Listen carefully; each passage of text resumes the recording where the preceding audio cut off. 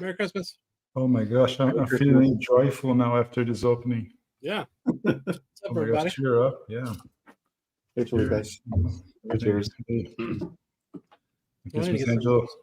Let me get some drink going. It's got water right now. I'm going to get some wine or something. Yeah. Chris, how many RPM is your Christmas tree rotating at? Probably about, I don't know, let's see. See what y'all think. Hang on. I'll make myself big here. 16 and a half. Yeah, like 16 and a half, maybe. Yeah. Yeah. Could play some old ones. Cool. So it's like a 3 RPM.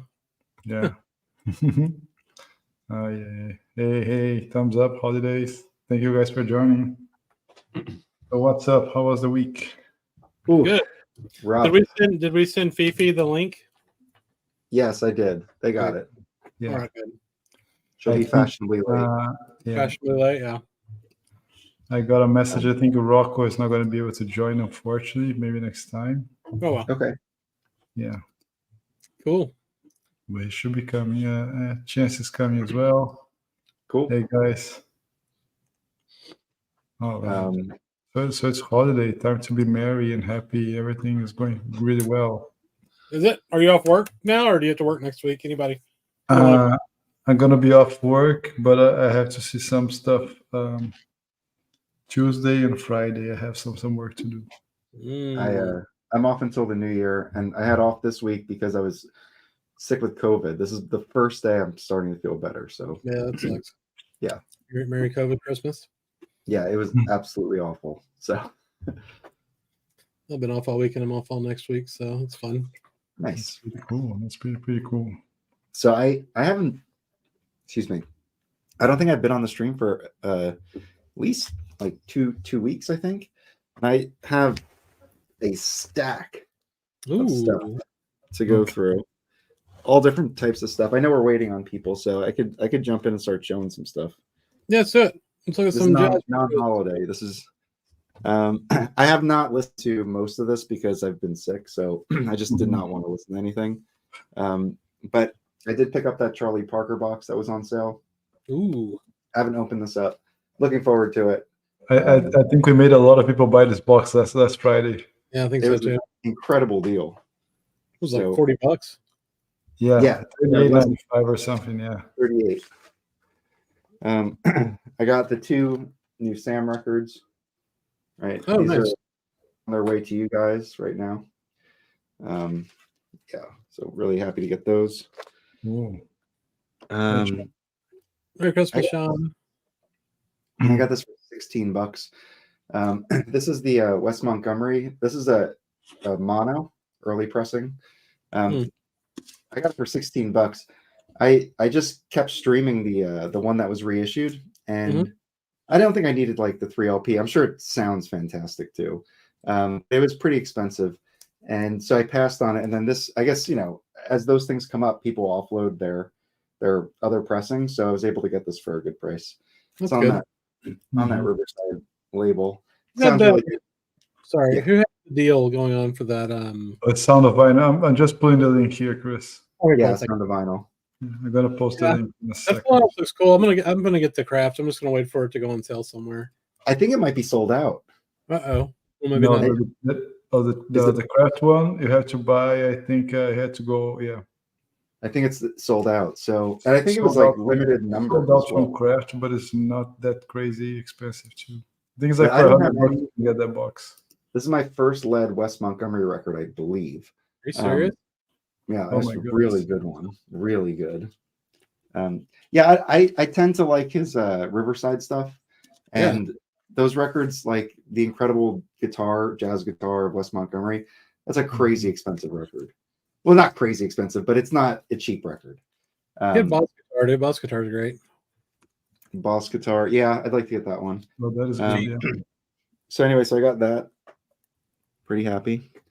And then the reason why I got COVID is because I went up to Toronto for business, and I hit up a shop there. Oh, I actually do want to do a little profile on this one. So in Toronto, I went to a really cool shop called Cosmos West, and they primarily specialize in jazz. And I kept their bag because I thought their bag was cool. So that's their logo. But on the back, they have a bunch of different logos. Like they have a tribe logo at the top, Prestige. So like just like look Black Jazz. So just like looking at this, it's gonna be a good shot probably. Looks like copyright infringement. What is That bag. Yeah. So they had a lot of good stuff. The prices were okay, but I wanted something like Canadian, so I found one like independent record there. I didn't end up getting it, but I ended up getting this. This is a mono. It's like 1963 or something. Duke Ellington meets Coleman Hawkins, and it's a Spartan. So Spartan was the distributor of Impulse up in Canada, so they pressed it. So yeah, so I got a Canadian pressing, and it's got RVG in the dead wax, same metalwork, and it's beautiful, glossy.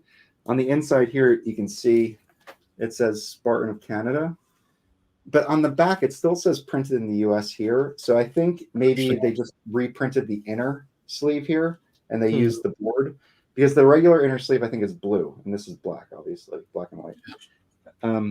And then the inner, I thought this was kind of cool. The inner, Spartan inner, and then the mono label for Spartan Impulse is that. You can see how clean it is, but it is Van Gelder. It looked like it had I haven't listened to it yet. I'm sure it sounds great though. What's that? So it looked like it had a booger on it, but maybe not. I think you made all this up and went to an elaborate ruse. Is it April 1st? So this is what I got from Canada. I'll show one. I got a bunch more, but I'll show one more, and then Rob, do you have anything to show? Hang on. Yes, a link to my stream from last night where I kicked everyone's ass with killer jazz pickups. You mean when I had to rescue you because you were so awkward by yourself and I had to come up there and help you out? I thought I commentary? thought that cleared my community service. So, I saw you got that I agree. Roland Kirk Prestige is really good. The what now? But it's an OJC. But that OJC, but it's a sought after OJC. Okay. Yeah, I just posted a link to the Charlie Parker for the ones that asked. Oh, good. Thanks, but it's not posting for some reason. It's not what? I tried to post here. I tried to post on YouTube. I'm putting here. It's not going through. Oh, your account's probably not a moderator on YouTube, which is hilarious. So you can't post links. Just post it in the stream. I put on the chat. No, I'm actually putting on YouTube. Okay. All right. While you do that, I'll show the stream here, but didn't go. I did pick up 4 records today after I picked up a kabillion yesterday. I picked up like 10 and set them back down. Well, this one sounds really good. I was really like super impressed by the sound of this. This is a Art Farmer work of art. This is a new jazz. When I pulled this out, the vinyl weight was noticeably heavy. So I weighed it. I was like, how heavy is this thing? 198 grams. So it's 200-gram pressing from 62, I think, or something like that. First side is like a session at, it's not Van Gelder, it's one of the New York studios. And then it has Quincy Jones on it, Art Farmer, obviously. I forget, let me see who else is on it. It sounds awesome. So you have Jimmy Cleveland trombone, and then some other folks I'm not too familiar with. Monk Montgomery is on bass guitar. It's electric bass. And this is actually supposedly the first record of electric bass, first recorded commercial release. So that's Monk Montgomery. Yeah. And then on side 2, it's a Van Gelder session that was never released. It was only released on 78s. And it's got a killer lineup. So it's Charlie Rouse, Jimmy Cleveland, Horace Silver, Percy Heath, and Art Taylor with Art Farmer. This is really killer, and it's not the most expensive new jazz. If you can find a clean copy, definitely get it. It sounds fantastic. Yeah, Felipe, if you post that link in the private chat, I'll see if I can post it in StreamYard. Okay, yeah, because I put on StreamYard and YouTube and didn't go through.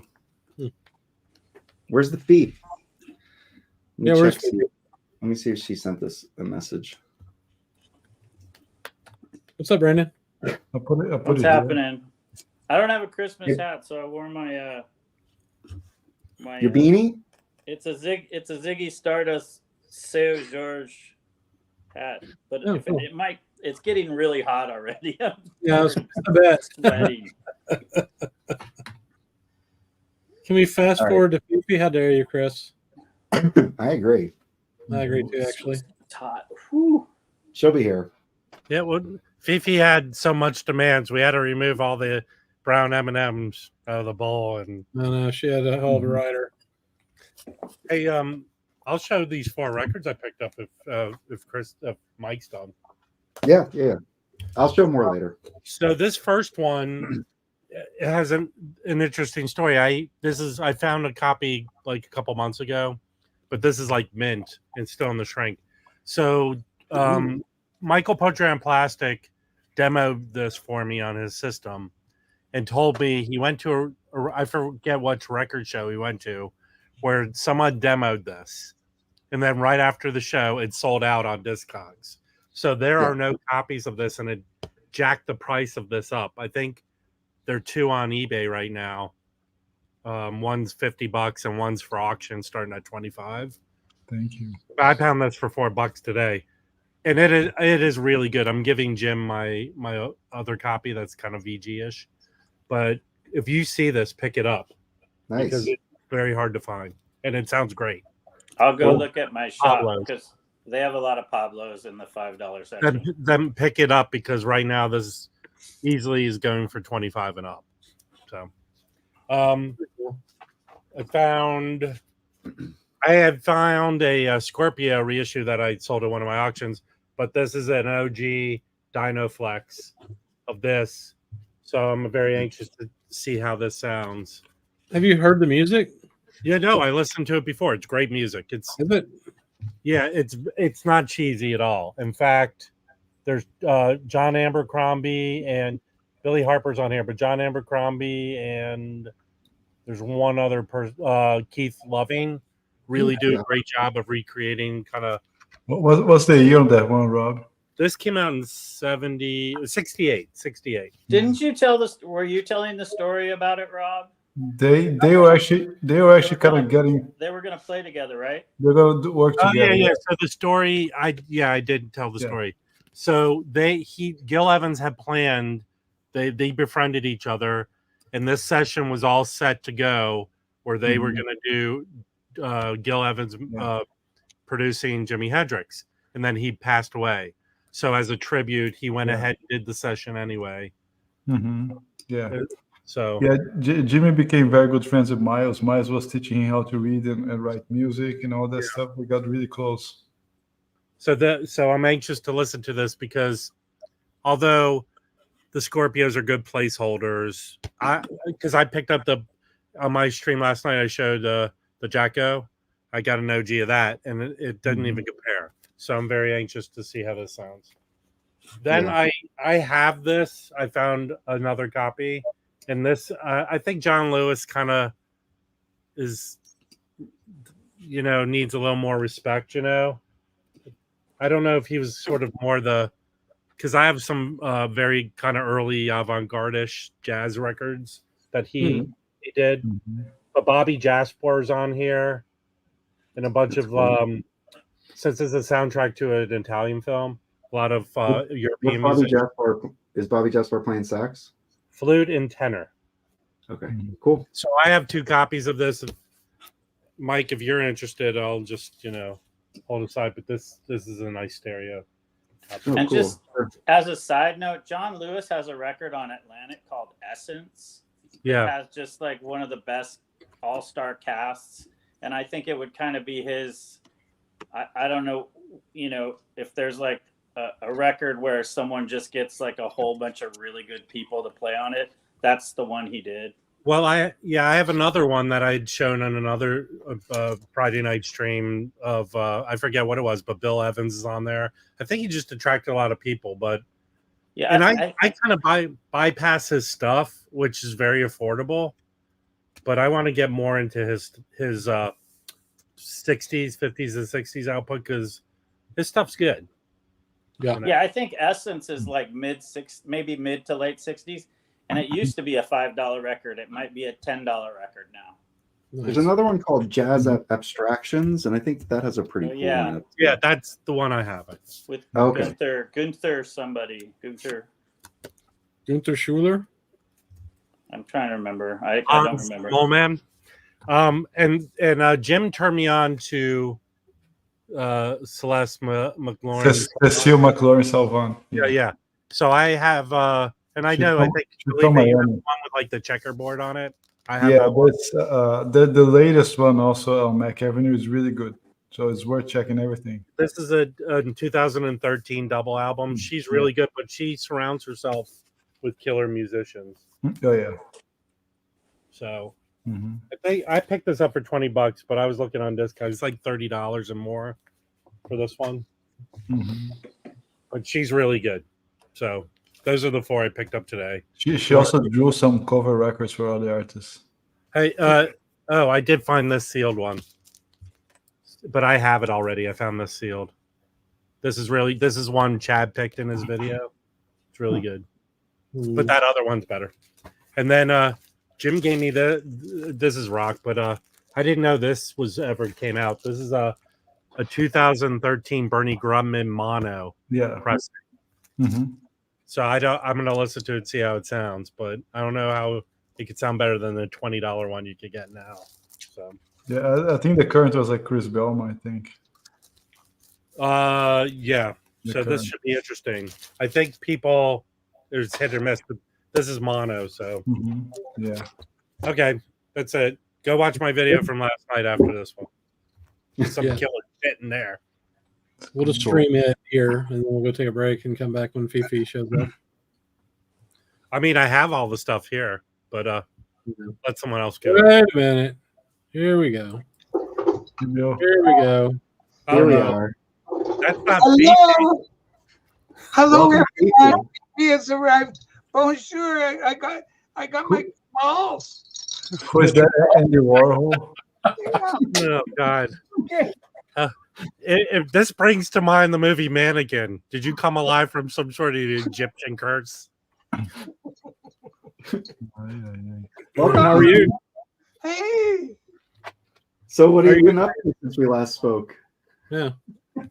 Oh, there we go. It's my jazz Christmas record. Oh, very good. It's by Vince Guaraldi. Mm, Mhm. Very nice.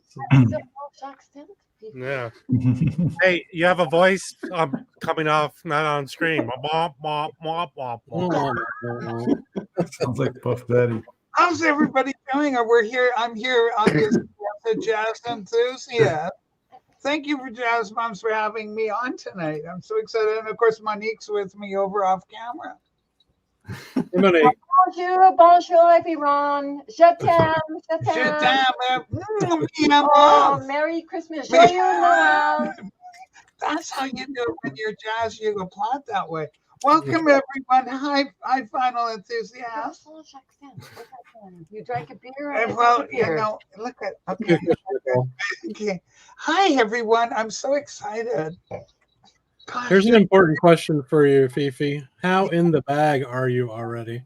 this is a good question. Fifi has just started. Fifi aired today. Fifi made some great record purchases that were very wrong, very incorrect record purchases. Oh, no. Yeah, there was even some involved with Sue as my manager is directing me to do my beautiful French accent. Oh, you're so But bad. listen, the records are back there, but there's like a mental health from there's just so many, and they're all the wrong kind of records. Anyway, I look for jazz, but all I saw was Eric Dolphy. Have you heard of this Again? Eric Dolphy person? Is he any good? Oh, yeah, of course. Yes, Eric Dolphy. You have the worst friend back then. It's fantastic. Hi, Jazz Mams. I love you all. Felipe, welcome. Hi. Hey, thank you so much for having me. Yeah, Joyeux Noël. And Brandon, you're new to me, Brandon. Oh, I'm not new to me, unfortunately. Well, Brandon, very nice to meet you here. Have I met Brandon before? Have I shared this stage with Brandon? You know, Fifi gets in her cups and forgets where she may have been. I don't remember. So Fifi, what's cooking for Christmas? It's definitely a Mac to get a drink. Oh my God. I'm just excited to be here. What are we learning tonight, fellas? Well, I pulled like all my Christmas records out, so I figured Yay. I pulled all mine too, and there it is. awesome. That's what I did. I pulled out my Christmas records, but only really, I think only 2 of them are really considered actual Christmas records. Okay. Oh, right. Well, that's interesting. That is interesting. How many copies of the Die Hard soundtrack do you have? Who, me? Yeah. Oh, I just know it I just sing it. Yeah. That's very impressive. I just do lines from it. I like doing the European bad guy, you know. Yeah, you're Hans. Well, I Okay. just love it's the multi-Euro bad guys, you know. There's like you've got the British guy, I don't know, what are the other guys supposed to be? Swedish? Yeah, probably. It's pretty hilarious. I think that's German, isn't he? Yeah. What, Hans? Alan Rickman? Hans Gruber. Yeah. Oh, Hans- look, it's a Macintosh. It's the power. It's the power of the Apple Macintosh. Yeah. Oh. Oh my goodness. Fifi is easily entertained. I always forget that there's a pretty young what's his face from oh, now I'm losing Paul Giamatti in that Oh, yeah. movie. Right? Yeah. Did Die Yeah. Hard? In Die Die Hard, Hard. isn't there like a super young Paul Giamatti, or am I? You're confusing Oh, somebody. I'm confusing that with the copy of it with The Negotiator. Yes, Mm. he's one of the people trapped in the office. Yes. It's Okay. like they remade the same movie but with Samuel L. Jackson and Kevin Spacey. Well, they remade Die Hard. They knocked off Die Hard like a billion times. Like a billion times. I know Brandon's favorite one is with Anna Nicole Smith. Did you ever see that one? No. Oh, I know who's in it. John Hurd. John Hurd is in Die Hard. No. No.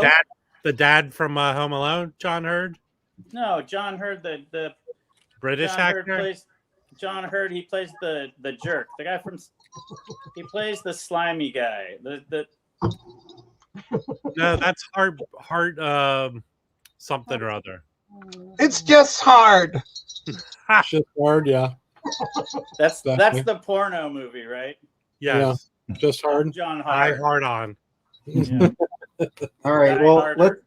let's start. Brandon, do you want to show one of your Christmas records here? I'll just show my quick little. I was playing stuff today. I'll show you what I play for Christmas real quick, because I'm on the. I'm stuck on the. I don't have the real computer, so I'm on the iPad, which I'll be always looking like slightly away. Oh, Not yeah. on purpose. All right. But This is exciting. I just love this whole Really? internet phenomena. It's so amazing. Now, what you said, only 2 of them are really so Christmas records? here's my selection for, and I'll make it quick. But Okay. these are the things I play for Christmas. Hi, Pat. Ballads.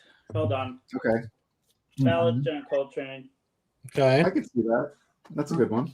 That's one I play. There's a lot of Bill. So Oh, right.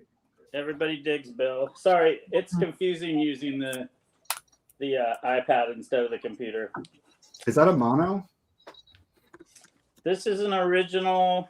Well, I can't remember if this is a second pressing or first. It's. Ooh, I nice. think it's the smaller. No, this is an original. It's got the small. Yeah, it's a got the little mini. baby label. That's cool. It's got the mini label. Yeah. Probably of the. This is one of my Oh. favorite records. Yeah. Mhm. Very nice. There's a lot of trio records I play around the holidays, around Christmas. Stanley Cowell. Now, that's Allegiance not a Free. Christmas record, is it? Yes, it is. It is No, for it's me. For him, Sure is. All that's right. This is my newer Christmas record. Oh, Okay. that's nice. Million Lost the Layers. That's cool. This is Mm-hmm. this is some earlier. This is Bill Evans with Paul Chambers and Philly Joe Jones. I've never Yeah. seen. Oh yeah, wait a minute. It's Yeah. a Japanese- That's late 60s, right, Brandon? Yeah, I mean this is Also Riverside, sorry. It almost Riverside. seems Asian. Would I be right about that, jazz experts? It almost it's a appears to Japanese be pressing. Asian. Yes. Yes. Everything's a bonus Another share. trio record. Steve Kuhn, Three Waves. Hmm. This is the Basra rhythm section. Dollar Brand, Cape Town Fringe. You guys Oh, I know love this that one. record. Oh yeah. This is a good Christmas record. Mm-hmm. How do you Aaron call that as a McFarlane. Christmas record? No, it's a McFarlane good Portable. record to play during Christmas. Is Okay. always- Okay. Yeah, none of these. There's actually only one real Christmas record in here. Okay. But This one this is two. Brandon's just showing what he's listening to. Dark Beauty by Kenny Drew Trio. Nice. Another Dollar Brand. I love that record too. Okay, here's one of the two Christmas records. Here we go. Drum rolls. It's Okay. George Winston, December, Okay. and it Okay. does actually have Christmas songs. Who And is it's that? about December. What? Who is that? George Winston. He passed Oh. away last year. Okay, yeah. This is on Yeah, it's- Wyndham Hill. It's elevator music. It's totally elevator music, but it's awesome elevator music. Mhm. I And really now, Fifi, how many times have you been groped in an elevator? Okay. it's surprising how often that would happen. Oh, This is like the daytime Christmas record. yes. Or Cool. I like Cal Jader. They're all dead. Uh, That's cool. My gosh. Sunday. Oh, I just listened to that recently. So good. Monique, quickly get my Wyndham Hills. Waltz for Yeah. Debbie. Yeah. Now, which one do you like better, Brandon? Of the two live set? I think I like Sunday better, actually. I think I'm in the minority of that, but I like it better. This is one of my favorites, Soul Stirring. Yes. Ooh. Angela. That's a cool one. You know, with Happenings. like on all Benny Green records, there's always at least one track where there's like a chorus. Yeah. Yeah. Oh yeah, where it says something like Soul Yeah. Stirring. That's a good one. Yeah. That's like an unusual Verve record because it's just like a quartet, right? There's Yeah. not Chick Corea's on that. This one I always play around the Oh holidays. yeah, That's a Dizzy great Gillespie. one. But these are like all your top records. yeah. No, these aren't even close to my top records, You Rob. love that. You said that Dizzy Gillespie's your favorite Dizzy Gillespie record. This is That's just my what favorite Brandon. Dizzy Gillespie I record. feel like Brandon, this is just what you're playing, and you're just like, well, it's around Christmas, so they qualify. Yeah. Well, that's Yeah, a this is Christmassy on my- cover. Well, I don't like Christmas carols. Oh my God. Oh no. I can't stand Christmas carols. Well, And my it's a good dad thing would you, always you play- joined the Christmas stream. Hey, can we change this to dysfunctional Christmas? And the other record, Grinch. The Grinch. Rachel already showed the other record. It's the Charlie Brown Christmas. Oh yeah. So my Oh, dad that's used to good. That was start really playing good. all these carols, Mhm. like. I'm after sorry, who's Thanksgiving. Rachel? Who's Rachel? You Oh, mean? Fifi? Fifi. Oh. Guess? It's, Rachel's it's, Ghost? Oh, geez. all that. I'll fix that. Oh What It says no! Rachel's Ghost. This one's so much better in rehearsal. Yeah, it's a good rehearsal. All right. So There's a little. Is anybody else getting echo? basically, my dad would start No. playing all these, ding, ding, a ding, ding, ding, a ding. And it would drive me nuts because he'd play it all day long. So I'd say, Dad, please play Bill Evans, or Dad, please play Charlie Brown Christmas, or please play. So these are all the things that I could get my dad to, that I could convince my dad to play to stop the Christmas carols for just a while. So Fair. I know, bah humbug. I have some jazz Christmas records to show that I'd be curious to get Brandon your thoughts on. Yes. All right, let's I look have at a these couple records. other ones, but I don't listen to them. Like I have a Kenny Burrell Christmas, but it's kind of boring. I have that Yeah, Duke I have Pearson Yes, Christmas. I think Expensive. that Duke Pearson Christmas record's kind of dull. All right, well, let me show the damn records. I think Brandon's bashing all the records we're about to show. No shit. Exactly. Oh my God! All All right, right, I just These say are- play Bill Evans. Play Bill these Evans. are these are in no particular order, but this is, Dino, A Winter Romance. Oh, Just yeah. take a look at his. really get his my age. handshake. I'll get my handshake. Yeah, he made a lot of babies during that weekend. He's trying to get side chick action going here. Oh This no, is a- Mike! I love that In the kind of box. stuff. This is really good, and Yeah, I like there are a couple. Oh, sorry. What? I like the Frank Sinatra and the Dean Martin. Yeah, And the Yeah. Tony Bennett stuff. I love that stuff. It's the Christmas Carol stuff. They do. can't stand So it. he does Rudolph the Red-Nosed Reindeer and White Christmas, but besides those two, the rest are just like winter themed. Winter Romance, June and January. So I got My Love to Keep Me Warm. So it's just a good record. And this is the reissue. It sounds very good. It's cheap. You can get Have it. you- no. Well, yeah, you can do that, and also. Oh, no. Well, we're working. Please, Rob, we're working on that. Oh, you can mute yourself, you know. Oh, right. Sorry. Keep going. This one's pretty good. This is a reissue as well. Yes. Is I don't it invest heavily in my is Christmas it a record. green label? The green label reissues are the best sounding ones, in my opinion. It's not. It's a green, Ooh. Oh, no. Wow. but it's great. not, it's not. It looks ridiculous, but it sounds really good. That's a huge green label. Yeah, that's great. So that's The so yeah. both. So obviously they do. What's the famous one? The Christmas The song. Christmas song. It's just on the cover, man. Yes. I didn't know that was the name of the This song. went so much better in rehearsal. Then we got Ella. This is a reissue. I kind of wish I had the acoustic sounds one when it was like $15. This is just the regular reissue. I'll show that in a bit. I'm going to show more than just jazz records, though. And then we have Vince Valdi. This is the Vinyl Me Please. That's the one you exclusive. want to get. But Yes. there's so many of these. I mean, literally, like every year they have like multiple pressings. Anyway, this one sounds fun. Does someone have YouTube open? What? Yeah. Talking No, I about- think it's just Sue telling Rachel how horrible she's being right now. yeah, that's fair. Is somebody watching television? It's ridiculous. Okay. See that? Okay. Yeah, Well, okay. it's Christmas. Somebody's watching It's Wonderful Life. Oh, That's true. okay. I'll take over, Sue. Oh, Aggie, it was the Acoustic Sounds on series. It was on Amazon. They dropped it like in the summer. It was like $15. Isn't there? This is There's a- I'm sorry, Mike. Going back, Yeah. I think 2 years ago they came out with a double version of that Charlie Brown Christmas. Right? Did anyone get that? No, No. but I unfortunately got the Charlie Brown Great Pumpkin Mm-hmm. where they tried to jam everything onto like Oh, I heard that success. and it wasn't cheap. It was. Well, I was really disappointed. I'll put it to you that way. Every track is like 2 millimeters. Oh, geez. Anyway, this is Andy Williams. This has one of my favorite Christmas songs. It's the holiday season because it just sounds so ridiculous.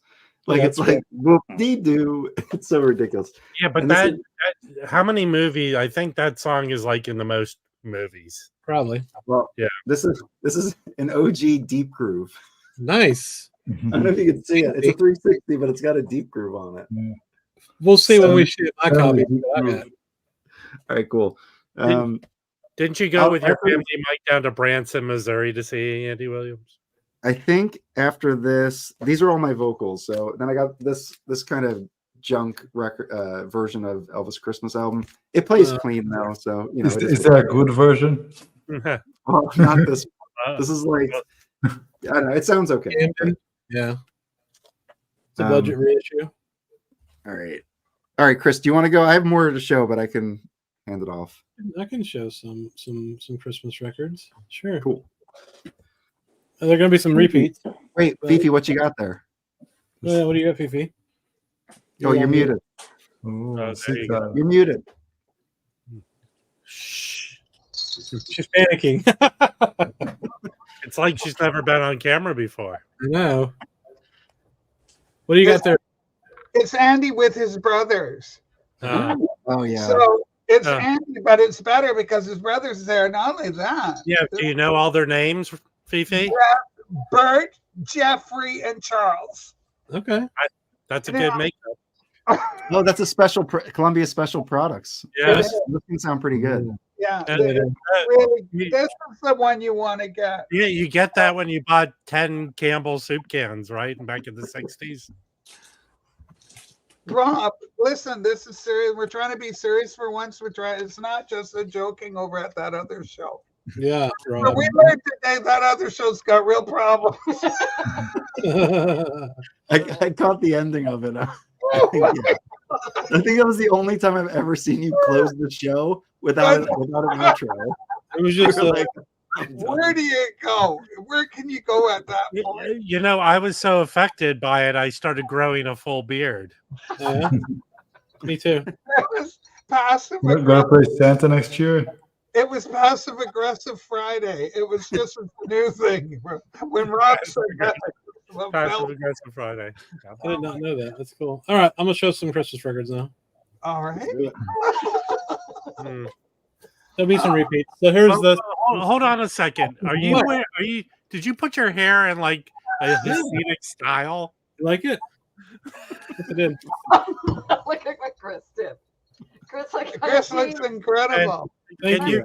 I hope you have Dreidel, Dreidel, Dreidel on one of those albums. No, Rob. This is a Christmas show. I don't have any Hanukkah records, but they're welcome if you have some to show.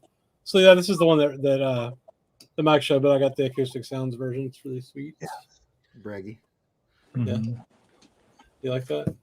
Yeah, that is pretty good. Ella's very good. You know, Yeah. she's known as a jazz singer. Have you heard that? That is one to get for sure. Hey, if you don't Fifi, have can it. you scat like Ella? Yeah. A little bit. You know, I don't like to brag about it, but yeah, I've been approached by various individuals about my Scotland. Let's go. Oh, you mean Memorex? And then let's see what's next. Oh yeah, this is the same record that Mike showed, but it's a 1965 version. Yeah, with the worst Oh, yeah. cover. And, Great and, cover, and a man. more family friendly cover. Him trying to get with two girls is better than that cover. Yeah, that's fair. That's fair. What's next? That Boom. I regret not Oh. getting that when that was available. Yeah, this one's an interesting version. It's from Follow Me Please. They only made 500 of them, I guess. Yeah. Is it a piano trio? Yeah. Cool. I've never even Nice. seen it. Oh, that's known as a splatter vinyl, jazz correct. music. Yes. That's right. Yeah. It's almost like an elf hit the front of the Santa sleigh when it was going a billion miles per hour. But this one's really good. It's just straight up piano trio, and I mean, it's why am I being blurry? That's weird. There we go. Anyway, so that one's really cool. What's next? Another random Andy Williams Christmas record. Oh Mm. yeah, I've had that one. $6 for that, man. So quickly get the Mahalia Jackson. Oh, I yeah. feel like all right now. I actually have that. I know Wyoming Dave is a fan of Andy Williams, but for me, only his Christmas albums are like noteworthy. Does he have any regular albums that are good? Oh, yes, very much. His- There's 1,000. And I know he regular- has later career stuff that is very His- kind of. His I'm not- Kwanzaa album is really I'm not good. joking, Jazz His Bum Mike. cover of Sherrod is But to die. you know who knows a lot about and likes Andy Williams is Stephen Schnee. Yes. He can Okay. tell you all that stuff. Really? Yeah. He Oh, knows that's the cool. brothers as well. Schnee, if you're out there, come on up. Oh my gosh, this is Check great. this out. This is for Mike. Mm. Boom. Oh, that's a great one. Frank Sinatra. I don't know. I guess this was put out as when he turned 100 or something. Yeah, the Sinatra 100. So it's a reissue, I guess. Yeah, I That have. one's fun. Hold on. I'm going to take the opportunity to show the OG. Okay, let's do it. Anyway, Oh, the covers. How convenient. The cover's the same here. Kind of what's worth checking out is the wax. This is when I bought this, it was I mean, I got it for a good deal, but it's usually like a $50 record clean, first pressing. I think it's like 57. But it's got the black capital label. It's only mono and very clean. There's stampers here. The stampers they're like D8s or something. So anyway, it's no one cares about that but Fifi though. What? Well, anyway, if you get like the D1, D2, those are the first stampers, so those are fun too. Oh, okay. But anyway, this sounds awesome. This is like an audiophile record. Yeah, it's really good. Sounds that amazing. one's gonna be tough, Loki. Okay, so ultimate test for it to be audiophile, is it warped? It just Warped is gonna be audiophile. yeah. Is it weigh a ton? Yeah. Actually, Chris, do you want to go off on a rant right now? No, I want to finish on Christmas berries, then we can have a rant. Okay. All right. Okay, just It's Christmas, the season of joy, love, feel peace, like- and understanding. That's right. Mike, can you show me for a second? Thank Yeah. you. I feel bad because I do listen to this every Christmas. So this was in the pile too. I didn't show it, but it's Okay. it's an early one. That's Okay, so it's not just jazz. It's not just anti-Christmas music. I play real Christmas music. Good. That's it. Oh, very good. I mean, here's where we figure out if my copy is a piece of shit or not. So this is my copy. Let's see. If it doesn't have a deep groove, it's trash. Well, this was my wife's family copy from when she was a kid, so it's pretty beat up. But let's see. I was actually surprised. Mine has the 360 label. I'd never even knew 360 labels had deep groove. Oh yeah, check this Yeah, out. they have. Yeah. In your face, man. Deep groove? Groove, yeah. Well, kinda. Yeah. I have a feeling that might be the top record you see at the Goodwill. Yeah, that's fair. It's one of them for sure. Oh no, my Yeah, but sleep- that one is better than that other one you showed, Chris. True. That one, that's the one to get. The one with the red cover has all the famous hits on it. The other one has like, I don't know what's on it, but It's not good as too. But this one's got. I mean, yeah, it's got White Christmas, the holiday season. That's the best one. The Christmas song. It's the most wonderful time of the year. That's been sampled a crazy amount. And look at the back. You can show the back, man. It's personally signed by Andy Williams. Oh yeah. Oh, nice. Happy holidays. Feels like a Christmas card, like a forever Christmas card. That's right. All right, now let's just do a quick check in. Now, Fifi, what do you think of all these records? Oh, they're incredible. Thanks for checking in because it's such a learning experience when you learn about jazz records. And Mine are jazz records. It's okay, Is it too much? Is it? Oh, what do we got here? this is the legendary Mahalia Jackson with Silent Oh. Night. Could you fancy us with one of your versions of her song, please? Oh, yeah, that'd be good. I That looks love really that good. comment. Well, let's just do one. Let's take a look at what we got here. Now, this is on what's called a Columbia 12i. You can see it just goes all around and around. There's so many Columbias, it's crazy. It was a short-lived variant. That's the all-seeing eye. Yes. Some would argue it's even it's Some people call it the Columbia Lazy Eye. That's hurtful, Rob. the Columbia. Yeah, thank you for that. Because Rob, this is not a time for mocking. Yeah, agreed. Can we talk about our disdain for the French right now? Yeah. Christ. Anyway, it's got everything like little town of Bethlehem. Oh, hear thee sing to the sheep. That's beautiful. I think It's just one of the greatest that they ever done. you might be visited by 3 ghosts tonight. Chris, do you have any more? I got more. Okay. I'm just looking at everybody's sarcastic, shitty comments, and No, they're Sorry. records. You're doing great. here's one. I told you these aren't all jazz, so this is a good one. Oh, Elf soundtrack. I got this for my kids. he's got one about an elf. Yeah, his name's Buddy. Yes. You know, Chris, if you see gum on the street, it's not free candy. It's not. No. No. That's Oh, ABC gum. It is ABC gum. Here you go. John Oh. Denver Rocky Mountain Christmas. It's fun. Thank you, Monique, for the refill. Everybody hates John Denver. Jeez. I don't.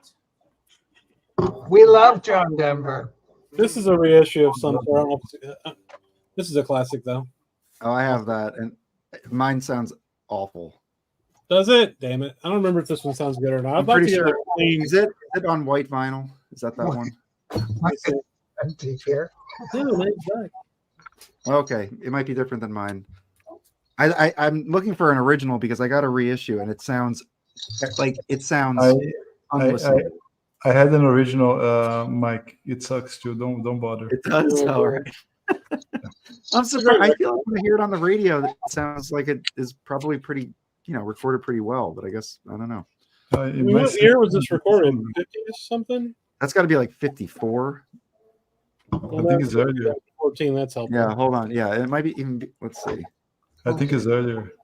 Bing Crosby. Was it Merry Christmas? Merry Christmas, yeah. That's Merry like the #1 selling record ever. Like All right, so Christmas the original is 45. Oh no, I'm sorry. Oh. Yeah, well, it was released in iterations. So like some of those tracks were on 7. So that's a comp. Yeah, okay, cool. We'll So make that. that's probably why some of these sound pretty bad. But like, so it was recorded over basically a decade from 1942 to 1951, and then there were all different releases in between. Now this one's one of my favorites. I love this record. Oh, Joe was just saying. Oh Yeah. yeah. Yeah. I agree. Great one. I need that. There you go, Joe. There you go. Covers a bit of a riff on a Norman Rockwell, isn't I it? got a shit ton of Christmas records. This was one of my favorites too.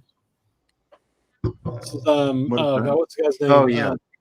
Phil Spector. That's his Spector. Christmas record. Yeah, That's a good it's one. really creepy too because like at the very end, he's like, "This is Phil Spector wishing you a happy murderous Christmas." No. But this one's cool. This is a record store day one. It's worth a couple of bucks. But it came on this really cool red vinyl. Oh, that is gorgeous. Is that pretty? But that's enough for me for now. I got more to show. Would that be? Is that Ruby Red? Yes. I guess. I don't know. I love John Denver, but I love like the songs that aren't the hits. Sure. Leaving on a jet plane. Can't get better than that. He has a song called "Around and Around," which I think is his best song. That's kind of how he died. Oh, Ooh. too soon. Thank you. What you got there, Fifi? Snoopy again. He's really into Christmas. This has got the Christmas where he shoots the red bear and then they celebrate at Christmas. Mm, Oh, very good. mm, Who are the Royal Guardsmen? Is that a Canadian thing or? yeah. They're Americans. Oh, okay. As is Snoopy. Snoopy's from Baltimore. I think a lot of people don't know that originally, but Mm. Is that an OG? it is. It's Oh, look at that. It's on the Lori label. yeah. You know, Lori was a bored housewife and decided to start a record label. No Christmas at our house is complete without Hunt Shed. Oh no. Oh my god. I actually have that one. When This did you is get for- that? When did you buy that, Rachel? I had to go to Fifi. China to go over there, and we got it for the family. The children adore handshake. Every Christmas, we bring out the handshake photo book that we have, and the children, we've created a game of it. Yes. And the children will dress up like Hanche at various stages in his career. Which child? Rachel, does the wedding child get to dress as the drunk Henche? As Hanche matured, he got into a big problem because there was some abuse of alcohol. So, Can I make a request for next Christmas? Yeah. Can I be the Hanche who clears rehab? yes. Anyway, we love Hanche at our home, and The little guy, gosh, he brings the spirit of Christmas so fervently. Felipe, you're as a little child growing up in Brazil, did you experience the joy of handshake? No. It's an international Christmas. Can you explain who Hinche is? Yes. Heinche. Uh-huh. Yeah. He's the German Ricky Schroeder. He looks gorgeous. Yeah. He's just lovely. And Oh man. he's so popular. He's a little Dutch boy, but then he was captured by Germans and became very popular in Germany and became a close personal friend of Heino. Yeah. So we get our Heino record. A little later in the show, we'll go and we'll deal with Heino. Heino's in there Okay. too. Yeah, Heino, we got Heino in there. Anyway, there's so many. Anything German, just bring out that. We'll have a Tannenbaum kind of a moment. Fantastic. Can I show my Christmas records? Oh, Rob, I'd love that. There's a few I couldn't find. I couldn't find my soundtrack to the movie. Oh, Rob, may I say I appreciate how you decorated this year. Well, really, you know, really doing a nice job. Very festive. Listen, this is post rehab Heino. He didn't have much money. This is a record everyone should find at the thrift store. Okay. Mhm. Oh, what is that? Oh. Jingle Bell Jazz is a comp of Columbia artists doing Christmas songs. So you got Duke Ellington's Jingle Bells, the great Lionel Hampton, who I don't think I've ever seen anyone show a Lionel Hampton record. I've shown Lionel Hampton before. You have? Yeah. Chico, Very you cool. got your Cameron McRae. Mm-hmm. You got your Tony Poindexter, Paul Horn. Mm-hmm. You got T.O. The Manhattan Jazz All Stars. Okay. Yeah. You got I don't know that person. You got Miles. I Little love that. But this is good. This is great background. Put this on. It's almost like it's Christmas time. Rob, you are doing so good. And do you know You Touch My Tra-La-La by Gunther? Listen, the cop said I didn't touch your tra-la-la. No. This is the one Brandon said was horrible, but I like this cover better than No. the standard one. That's so Wait, good. the original cover is way better. No, I like this No, one. that's a great cover. Look at that. That's awesome. I have an original. I'll show the original This is, later. this is the 80s reissue. I love that. So these sound really good if you find them. Oh yeah, they do. Yeah. All right. Okay, Can I speak? No. Well, Yes, you can. The floor is It's not- yours. I shouldn't have said it's terrible. I just was very excited when I bought it, and then I got it home, and I was like, "Oh, it's all right." That's fair. That Thank was you. more what Okay. it was. It wasn't like, "Oh, this sucks." I just thought, it's Kenny Burrell. It's going to be awesome, and I was kind of like, "Oh, it's good. Okay, that's Let it." the record go. Brandon said Okay. it does not suck. he said it's sort of okay. That's cool. So I have two versions of this. He's Ooh. got The one that I think the 70s that have a dark holiday green kind of label, those sound good. This one's not horrible, but those other ones are really good sounding. Any Capitol, like I have my best sounding Pet Sounds is that one. So Now, Rob, do you just get Christmas records for yourself, or do you sell Good them? question. Really good question. when I find that Nat King Cole mint condition, if it's 70s or earlier, I'll sell that one. But these are mine. Rob, Mine. can you quickly chat? I explained on Rachel's show this morning. I grew up celebrating both Oh. Christmas and Hanukkah. Yes, and Kwanzaa because of his hidden Yeah. African roots. Well, But Rob, what about the little boy that Santa didn't love? Remember that song? Is that on that? I don't know, but I do celebrate the Day of the Dead, which Fifi it was really close to being part of.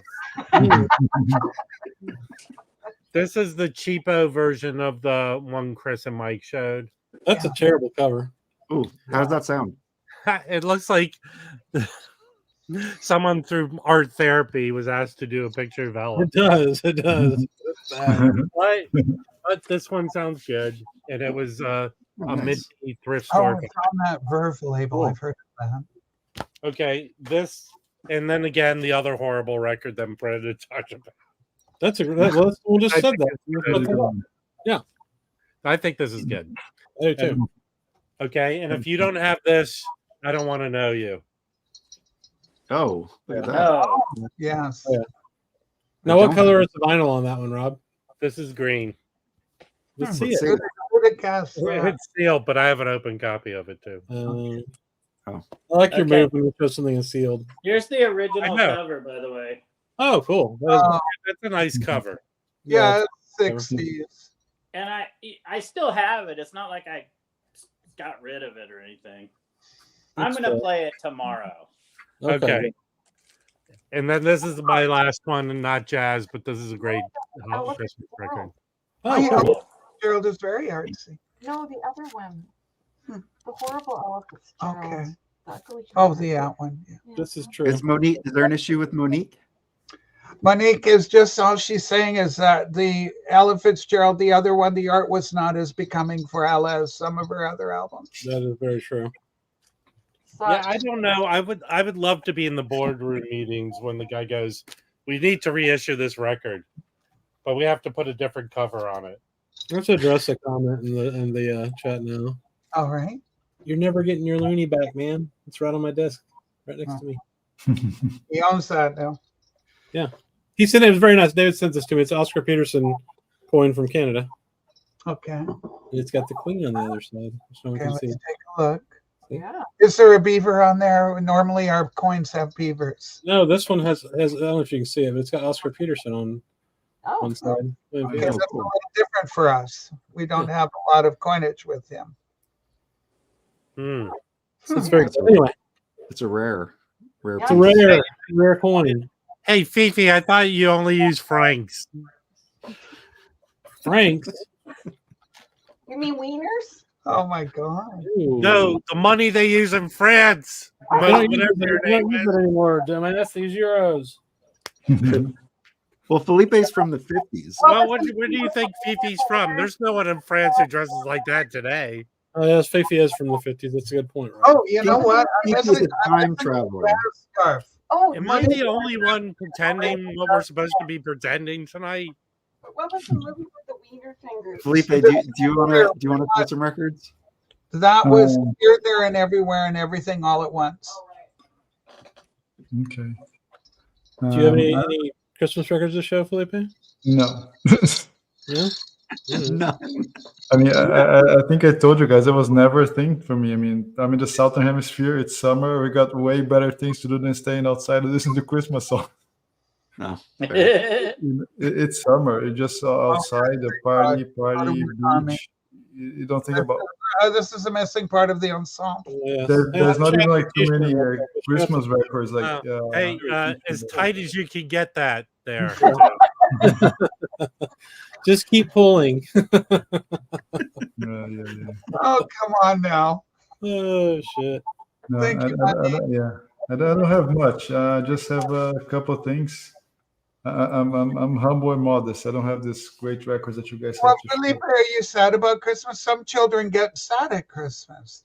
No, that's the opposite, Rachel. It's, for us, like it's summer. I grew up in the summer, so it's always party, always outside. You know, That sounds it's fun. always fun.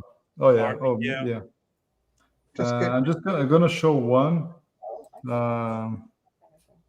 It's pretty cool. I've been listening to this record for this past few days. It's really good.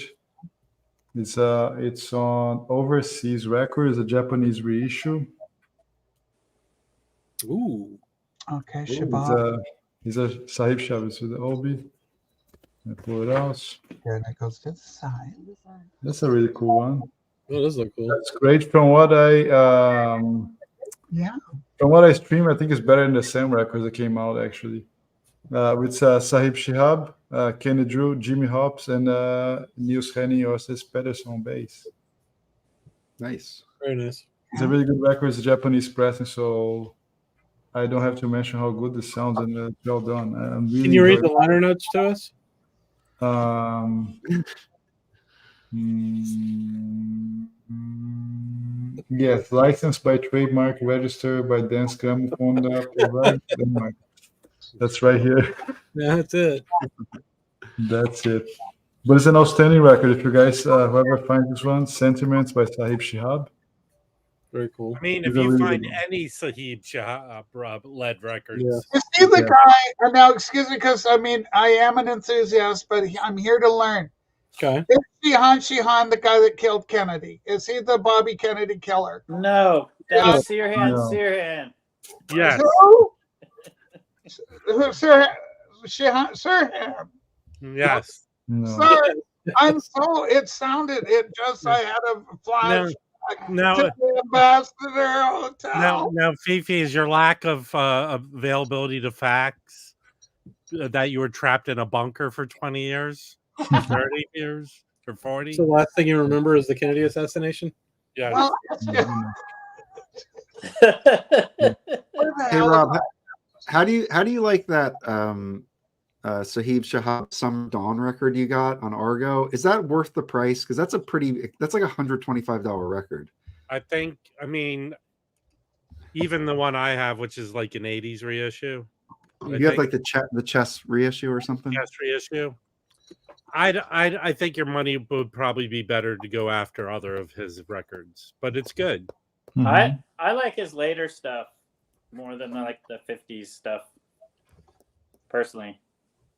Mhm. I got mine for $20, so That's a good deal. Very cool. I sure did, Angela. I'll just show one more. I think this record's being highly talked. I think can't remember if I showed last week, but I think most people have a copy of this. They listen to this. Vintage by Jerome Sabat. Ooh, Oh, yeah. That's great. yeah, I Yeah, did not get that. It's really good. Vintage with Kenny Barron, Joe Martin, and Jonathan Blake. Outstanding sounding record to start with, but the music here is really good. Yeah, it's really good. It is It's on, got a really interesting vibe. it is on the Sunside label. Yeah. It came late, but one of the top releases of the year for sure. You know, Release of the quality-wise and music-wise. Yeah, 2023, right? Yeah, one of the. I think that's the best release of the year? For No, 2023? one among the best. Oh, okay. Yeah. Yeah. No, my top one is still the Circling Sounds. To me. Yeah, the Circling Suns is my favorite too. Yeah. But this one is a really good one, and it came late now, and I think it's still available, easy, affordable, so it's pretty cool. I finally bought the Circling Sun record after I watched Chance's live stream yesterday, and Felipe, you showed it again. Okay. And I just feel like I don't know. I feel like I just keep hearing about this record, so I finally pulled the trigger. But it's coming from the UK, so I've got to wait a little bit. Yeah, it's a UK label. I was fixing to say you watched Chance's stream and then you bought it. I was like, we've talked about that record 100 times. Felipe's been showing that nonstop, and that was finally the last straw for me. That was the last straw. Okay, that's a good record. So that's a good one. Now that we did it, so what's everyone's favorite Christmas movie? Oh shit. Okay. Or top three, movie. top two, top three.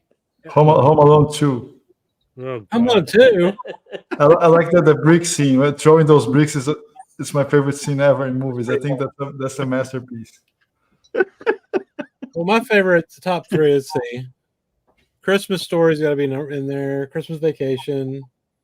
Yeah. And then maybe Christmas Lampoon was good too. Yeah. Yeah. And maybe White Christmas would be the other one for me. Yeah, I'd go Grinch. The Grinch is probably number 1. Okay. You mean the Jim Carrey? Because that's really no. The cartoon. But it's not a movie. It's just a half-hour special. Well, whatever, Okay, Rob. well, Let's not get technical. Hey, it's what is it? It's a movella. It's a Is it a TV movella? special. No, it's now when we get to the TV special segment, you could bring it up. It's 20 minutes without the commercials. All right, so never mind. I take it all back. I'm so it's sorry. gonna I'm be, not able to tell the difference between. Then it would be the Christmas and, Story and Die Hard. So you think Die Hard's a Christmas movie for real? Yes, it takes Hell place yeah. during Christmas. Yeah, It both, happens right? during Christmas. Yeah. Okay. Fifi, your favorite Christmas movies? Oh, it's got to be A Christmas Carol, 1951, Alistair Sims. That is a Beautiful. very good one. And of Yeah. course, it's got a beautiful message. I also like, of course, Christmas Vacation. I love A Christmas Story. You'll shoot your eye out. Yep. Yeah. I also love It's a Wonderful Life of James Stewart. He should have won the Oscar in 1947 for his portrayal of George Bailey. And he was overlooked and overshadowed. Who the hell won in 47? Should have been. That movie was a total bomb in 47, though. Like, Yeah, did terribly in the theater. Recognize, Chris, recognize your acting. Recognize your actor when he goes through despair. And Zeus rose petals. Zeus Okay, rose so- petals. Kids, do you know me? The Yeah, you will. Mary, I'm going to laugh night- through the world for you, Mary. And it's got all the, he's happy. I'm going to get the National Geographic, going to travel the world. And then Okay, he's got, Clarence, help me, Clarence. He's in despair. And you watch me, look at him, throwing out him, giving these little angels, and every time I build with a teacher kid, the rings. And it's like magic. Hey, Fifi, I right. closed my eyes and it was almost like the movie was happening. It was. All It was right. very close. Hold on. So the best actor nominees in 1947 are Laurence Olivier for Henry V, Okay. Frederick March for The Best Years of Our Lives, Horrible. Larry Parks for The Jolson Story. I guess that's Al Heard Jolson. of it. That's not Um, even politically correct. Gregory Peck for The Yearling, and Yeah. James Gregory Stewart for It's a Wonderful Life. Yeah. Oh, And he the was win nominated. these are the nominees, and the winner is Gregory Peck. Frederick No, March.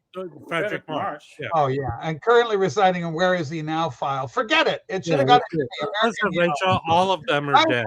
Okay. They're all in the grave. Hollywood. Now, speaking of award shows and nominees, Fifi, have you heard about the Ghosties? Yes, I'm aware. Everybody is. Now, We're what's all the date? What's the date for the Ghosties? The Ghost is going to be on January 13th, 2 p.m. Pacific time because it's based in LA, obviously. Yeah. It got delayed because of the union strike. There was a writer's strike. We had all sorts of trouble. You'd be amazed at what they had to do for that program. I was brought in as a fashion coordinator. Now, for people who For aren't costume. watching, Fifi, can you explain what the Ghosties are and what channel it's about and all Mike, of that? I think you know that no one No, knows. for the folks I watching. don't think the people behind it know what the Ghost Seats are about. That's true. It's available, and Chris knows these things. It's over on the Rachel's Ghost TV show. They call it a TV show. They think they're so great over there. Right. Mike, I heard the real reason the Ghosties got delayed is there was a short-lived breakfast cereal from the 70s called Ghosties. Look, this is actual press, Rob. They still own the There's rights actual, to it. there's actual press for this award show. There you go. Panelists with gas, lifetime achievements. Is that It in the Record Collector News? Yeah. Yes, they got it that's top. They awesome. got the Ghosty Awards. This is an actual periodical. That is amazing. Yes, Yeah. Neil Young featured, but Ghosty's top billing, obviously. And As who's it. nominated It for- bumped the Boomer scalper out of Oh it. yeah, we've got. Oh, Okay, hold on. This is going to be interesting, Jazz Bums. yeah. This is very interesting because this comes right back home. We're all here tonight happening. I'm Monique, thank you. I'll read it. so cute. Okay, hang on now. Monique, help me. Where is this? C'est unsung hero. The unsung, because there's a group called the Unsung Hero where the songs are not sung sufficiently. Zep Pearl, Steve Parks, a bunch of nobodies. But then it's got Jazz Bums. Ooh. Oh, There it is. all right. Oh, we made it. Nice. Ooh. Unsung Heroes. And I think your ship's about to come in, Jazz Bums. But I Yeah, wouldn't, all I mean, obviously, I wouldn't go bother writing a speech, accepting the award or anything. I wouldn't go that far. Mm. It's just an honor to be Are nominated. you giving out angel wings tonight, Fifi? Every time my bell rings, And Angel somebody gets a getting wing. something. They're getting something. I don't know if it's I wings. just love this. Is exciting. It's the jazz bumps in print, Jim. You're so right. And this is I call them the bots. That's the most important thing that's happened on the show tonight, clearly. Well, anyway, yeah, the nominations, they're all in. It's going to be January 13th. So, I mean, if you guys do decide to show up, maybe dress for once properly. That's tough. Put an effort in. Yeah. Well, Chris, you're the one I expect actually good things from. You've done your hair tonight for tonight's Christmas. True. That's true. That's true. So I'm expecting good things. You're very Hasidic. No, that's stupid. How dare you?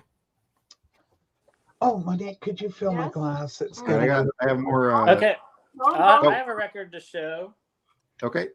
I'll be right back. A friend of mine lent it. Jazz Bum's watcher lent me this, and it's really, really good. Yeah. Yeah. It just was reissued by Candid. Oh, it was? Thanks. But it has this great title: Music for People, Birds, Butterflies, and Mosquitoes. Is it for camping? Huh? Good. Is it for camping? It keeps the bears away. You play this and no bears. But you do have to put on a lot of Deep Woods off. Oh, yeah. So wait, Brendan, that's an OG. Yeah, he lent this to me. Unfortunately, it's the only one. He lent me a few records.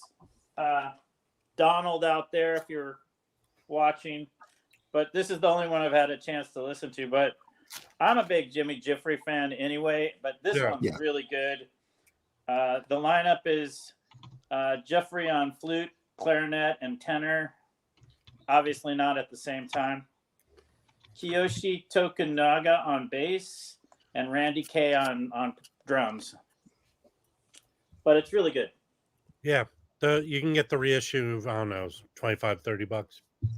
Well, that's great because I think I've actually never seen this record out in the wild, so maybe I'll get but it's really good. But Very unfortunately, that's the only new thing I have to show. That's a cool one. That is a cool one. All right, Mike, what you got? What you got? You got some more? You already showed this, but I also picked up this Bobby Timmons Holiday Soul. Still in the shrink. Is it sealed? Or did you actually No, listen it's to not it? sealed. But yeah, That's like a $70 record now. what? I think I got it on sale. Nobody was buying it for some reason. I don't know. And it's It's in Von color Lee, of the holiday. Oh, what number is yours? 140. Mine's 12. Wow. Fancy. My cover's all smashed up though, so you win. This one's kind of an expensive one. This is the 2LP 45 Home Alone Oh, yeah. soundtrack for when Yeah. you need that high fidelity Home Alone. What's cool about this is you can have the lights on, or Yes, please. I'll have that behind. well, this isn't working, but anyway, the lights off, and anyway, Uh-oh. it comes Or on you red can and have the green lights. vinyl. You can have the mood lights on too, Yeah. Hold on. like you're staying at the Madonna Inn or something. Now, when did you get that, Mike? I got Yeah, this when I first started collecting records. Yeah, me too. And yeah, the inside has the house. Wait, put the lights back on. Put the lights back on. Yeah, it's Mom. scaring everybody. It's too dark in here, Too man. dark. This is on Mondo. I don't know if I have any other Mondo stuff. Do you guys have any other titles on Mondo? I've got a 3 or 4. I've got that one. I've got a Jurassic Park one that's worth like $300 or $200 or something. It's weird, but Damn. they put out a lot of really cool shit, but they don't make very many of them.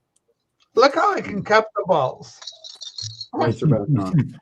Anyway, so this is a cool one. It's just the songs that are in the movie. I know that there's other reissues that are on 33 with a really terrible cover.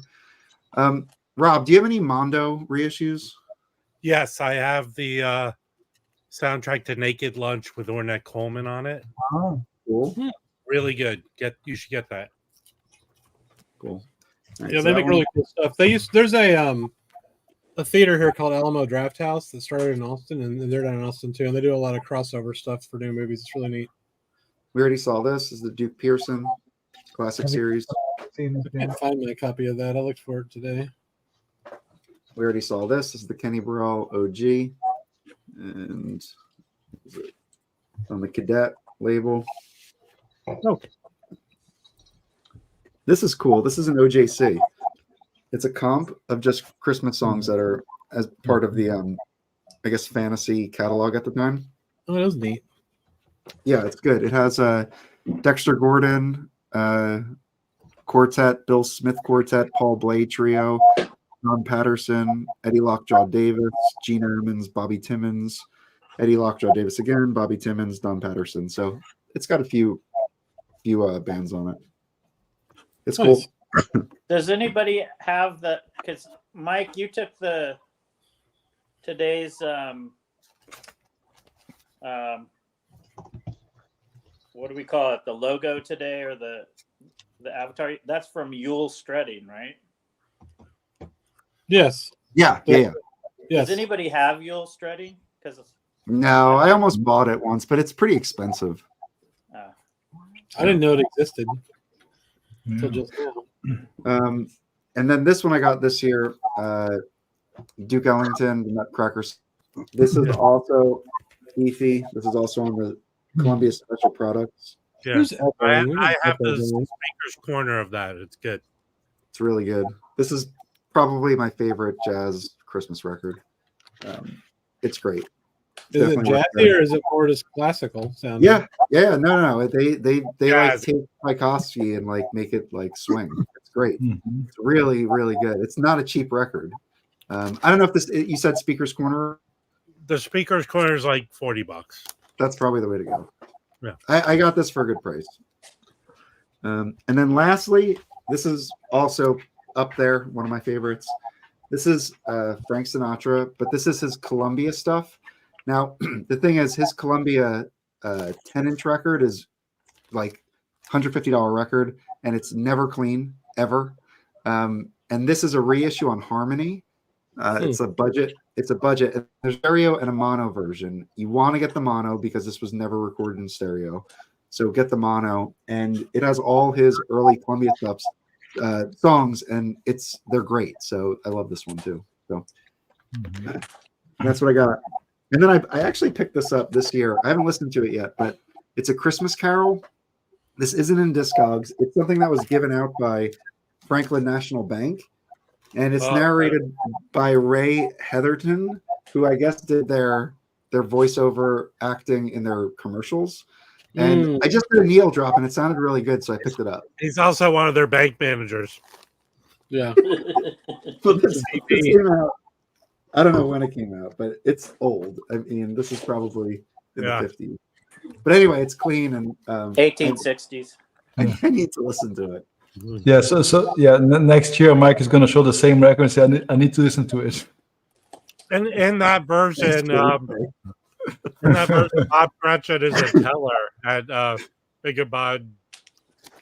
Angelo, that Columbia Sinatra, that's the way to go for it. You can get that clean for a good price. The other issues of that are just expensive, just really expensive, and they're never clean. So that is a good way to get it. Although obviously not as cool as the OG. You can get it clean for $8. You can get either that or a free toaster when you open a checking account.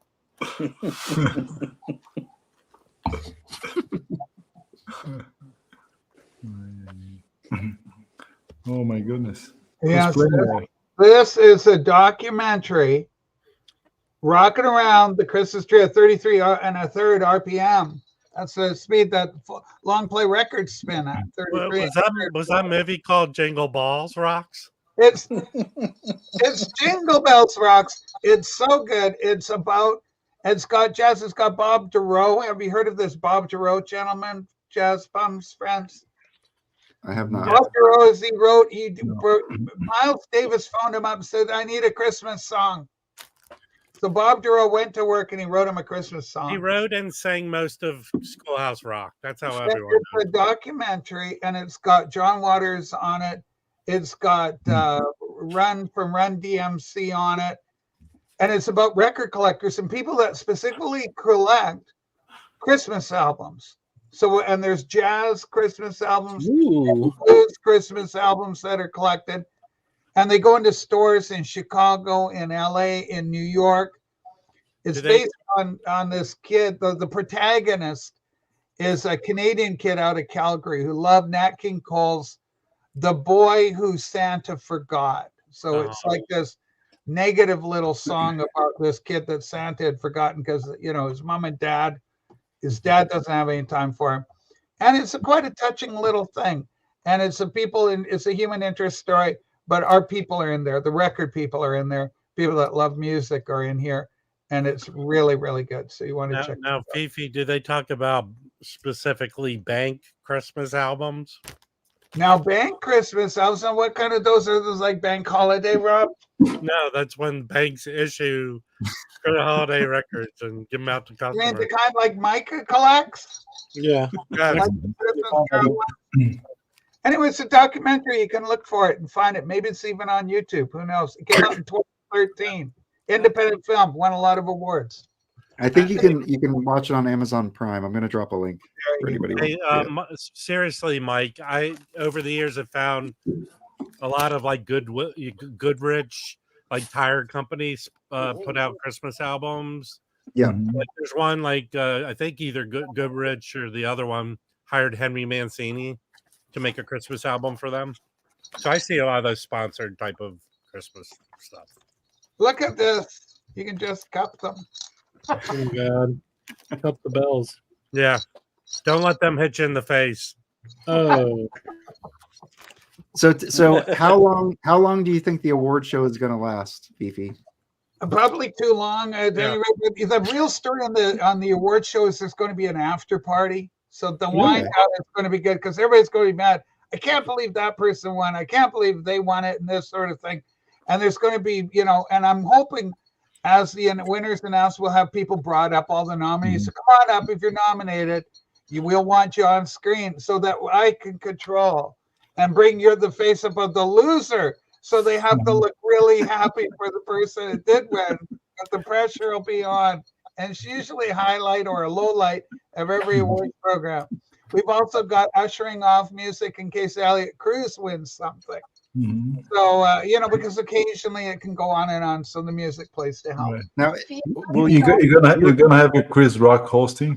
I've been Are you called on in. the academy? I'm on the committee, and I'm also doing some of the the fashion. I'm doing in charge of costuming, Okay. obviously. Hey, Rob, Felipe, I got the role of whoever's on stage to go up and slap them in the face. That's good.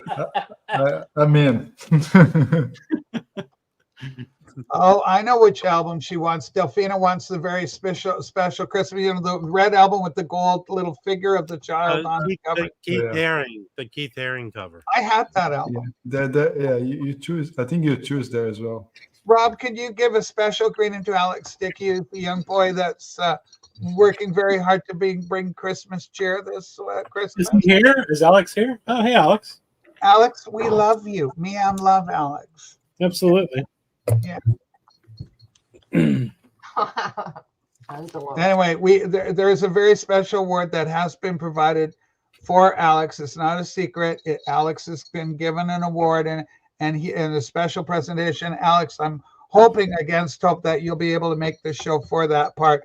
I think it'll be a highlight of the entire program. Mm-hmm. Anyway, we'll see. I got my wine going now, so that's fun. Christmas, wonderful. It's nice to see you enjoying a bit of Christmas cheer.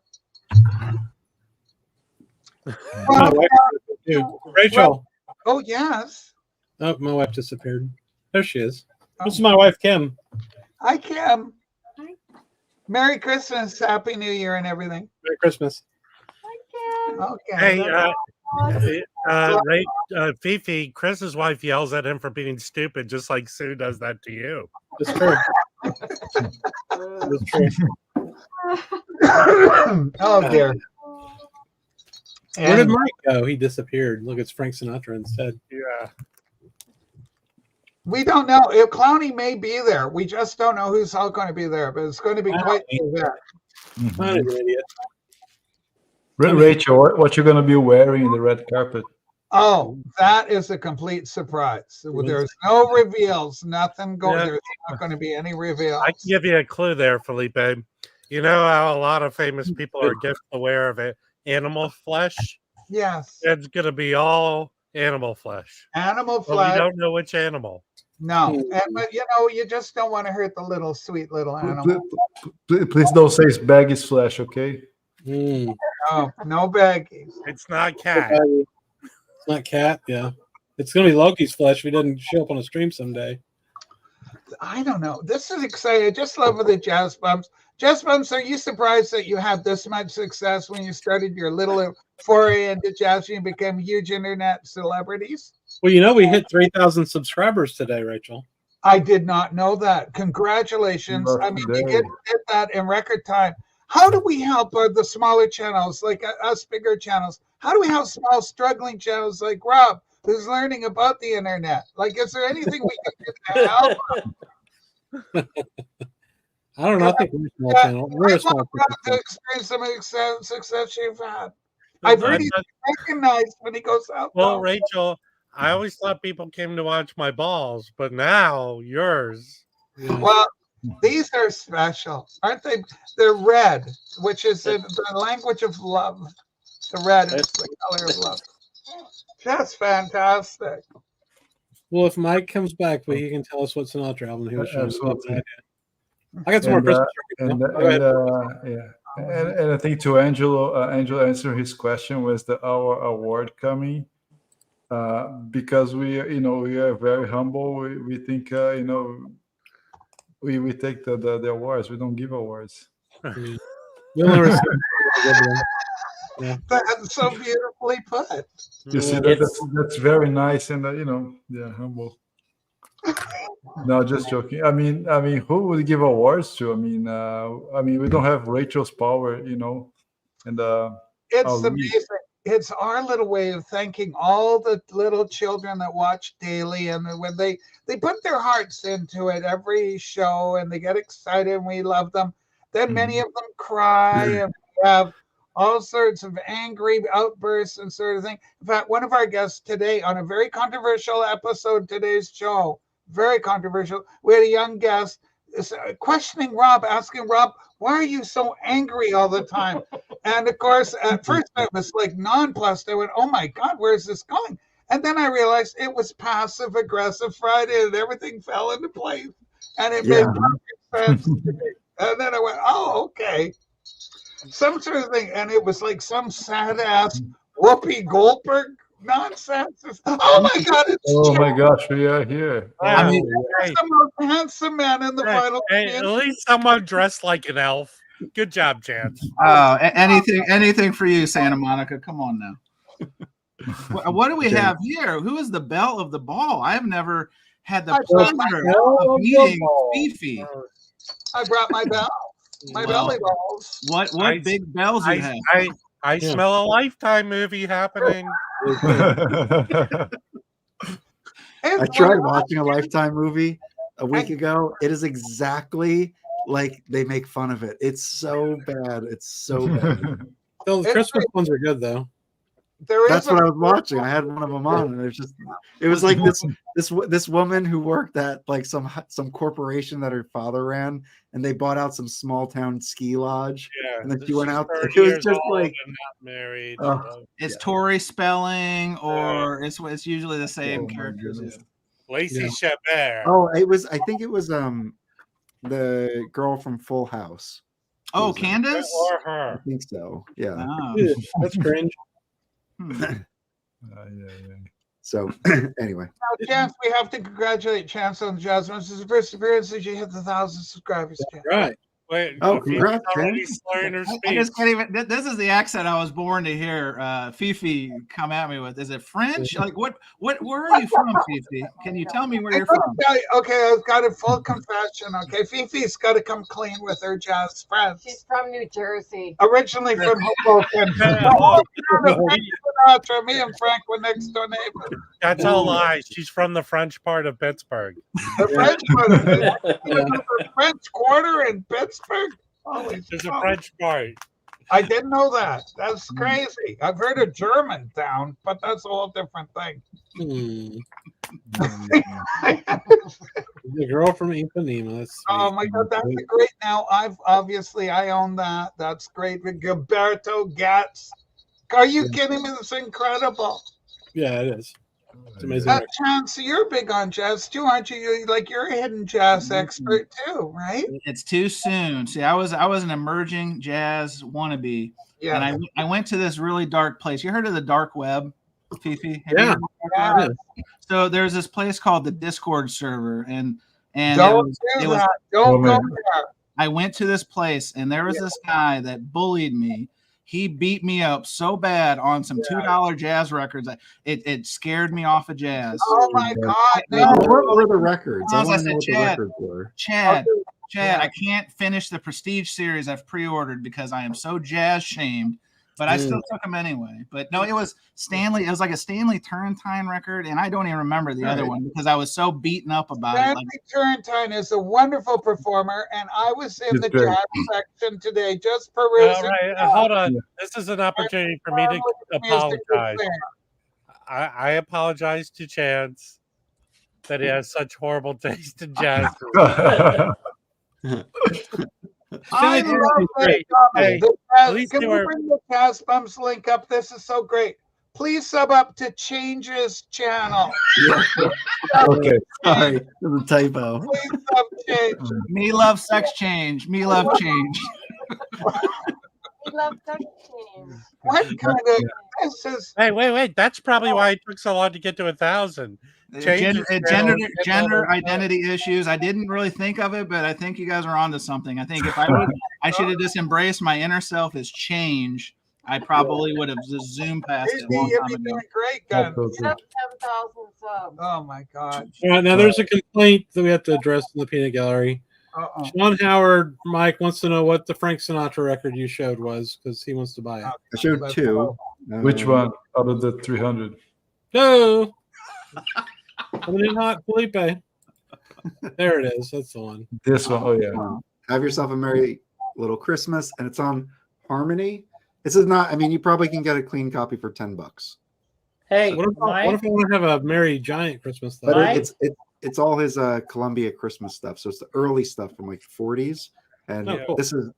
I mean, if you're into that, this is great. Hey, Mike, have you ever? Oh, Mike, have you ever gone as Frank Sinatra for Halloween? Ooh. No. He's going as the Speaker of the House next year. Yeah. Do you ever He's dress gonna up in take a away suit your at all? rights. He's going to take away our rights on the Jazz Bumps TV show. That is hurt. No, I mean, if you dress like Frank, you got to have a hat, right? I mean, I'm not going to drop like $300 on a hat. What's that? I said you could borrow a hat from Mazzy. Yeah, Mazzy has a good. He's got a good hat shop there. When he goes to San Francisco, you can get a nice fedora. Probably $150, Mike. They can probably take care of you well. Yeah. If Chance goes as Roddy Piper next Halloween, will you be Frank Sinatra? Levin, I don't get any of this. Levin goes. You want to see some more Christmas records? We sure do. Yes. This is the best Christmas party ever. God bless us, everyone. Here's a classic. Albert, Tijuana Brass Christmas album. This is actually a reissue. I have no idea when or where I bought this. But That Trudeau under there? It does look like Justin, I bet. Looks like our prime minister. It does. Can you show that again, Chris? Yeah. Oh. Yeah. Hang on. Look at that. Okay. It's totally Justin Trudeau. Yeah. I was about to ask Chance. Chance, do you have the Herbie Mann Christmas record? I would buy that. I do not have the Herbie Mann. Yeah. Put a beard on him now. Rob, put AI Justin Trudeau with beard. Do AI your thing. Yeah. Can you AI this? Justin Trudeau as Santa Claus. Do it, and it'll freak the hell out of you. Justin Trudeau dressed as Santa. Well, I didn't get it the first time, Fifi. I don't know. I think if how about do an AI of Trump He's dressed so as Santa? That would be scary. These Hollywood types. Trust me, I work amongst them. They are Look, so temperamental. The Tijuana Brass LP is fire. See, people? Look at that. Okay. How about this one? Oh, this is great. You know, this is one of the biggest selling albums of all time as well. Oh, yeah. What's Yes. cool about this too? Speaker's Corner reissued this, Mhm. and the let me show you all the. Do you know that is also the third album that Elvis ever released? It's his third It's album. really old. Here, check this out. So Oh, it came with a little gift tag on it, Wow, I like it. and then inside it has a reproduction of the book that came with it. You know, it has. You know, those pictures had some little 14-year-old girls freaking out back in the day. These nice photos here. You confused a number of little boys as well. I really feel bad about that. That's absolutely true. Look at that. Yeah. Yes. Mm. He's not angry. He's just pointing. He's just pouting a little bit there. I like you. I like it very much. Hey. Somebody was talking about this one earlier in the. Yeah, that's must. Oh, Do you have the post? Oh, Do you have that's the nice. post? That's Comes a with nice a one. post. Comes with a poster in it. It should. This is a reissue, so I don't know if it came with a poster or not. Let's find I out. sure hope it has the poster. Well, me too. Nope, no poster. What a bummer, man. But it's got this message. You know, Mhm. it's a reissue. I have a copy of it somewhere around here. It's a really good. see you, record. Angelo. Have a good night. Merry Christmas. Merry Christmas, Angel. Me and love. Yeah. Let us know what it was like to be visited by three ghosts. Yeah, exactly. Oh shit! I'm reading the comments. No, I have a lot of Christmas records out. Now this Oh, is yes, I great got Christmas it. record. This- This- yeah. Everyone should buy this. This is really That's good. the Billy best. Idol, Happy Holidays. Yes. Yeah. Twinsies. Nice. No, That's Yes. great. Oh. You yeah. put it on Snow White, Chris. Yeah, he Come just on. shamed Hard you, foul. Chris. Oh, yeah. Oh, That's it's pretty on good. the Dark Horse label, the George Harrison label. This is crazy. Yeah, it's really good, Rachel. You should buy this. So much cocaine. So much cocaine. When did that reissue come out? Was that this Last year? year. Oh, it's not a reissue. He recorded it, I think, last Like year. 17, I think, wasn't it? Oh, Was right. that long Okay. ago? Oh, maybe it was. I don't know. We Wa- love was it Record Store Day? No, well, this one wasn't. I just bought this last year. Shit, 20. This is 21. My COVID's ruined. Yeah, my- Ed. Oh. You won. Yeah. Better than watching this. I don't know. Ever. This is a fun one. I don't have volume 1, but this is a Christmas cocktail record. It's just a bunch of like cocktail loungy, kind of jazzy stuff, you know. That's a fun one. I wonder who has more Christmas records, me or someone else. Almost done. Here's my copy of that. Yes, better. What pressing is that? It's some rando, I think. Let me look. I mean, it's got a UPC on it. Barcode. There it goes. It's at least 80s. Yeah, so it's just some capital. I don't know which one it is. Sounds fine. What else? Cool. Oh, this is everyone showed this one already. Yeah. And then this one's fun. Little Billy Seltzer Orchestra, rocking. Yeah, we pronounce Great that guess. not Billy Seltzer, Brian Setzer. Billy Seltzer, what? Brian Setzer, yeah. Billy felt. Yes, His cousin was Alka. So Yeah. Oh. Yeah. the Stray Cat. I'm here for Christmas pronouncing titles of records. This is really good too. This is Oh, that's Oh, good. nice. Yeah. Yes, that's Tupelo good. Splitters. Staple Singers. So yeah, that's Riverside. What's your thoughts on Pop Staples? On what? Never mind. Yeah, keep What going. was the question? Seriously, what? Pop Staples. Pop Staples? Yeah. You mean the dad of these girls? Yes. I don't know. I mean, he raised some really good musicians. And He was what Joe Jackson should have been. He didn't, like beat his children. Yeah, he was a and piece of shit. put him in indentured servitude. Well, that's how we grade. At least I did a better job than Joe. Mhm. Very low bar. I've got this one. Gotta have it. Yep. Yeah. This is Urban Outfitters exclusive.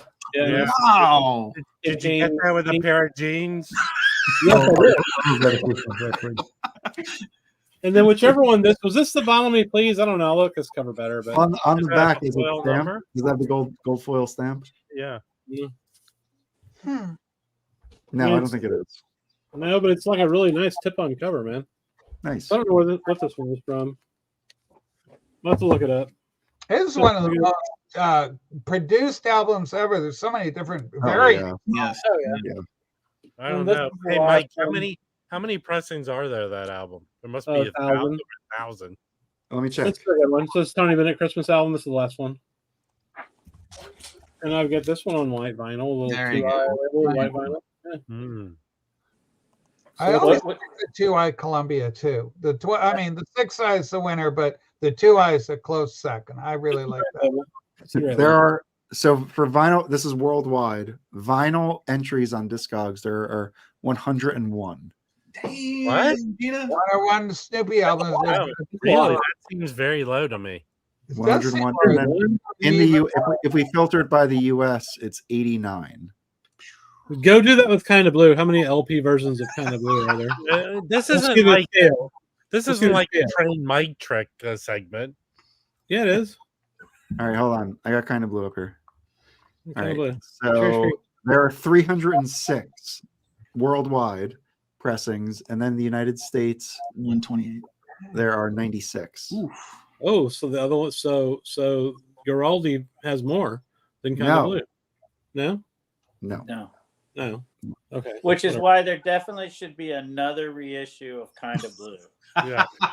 Yeah, I agree. We don't have enough. No, we need more. We need to. I need a single-sided 33 and 40 and 45. With an etched backing. Yeah, Yeah, please. We need etchings. The one I'm interested in, Mike, is the one that came out a few years ago. It was 2 LPs. So I wonder with all the extra. Oh yeah, let me see if I can find that. I mean, if I find a copy of that record, I pretty much buy it if it's different looking and interesting. I only have 2 right now. I'll have more though. There was a candy cane one that came out a couple of years ago that looked pretty cool that I wanted to buy. It tasted like candy cane too. Only if There's you take 101 Dalmatians. I'll tell you that. Why are you mentioning that movie? Because you look like the villain. fucking Cruella has joined the chat. Ron, stop it. That That's is very, hurtful. very hurtful indeed. Monique, I cannot work under these conditions. Fifi, I apologize. This man is being he has lacked chivalry. This is no way to treat a guest. Oh, just Isn't a scarf made out of dog skin? It is black This and is white. the one you're looking for, Rob. Yeah. Yes. I'm interested. $33.99. Yeah, so I'm interested all the extra stuff. Ooh, on there. liner notes. Okay. You can Yeah. get.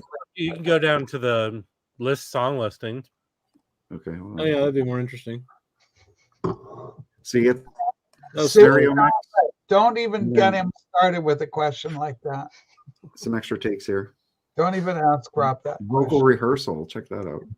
That's kind of interesting. Yeah, that'd be kind of cool. You listen to that once. Well, it's because it's the kids. It's the song the kids singing, right? Mm. Yeah. Mm. I don't know if you really need Take 8 as a Christmas song. Though.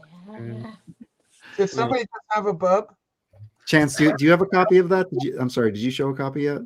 Oh, Of Vivalt, the- no, we have it downstairs now. I think it was the craft that was reissued like 2 years Oh, ago. the old downstairs trick. Downstairs craft. I mean, I could go down and get it, but I don't want to waste anybody's time.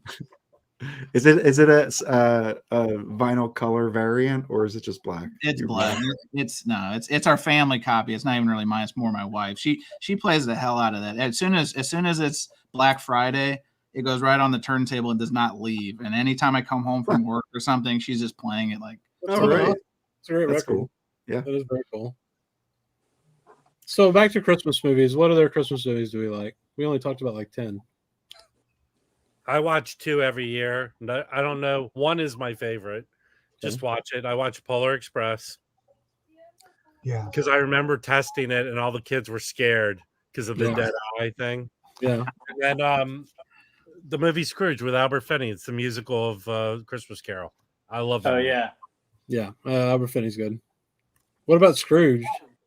That's a great movie too. I try to watch that one too. It's such a good story. They can make the same damn movie like 10 times. I mean, how about the Disney version with Scrooge McDuck? You know? Well, there also was the CGI version with Jim Carrey. Disney did. That was actually pretty good. A little disturbing, but pretty good.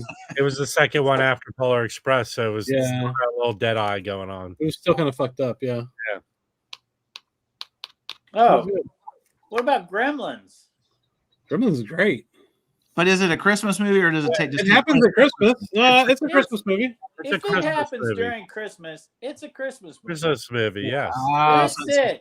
So I'm not even going to ask about Die Hard because that's usually the one. Die Hard's my number 2. Yeah. I still like A Christmas Story a lot. What about Miracle on 34th Street? Y'all like that movie? Yeah, You know that movie, Rachel. it's You know alright. the one. So the Good one one. with the John Hughes remake has one of the best scenes in a movie history in a movie. Okay, now what is that, Rob? Show That us. is the one where the deaf girl sits on Richard Attenborough's lap Yes. and he starts communicating with her in sign language. Oh yeah.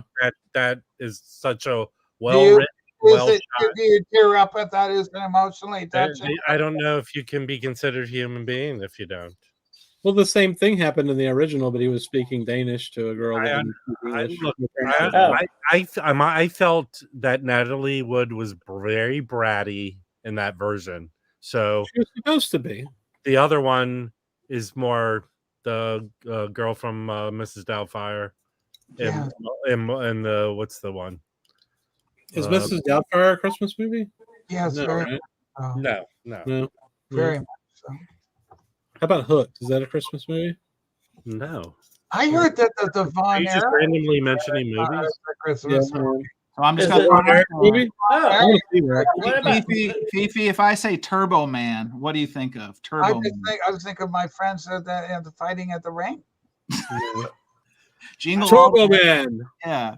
Put the cookie down now. Come on. Yeah. I Great haven't seen way, it. man. I haven't seen it in like 30 years, but I really loved The Sound of Music when I was a kid. Is that a Christmas movie? I think so. I mean, it's a Well, I think it- It's more of a running away from the Nazis movie. Oh, well, hold on. Here's the deciding thing. That song, Reenacted here in the Texas. song, My Favorite Things, is from that, right? yeah. Yes. And I kind of feel like that's a played song during Christmas time. Am I wrong? Yeah.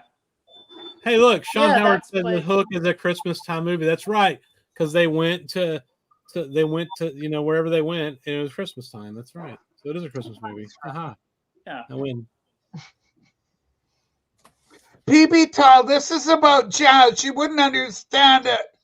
You're a metal person of some sort.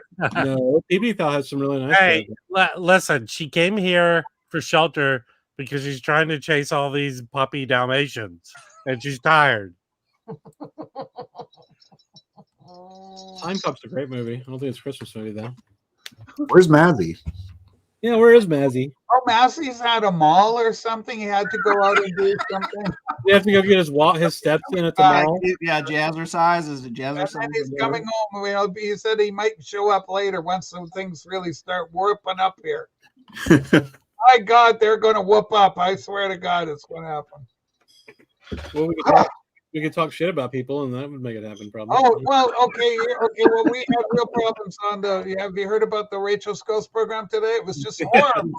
It was just horrible what we witnessed. It was brutal. So I do have a question because you watched the show, Fifi, right? You watched the Rachel Scouse program? I watch it all the time. It's a crazy show. I So don't was there a power outage because it abruptly stopped at the top of the hour? And I was waiting for a return answer, and then next thing I know, it went black. It was like Sopranos. It went black. Yeah. Okay, listen. The full disclosure, I watch the program religiously.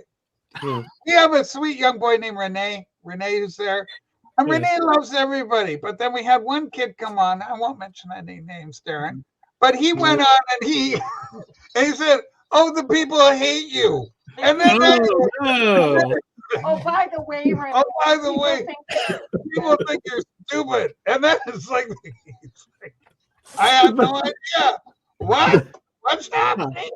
And then I didn't have a clue. What do you mean here? I go, they hate you. And then, of course, then Renee is, do you hate me, Rachel? I go, no, I love you. What's going on? Do you think I'm stupid? And then Darren starts naming other streams he likes. Yeah. Bastard. Darren, you're watching this, you're a bastard. He did not hear surface noise. He named every live stream in the book except my fucking live stream. So Darren, eat one. I'm off the out. He didn't name our stream either, man. Well, Yeah, now listen, I kind of like Darren now. Well, my favorite part was Darren said whoever said something about Renee, it was on a previous episode. It had nothing to do with Yeah, Renee's that show. wasn't even happening. There was no comment. I'm really trying looking for the conference. Somebody's shitting on him. For like 2 hours. It's just horrible. Nicole is correct though, because I was watching it and Harry said, "We need to end this shit show," and then Rachel just like killed the stream half a second later. It was fucking perfect.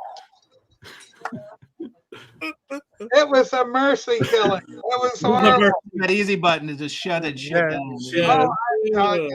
So, She anyway, pulled the car over and said, "I'm gonna let one of you have it." It's been happening on this stream in about 7 minutes. that was crazy. Were people hating on Darren today? Nobody, no. It's quite the opposite. Darren went after Rob because his question on Rob was, why are you so angry? What's wrong with you? Why are you so angry? Then he went after Renee and goes, I'm sick of people. There's people out there calling Renee stupid. And then poor Renee didn't know anything was going on. Rachel, here's a better way to construct it. All He right, went go ahead. after me for getting angry at people in the peanut gallery. Yeah. And then he went to Renee getting angry at people in the peanut gallery.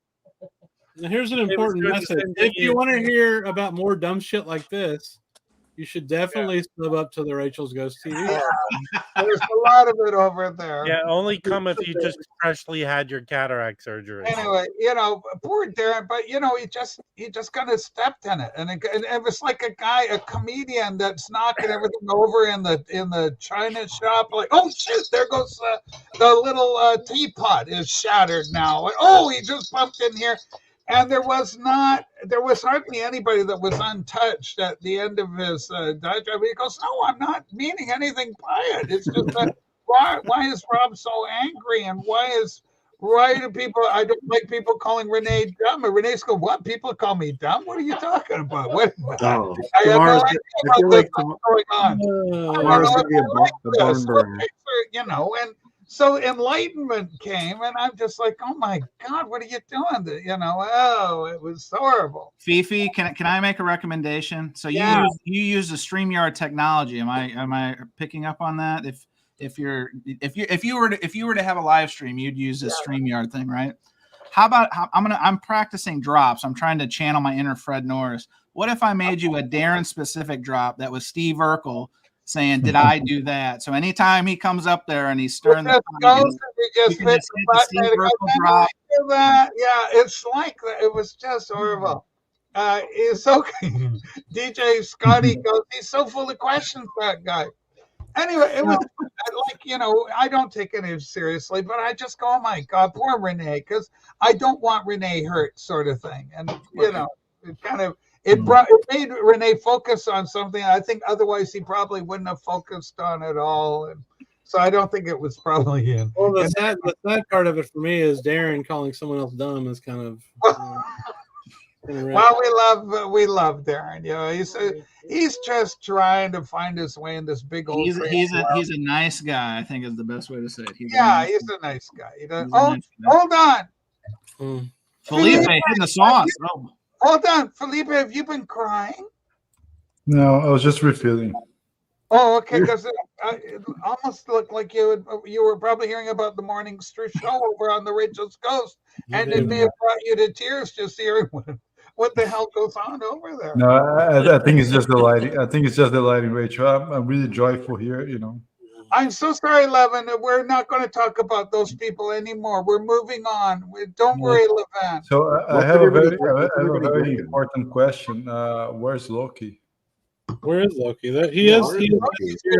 Loki's been commenting. Okay. I saw a Loki comment at the very beginning. Yeah, at the very beginning, but his as the ombudsman, he's supposed to be on the stream for at least 6 hours. That's a good point. Loki was in here going, "Me, I'm loving everything." Oh, right. Earlier. Yeah, earlier. That is fair, PB. That's a good. And he's in Pakistan. That's the compliment of death right there. Rachel, can you address this comment by your friend PB Thal? Oh, PB Tal. I think when Rachel said we love PB Tal, it's like when a Southerner says, "Oh, bless your heart." Well, because sometimes true. Sometimes you got to watch me. Just careful. You got to be careful. Slick. Loki is pregnant. Oh. Holy. Anyway, there's been a lot of jazz albums, but not just albums, but Christmas albums in general. Sure. Exactly. Concert Buddy, how many Christmas albums do you have in your collection? Probably. Well, I don't have them all because I've still got a lot of stuff in boxes, so I'm kind of a poser right now. But I didn't see anybody show this gem. What do we got? You got Harlan. Oh my goodness! I mean, listen, I'm taking offers. So if you guys want to throw in those Visa card, I mean, it even has a letter on KFC letterhead. I mean, come on now. Beautiful. Harlan Sanders, everybody, making an appearance this year. Now hang on. First name basis. Yeah, you're passing by this record a little too quickly. This is a very impressive specimen. I mean, who's on this? Does it say what songs there are, who was playing? So we do have a couple named people. We've got Silent Night by Jim Reeves. We've got let's see, the Christmas Song, which Chestnuts Roasting on an Open Fire by Henry Mancini and his orchestra. God Rest Ye Merry Gentlemen by Chet Atkins. So several. Ed Ames, I'm not familiar, but I heard Ed Ames. Don't you know Ed Ames? Ed Ames is one of the Ames brothers. Yeah. Ed and Ted. So I'm going to read this because this is powerful stuff because, back in the day, people would read the back of these things religiously. So this is on the Harlan Sanders letterhead. This says, "Dear friends, for the Christmas season, I cannot think of a nicer way to convey my best wishes than to share this album of traditional music with you. I know that the holiday season is a very special time for all of us, a time when our families are brought together in a spirit of deep devotion and goodwill." 2 words. I hope you find, as I do, that this selection of music is an especially fine embodiment of that spirit. Side note, I don't think Colonel Sanders ever used the word embodiment. I think somebody wrote this for him. I think of the children at Christmas as they look forward to the visit from Santa Claus. I think of the grown-ups as they reflect with pride and pleasure upon their families, with the memories of past holiday seasons and visions of more to come. I think of the world at large, hoping that some of the compassion we feel during this season will flow out into the rest of the year, not only for the sake of our country, but for friends and enemies, well-wishing our enemies. Yeah.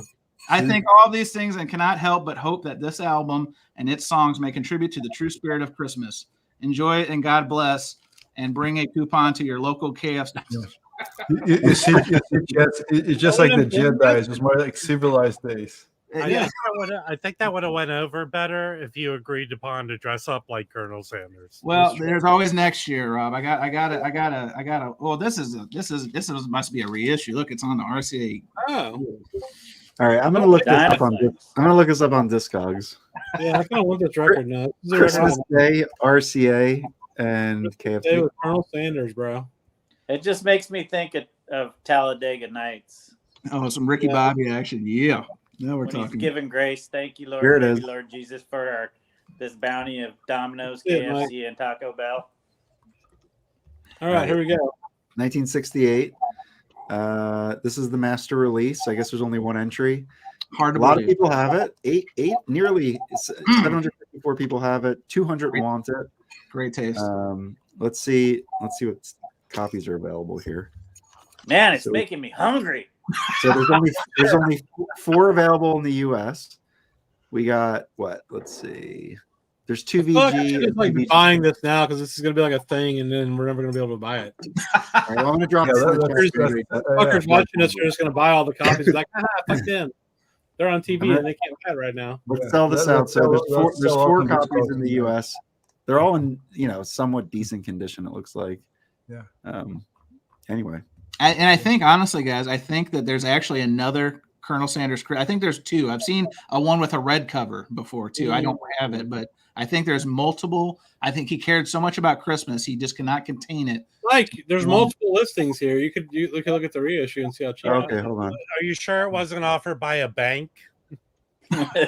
Well, that's why I want to have a section for sponsored Christmas albums. So Yeah. this will be one, the bank one, and then Rob, you were saying Oh, there's a Michigan dude, one. Firestone put out a shit ton. Firestone, of, Henry Mancini, Christmas Firestone. there's tons of Firestone records back in. I'm gonna deep dive into Sanders. Let's see what he's got Armin. associated here. Armin. No. You got radio commercials. Mono, hell yeah. Oh, I don't know why the Christmas one's not here. Mike, Sometimes don't this dive, bugs- don't dive too deep. The oil is hot. Yeah. Yeah, you might find out some things about Colonel Sanders you don't. Yeah, wanna like know. the headless chickens they cook. There, this is the red one. Who knew this? Yes, Who knew that there was I told you. I've seen it. Yes. Actually, I've seen that one. Yeah, I've seen that. This one came out a little later. This is 1969. I think the Oh, other he- one- Dude, I might have a copy of that record. Actually, I think. Now look at he brought out the big hitters. You got Charlie Pride, Sleigh Ride. Belafonte makes an yeah. appearance. I mean, this is I think I gotta say, Chet Atkins, bro, but Harry Belafonte. Yeah, I think You it stepped it up. UHQR. it's like a comp. It's like a comp of. Yeah, It's a tell comp Chad of to make Chris for this. Christmas records is what it I is. think this is a must get. Yeah, there are box sets of Firestone Christmas records. I've had two of those. I didn't bring those in here, but there's also Reader Digest, like fucking 5 disc, 8 disc sets that you can get for $10. Christmas records, you know. Now I didn't have the money to splurge on the Mondo version like Chris did, but I do have a Home Alone. This is I have that one too. budget copy from our Now, local. is that the same track listing? It probably does. So is it 2-sider, Chris? Yeah. Okay, yeah. And so I mean, this is good. This is actually really good. You got Tom Petty on here, Alan Jackson. This is probably before he was slapping his old lady around. John Williams, TLC. Maybe you've heard of TLC. Oh, yeah. Kind of, yeah. I'll go chasing waterfalls. Is Mel that a TV Torme. channel? Fifi, you have a fan in the comments. Look. Oh, okay. Let's take a look and see what their friends are saying.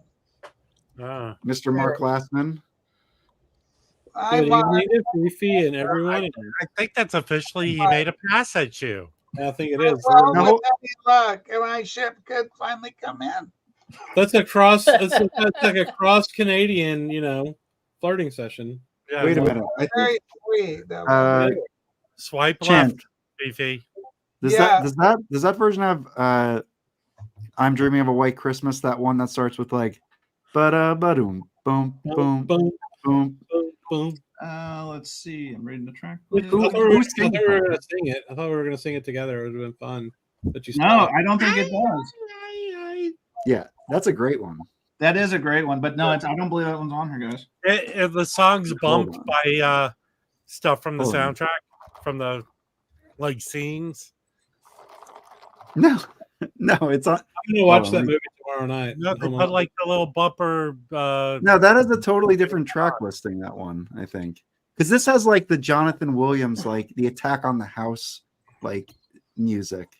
Yeah. I'm sorry, the one, the 2 LP one, not that one. Yeah. Oh, that's right. It's like the whole, not just the soundtrack, but also like The score. Yeah. The score, yeah. yeah. Yeah. You know Did that say the other Jonathan Mondo one I have, that Jurassic Park. Hang on, real quick. The Jurassic Park Mondo, like score is fucking killer. It's really good. Oh yeah, hell yeah. Did you get? So did anybody? I cooked all day. Did anybody else cook? No, my wife and I both have COVID, so we're just like not doing much. You didn't Could've tell us made that. We're gonna soup. get it to the stream Made now. chicken Right. soup. What? You could have made soup. Could've made soup. We made soup. She made soup a few days ago. I'm sorry. That sucks. It's all right. I mean, I'm actually a lot better now. Obviously, like my voice is a little messed up and I'm coughing, but that first day, I never had COVID symptoms before, so I don't think I've ever had it. But the headache and the body ache were so bad. Yeah. Really, just completely miserable, and just would not go away. I mean, I've had so many boosters, but for me it was mainly the head. Yeah. But it was only a day, but it felt like someone punched me in the head. Well, that was kind of the point of those vaccines, though, is to keep it from developing in your lungs and keep it up. Oh no, I'm not. I had no respiratory issues. My skin though, I will like even on the second day when the headache went away, it felt like I had neuropathy. Like my skin on the back, like whenever I would touch it on anything, it would just be like oversensitive and painful. It was really, really terrible. Yeah. I felt like someone took like 2 fists and just hit me like that. Yeah. I guess a George Strait Christmas album won't make you feel better, Mike. I'm sorry. Oh, it'll make me feel better though. Awesome. No, wait, hold up, dude. Is that George Strait wearing like a puffy life He looks like vest? Oh, It's yeah. like a members only jacket combined with Brady. like an extra long scarf and these pearly white teeth. I mean, King And George. Stetson, bro. Stetson, come on. Yeah. Great. What songs is he singing on there? I'm sorry. Gold stand promo. White Christmas. You've got Merry Christmas, Straight to You. Ooh, emphasis on straight. Look at that. I like the wordplay there. Very yeah. Yeah, that's clever. Oh, this is controversial if you don't want to, take the Lord's name in it. For Christ's sake, it's Christmas. Right. Can you look at that? I mean, King George, I'm surprised he wasn't canceled back then. This is unreal. Inappropriate. I know Frosty the Snowman. I mean, he hits all the bells and whistles on this one.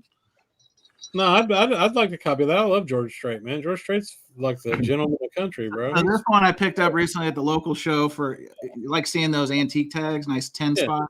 But people try to get in like 20, 25. Any King George stuff, like this is Oh my goodness. this is good as gold. Like King George, if you can get it under 10, it's an easy 20 every time. It doesn't matter if it's this or any of his like 80s stuff, because they're rabid. Even especially the record club stuff, that goes for $100 easy each of the record club. Yeah, I've sold George Strait records easy.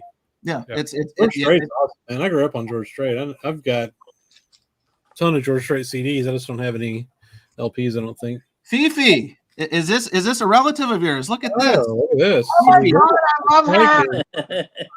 There was striking. Yeah. This could be your sister. She is so beautiful. I love her. And at her age, she just doesn't look a day over 30. Yeah, well, I don't know about that. Just look at the hands, bro. Now, does anybody have this one? She was just here in Dallas at the Cowboys game. Let's not bring that up. That was a thing that shouldn't be ever talked about again, because that was scary. Anybody have the Motown Christmas? Oh, look at no. that. That's cool. I would take that. I mean, this is a dual album, so you've got two. Can you show the Motown label on that? Oh yeah, for sure. You got the regular good old. Oh yeah, that's Yeah, it. Michael, Gave it on a that. 6 later. That's it, man. My favorite part of this. Remember when the inserts used to actually be interactive? Like there's trivia. There is Motown trivia. So, Fifi, I'm going to ask you this one. Okay? Oh, right. Let's see. I'm gonna go for. It's a tough one. I can do it. So pick a number between 1 and 10, and I'll pick that question. Number 7. Everyone always picks 7. All right. So. Tito Jackson. Very close. So it says, starting with "Where Did Our Love Go?" The Supremes began a string of 5 consecutive #1 hits. What were the next 4? The next 4 hits by "Where Did Our Love Go" was "I Hear a Symphony," "Stop in the Name of Love," 1. The "Someday We'll Be Together." They had "Don't that's a Say great Anything song. About Me." They done "The Happening." "The Happening" was a hit. So anyone Fifi want kind of crushed this answer though. I think she did pretty good. That's a pretty she difficult named question. every song but 3 of the 4. Yeah, but I feel like, this is, like usually you would just have to name 1 song. They're asking you to name 4. This is hard. I mean, they're really making you earn it. All right, anyone for the steal? No. Come on, What somebody you do this.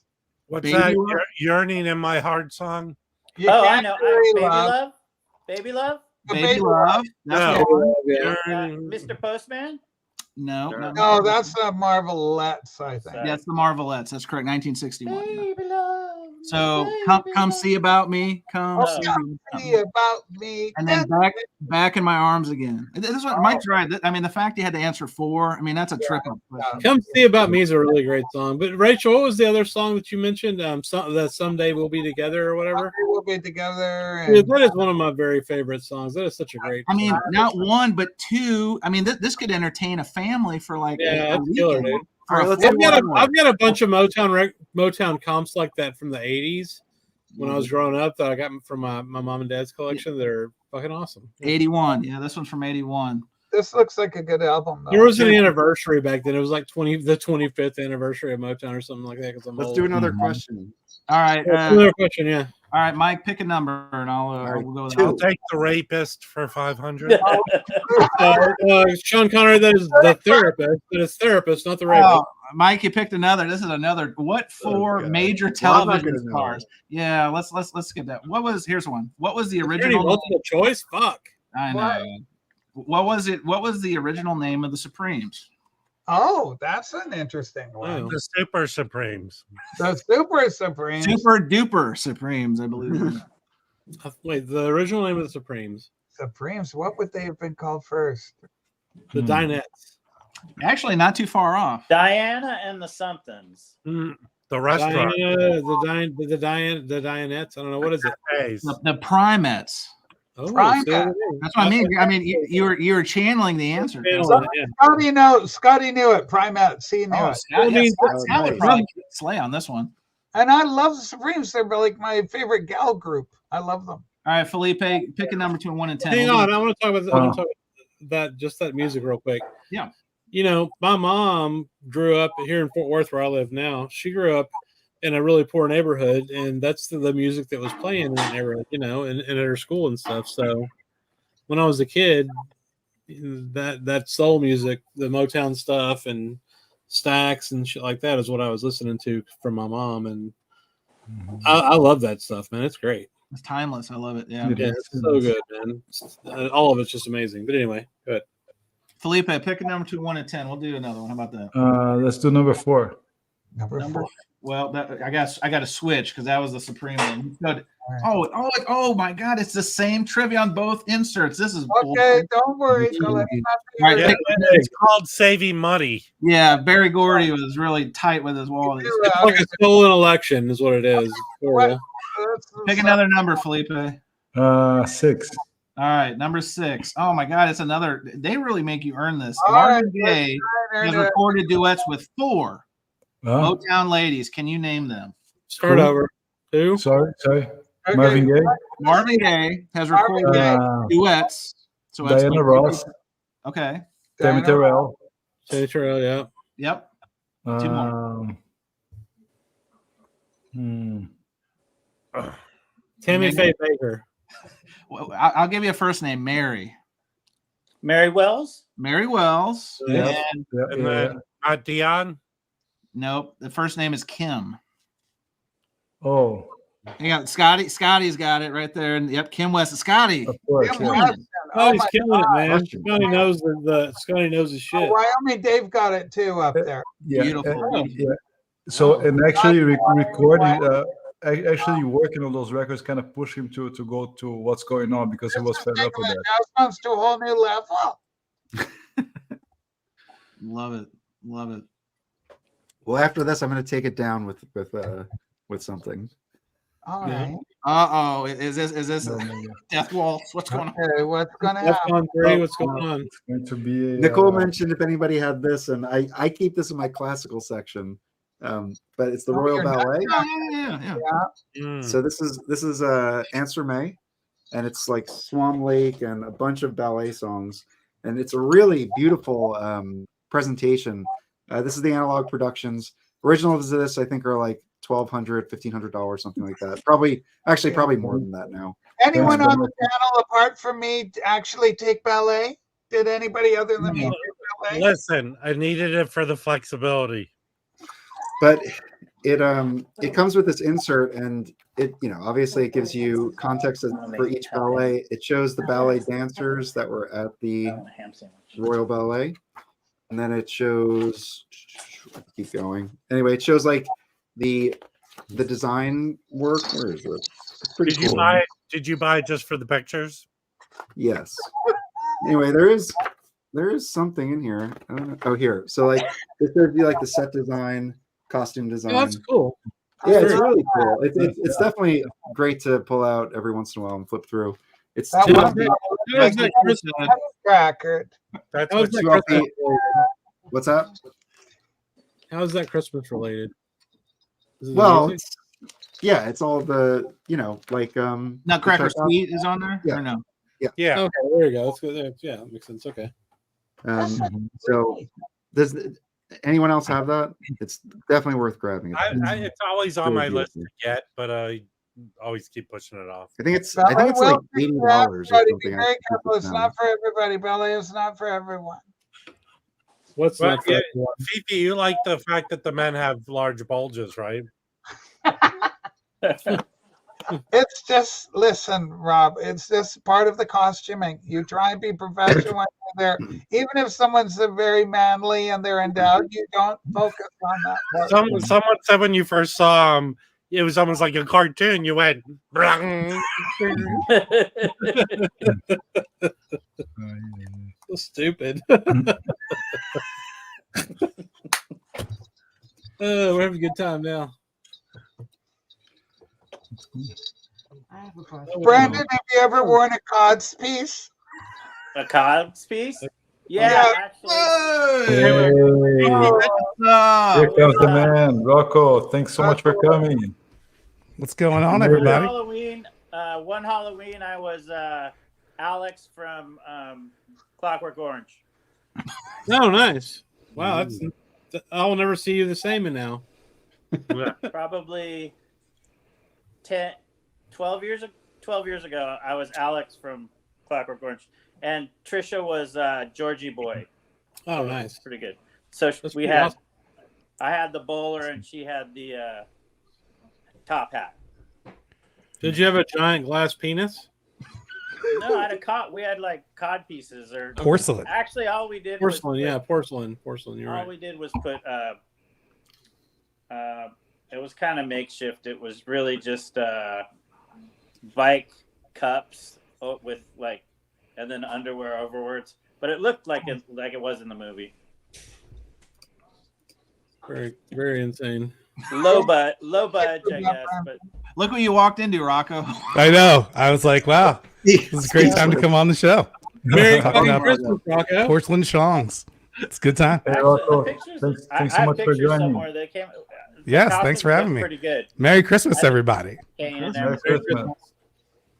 Yeah, that's a good Christmas record, right? Yeah, that's a good Christmas movie for sure. Rocco, have you been watching our Christmas record selection? And do you have any additional ones to add?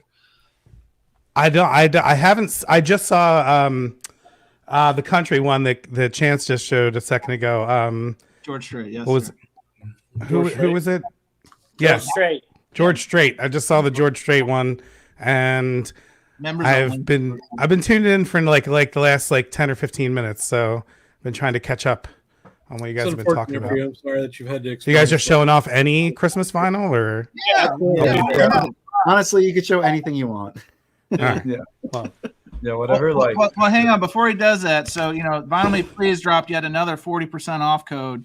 Rocco, if you had money burning a hole in your pocket, what would you say the cadet box? Is that the best use of that 40% off?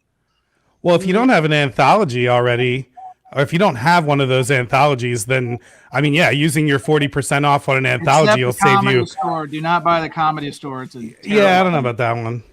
But but here's a really good deal one. I'll say it, and I shouldn't say it because there's really only 500 copies, and I was going to get one myself, but I already have a couple other variants of it. I've said it before on other places, but it's Jalen Ngonda. It's spelled Ngonda. It's Daptone Records. They only pressed 500 of them, but they got them on Vinyl Me Please. And if you're a member, it's only $29. And then if you get 40% off, it's like whatever that is. I can't do math. Yeah. So Less than yeah, $40. super cheap. Yeah. Rocco, you just talked about this one the other day, buddy. Yeah, see? Oh, dude, that's like my favorite. If you don't own that Christmas record, seriously, if you don't own that Christmas record, that's the best Christmas record out there. Miss Sharon, Hall That's of the bold Famer. claim, man. The White Christmas on that. You don't even tell us what it is, Chance. What the Oh, fuck? sorry. So it's Miss Sharon Jones. I always put Miss in front of her name. It's a holiday soul party. So you know she does some contemporaries, White Christmas, Silent Night, but then you've got a couple of what do you call it, Rocco? A spin on. She's got Ain't No Chimneys in the Projects. Nice. Funky. Yeah, these are all originals. Yeah. Yeah, so I mean it's a lot of fun. And this one, I think it's you can find it. It's like a $20-$25 record. It's nothing too hard to find, but it's one of the best in the last 2 or 3 years for sure. They have like 4 or 5 different variants. Yeah, Daftone loves to just color treat the hell out of things. This one, you ready? Make sure you got your brown pants on, everybody. Candy cane. Candy cane. Big Christmas man. You probably should just send that to me for Christmas, Chance. Should. Let me put that in my palm pilot. Do you guys talk about this one? No, but tell us what you A little think. bit. I mean, I only just got this one last year. I'll say this is one of those like super bargain classic vinyl ones because you can find this sometimes for like $13 on Amazon. And I think it's one of the best Blue Note records out there. It's Duke Pearson, Merry Old Soul, and it's got I apologize, hold on. Yeah, who's playing on that with them? Does it have a lineup on there? Yeah. Yeah, that's what I was trying to see. Earlier. You showed this one earlier? Yeah. Yeah, so this is Bob Crenshaw, Mickey Roker, Airto. Yeah, Airto's on this. Really nice. Oh, cool. Big groover. But again, you can get it for like $13 from the on Amazon. It's often on there for sale. Like the Ronnie Foster. I always see the Ronnie Foster for like $15. So fucking good though. Two-Headed Creep is one of my favorite records on the series. It's so good. Did you guys get this yet? Did everybody talk about this one? No. I ordered it. It's in the mail. So this is Grant Green Street. This is the new one. I mean, I guess like it just came out for December's classic vinyl. And I mean, this is awesome. And it's the trio lineup of Ben Tucker, Dave Bailey. And so, yeah, it's just the 3 of them. I love it when Grant Green's just a trio. I have him on that, the other one with the organ player. Not John Patton, the other guy. Is it Ike Quebec? I'm not sure. No. Ike Quebec's the horn player. Freddie Roach? Yeah, Freddie Roach. Yeah. So there's another one where it's just Grant Green and him and somebody else. But this is really, really good. If you like this, again, you could probably get it on sale in like 2 weeks. So yeah, exactly. So I do have to ask a noob jazz question. Is Grant Green from St. Louis, my area? Somebody told me that, and I had no idea because I never really hear his name talked about. Yeah, but I think he left when he was like a teenager and went to New York. Because there's like a lot of connection, like East St. Miles Louis. Davis was from St. Louis. Well, Yeah. how about that? Look at That's just like basic jazz knowledge. Horrible. Listen, I prefaced it because I did not want to get jazz shamed. I'm telling you, I'm still tight. No, hang on. There's no jazz shame on the jazz bums. If you fuck something up, we'll laugh at you and we'll tell you the truth. I can But the good news, we'll laugh at you. The good news, Chance, is we can shame you for so many other things. That's true. Yeah, it all kind of fits together. Exactly. This was a Jazz Bums. This was a Jazz Bums recommendation, and I just got it, and I was super happy to get it. So this is my first Duke Ellington record. So Mike suggested it to me the last time I was on here, and I was just able to get it, and it's super good. I love that it's listed as Charlie Mingus, right? Like he's always Charles Mingus, but on this he's Charlie Mingus. Now, and Max Roach. If you look at some Charlie of his, Mingus on a lot of stuff. he's Charlie Mingus on I thought that too when I first started getting into him. You. I think his early Bethlehem stuff, a lot of it's Charlie Mingus. But the thing is, the story about that album is Mingus and Roach fought like fuck against each other. They hated each other. Yeah. Do you know the background? No. Yeah. Rob, you want to give a quick summary? You go. Well, basically, the story is that they go into the session and Mingus and Ellington are fighting about, the arrangements. And basically, I think Ellington leaves, right? He's like in the elevator, and they drag him back in to finish the session. But I don't think there was like any blows or anything. But they basically got on each other's throats, and they never worked again together. So Wow, it was a pretty contentious session. But it sounds like an angry session. But the result is that song very special. I think it's the third or fourth track. It is one of my favorite jazz. And Rocco, most obviously most Ellington stuff you're going to find is big band. Yeah, but I have about 3 or 4 Ellington trios, and he's very good at that. That's why I got this, because that's what I mean. I don't mind big band stuff, but I've just always not really gotten much into it. And so because Mike suggested this one, it was only a trio, and because it's these tone poets, so I've been super addicted to these tone poets. I think I bought like 10 different tone poets, and I have a ridiculous story about BlueNote.com. I would highly suggest no one ever shop at BlueNote.com ever again. The only time to buy anything from any Universal store, which is BlueNote.com, Sound of Vinyl, UDiscover, whatever else, their shipping is terrible. Yes. Their customer service is fucking awful. Yes. The only Customer time service, when what? they have a sale, though, when they It's have a all sale where it's like, Sales are good. 30, 40% off, you just fucking suck it up and deal with it. I mean, Well, you so know. that was my issue. They had a 40% off sale for Black Friday. I placed an order. I ordered 6 tone poets, and all of them were in stock. And then all of a sudden, the order never shipped, and weeks go by, and I'm emailing them, and all I get is these auto responses, and it's literally the exact same auto response every time.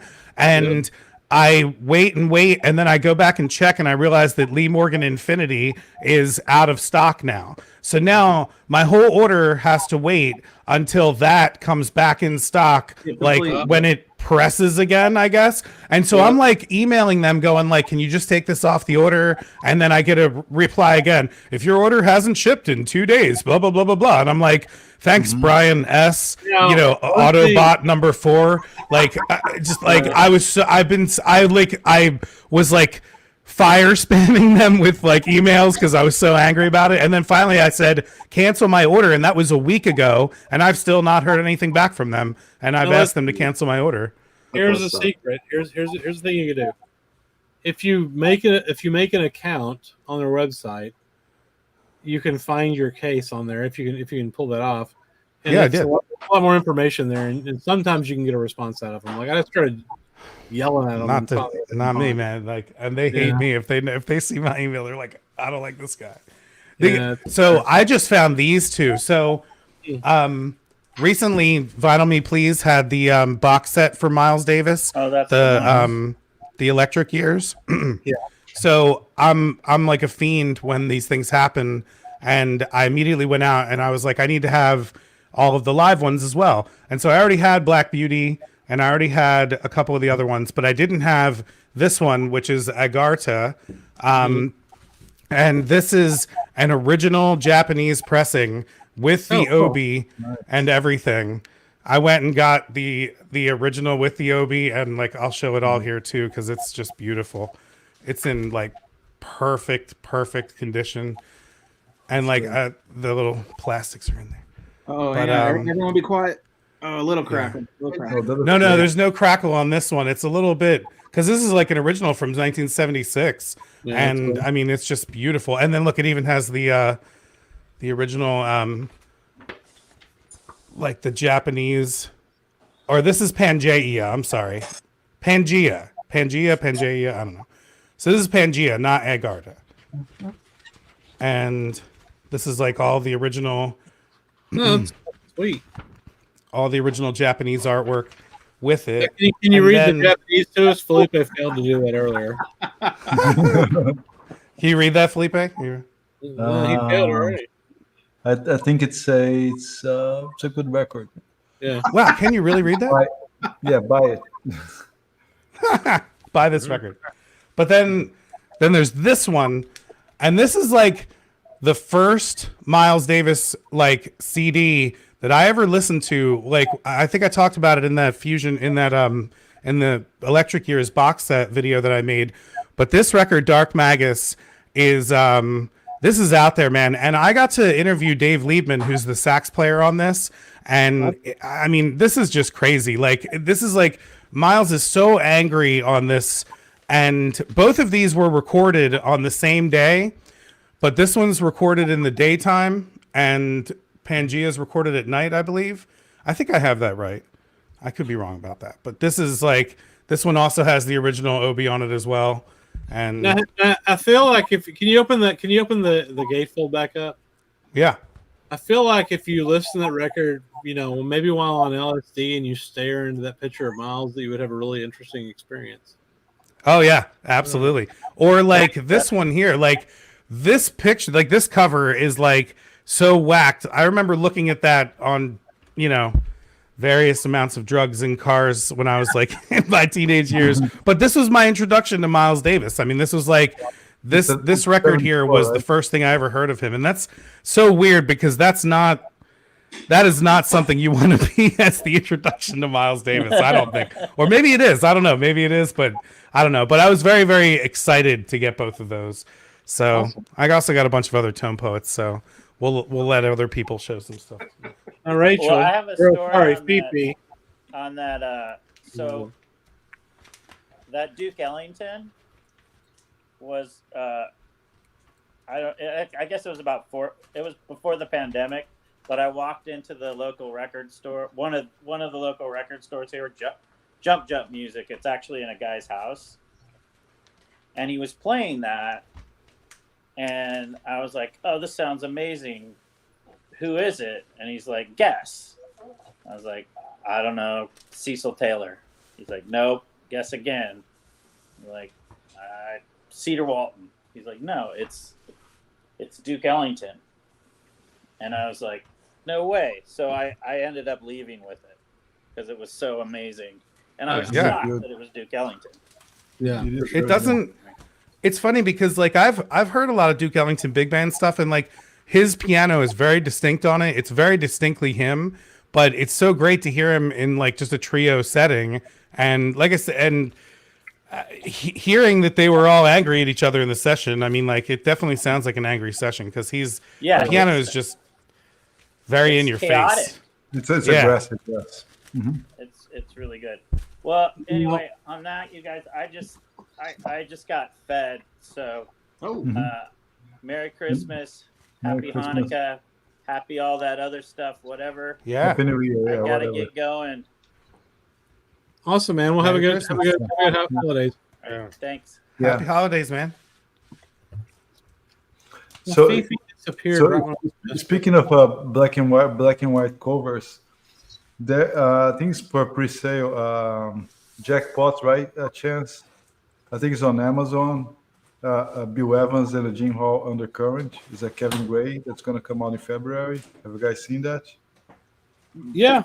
I mean, it's on Jackpot. I think. Oh, sorry, Amazon only for now. Wait, what was that?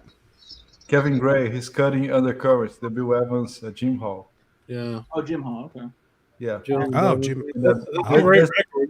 There's a MoFi on that. It's on the silver label series. Here's an OG mono. Giant Steps mono. This is the last mono version, so it has this label here and my shipping information. Why do you have And my shipping information. Mike shows his address at least 3 times every. Let the self-docs continue. Felipe has a first press mono with the black label.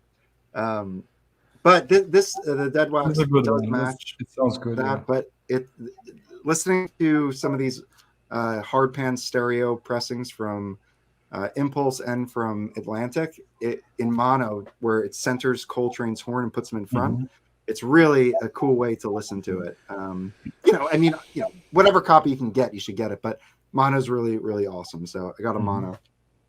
I do have the stereo too, and honestly, the rhythm section on both of my copies, it sounds not well mic'd on whole. So I mean, it's good enough. And then obviously Coltrane's the star of the show, but Tom Dowd, who recorded these, didn't do the best job Now, Mike, do some jazz people consider that to be Coltrane's best, even better than Love Supreme?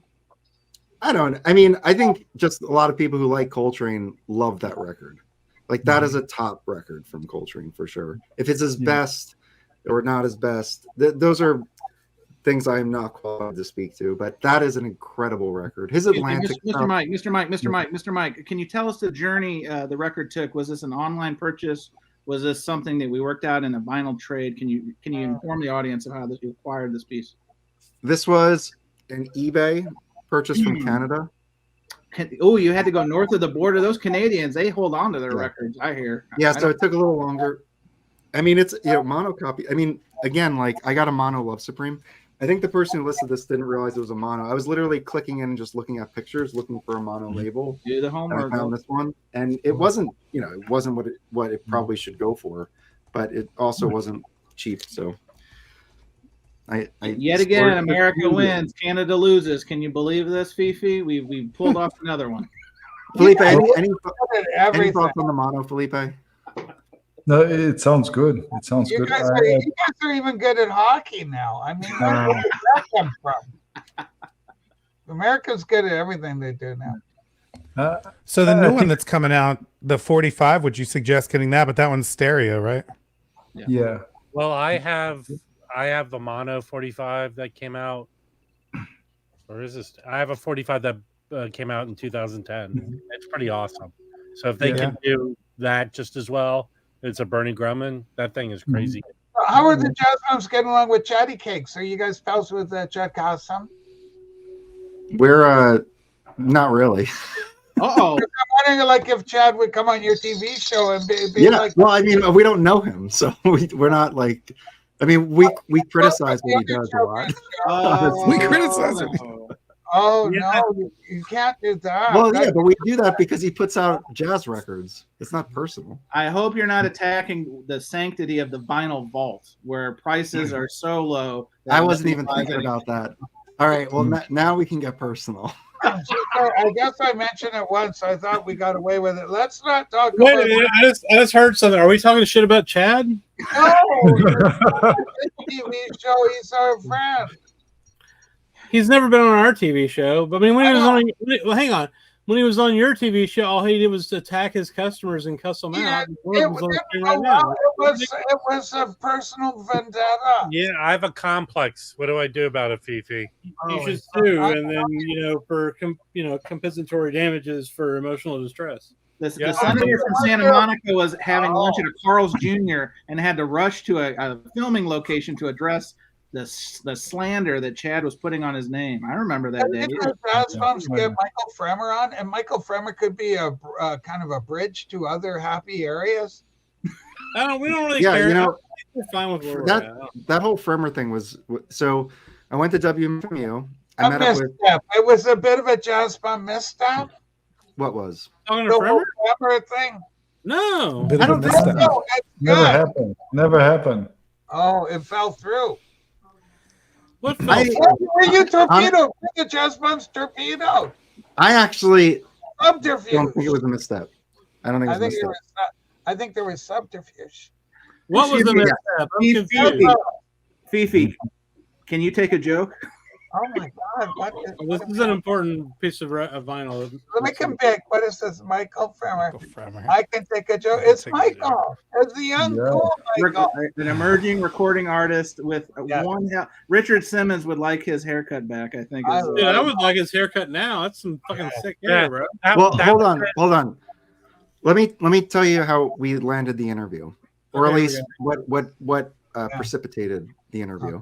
Is that we. I went to WMFMU, and I think Felipe, you were like reaching out to him at the same time. Yeah, it was, right. Like I think we were kind of like they care about your story. Clearly, left. We were full court press on Fremer, and anyway, so I saw him at WMFMU. Mazzy was there. Yeah, there was a ton of people there. We had a great time, and we cornered Fremer, and he was really cool about it. And then I spoke with him, and then I asked him. I was like, Felipe's reached out to you, right? He's like, yeah, he's reached out. I'm going to respond back to him, or something. And then right after that, basically, like a few days because I think he was going to Europe for another show. He's going to He was Poland. like, I have some time if you want to do it. Chris was unavailable, but Felipe and I were like, let's just do it. Let's not like lose the opportunity to get him on the channel. So we got him on, and for us, like, he's a huge name, right? So it was pretty great. He was super nice to us. And it was great. He's very responsive on messages, whatever he writes back. Here's go ahead, Felipe. I'm sorry, I didn't mean to cut you off. No, I'm just saying. I mean, he was really nice to us. He's very responsive on the emails, and I think we had a great time chatting with him. It was great. Yeah, it was fun. Now here's the alternate history of what happened. Okay. Mike, being from New Jersey, had some friends, much like Frank Sinatra was rumored to have some friends back in the 30s and 40s. Mr. Fremer was rebuffing our advances to have an interview, so Mike had some of his friends visit Mr. Fremer and convince him of it. You could do me a favor and talk to these young people. Yeah, that's exactly right. Yeah. But Rachel, they were nerds, so they just threatened to turn off his Wi-Fi or something. No, you've also had Joe Harley on the TV show. He's a big guy over at the Blue Note. Oh yeah. Well, hang on, Fifi, you may not have seen this, but we had an actual musician join our show. You guys with musicians, Anthony Wilson. Yeah, Anthony Wilson, the guitarist, joined us with Kevin Gray and Joe Harley all at the same time. That is fantastic. Which jazz drum which of you three, this could be divisive, but I'm so curious. Which Felipe. jazz drum is starting to get the celebrities are like Joko, is Felipe going to be there? They kind of make sure you get a sense that that's definitely the one that's the cute one that they want to talk to. Yes. Rachel, have you heard the term dentist to the stars? Yeah. Well, Felipe is also much like our beloved Hermes, from Rudolph. Like him with Santa Claus, he's in now. But he also is dentist. That's right. Felipe in Brazil was forced to make toys for Santa's workshop in Brazil, and then he moved to America and became a dentist. Yeah. I just love this whole thing. So there's so many great jazz. So is there any? Can you guys try and get a B3 player in? I hear that's a real big thing in jazz drums. Organ, I like the B3. Yeah, no, you like it. Rachel, they're working on someone whose name rhymes with Terry Draper. Hey, I did see a Klaatu record today at my local. I thought of you guys. Klaatu was Yeah. We're going to get him back, but we're going to get Michael Nolan on with Terry Draper, and we interviewed an important person today. It was very fun. Who did you bring in, Chris? Well, we will find out when the video comes out. Like you are playing your cards close to your chest, so this is a big thing. Yeah. Gotta play a little hard to get, Rachel. You know what? I'm gonna guess you interviewed Santa Claus. That is it. No, we would love to interview Santa Claus. That would be amazing. Are you guys more interested in interviewing artists, producers, or the mastering engineers?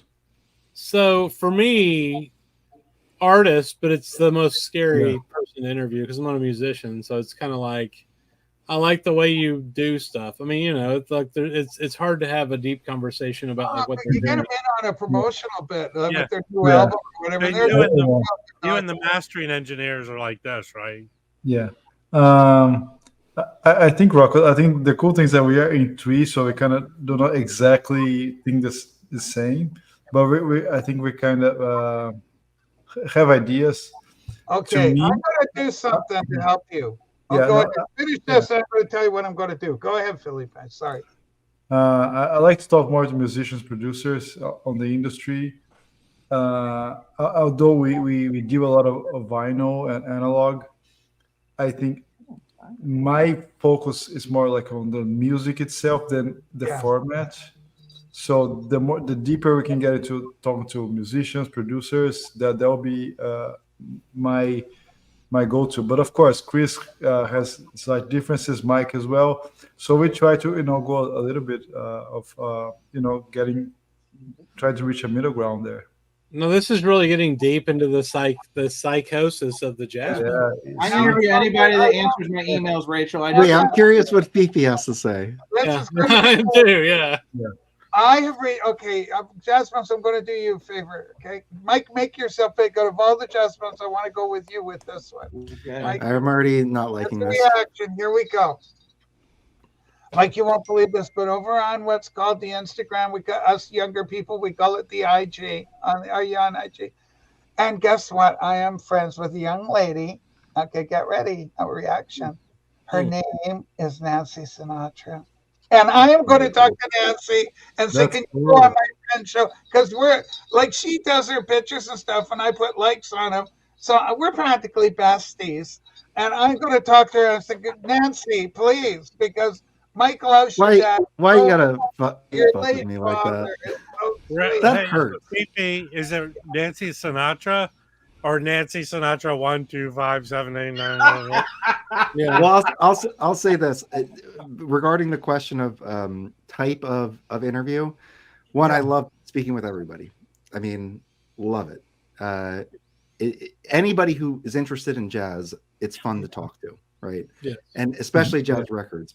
But I will say that Anthony Wilson interview, like being able to ask a musician his or her process and then them like explaining it in a way that like he's an educator, so he did a great job of like talking through like his process.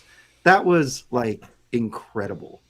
I absolutely like love that, and I feel like that's like special.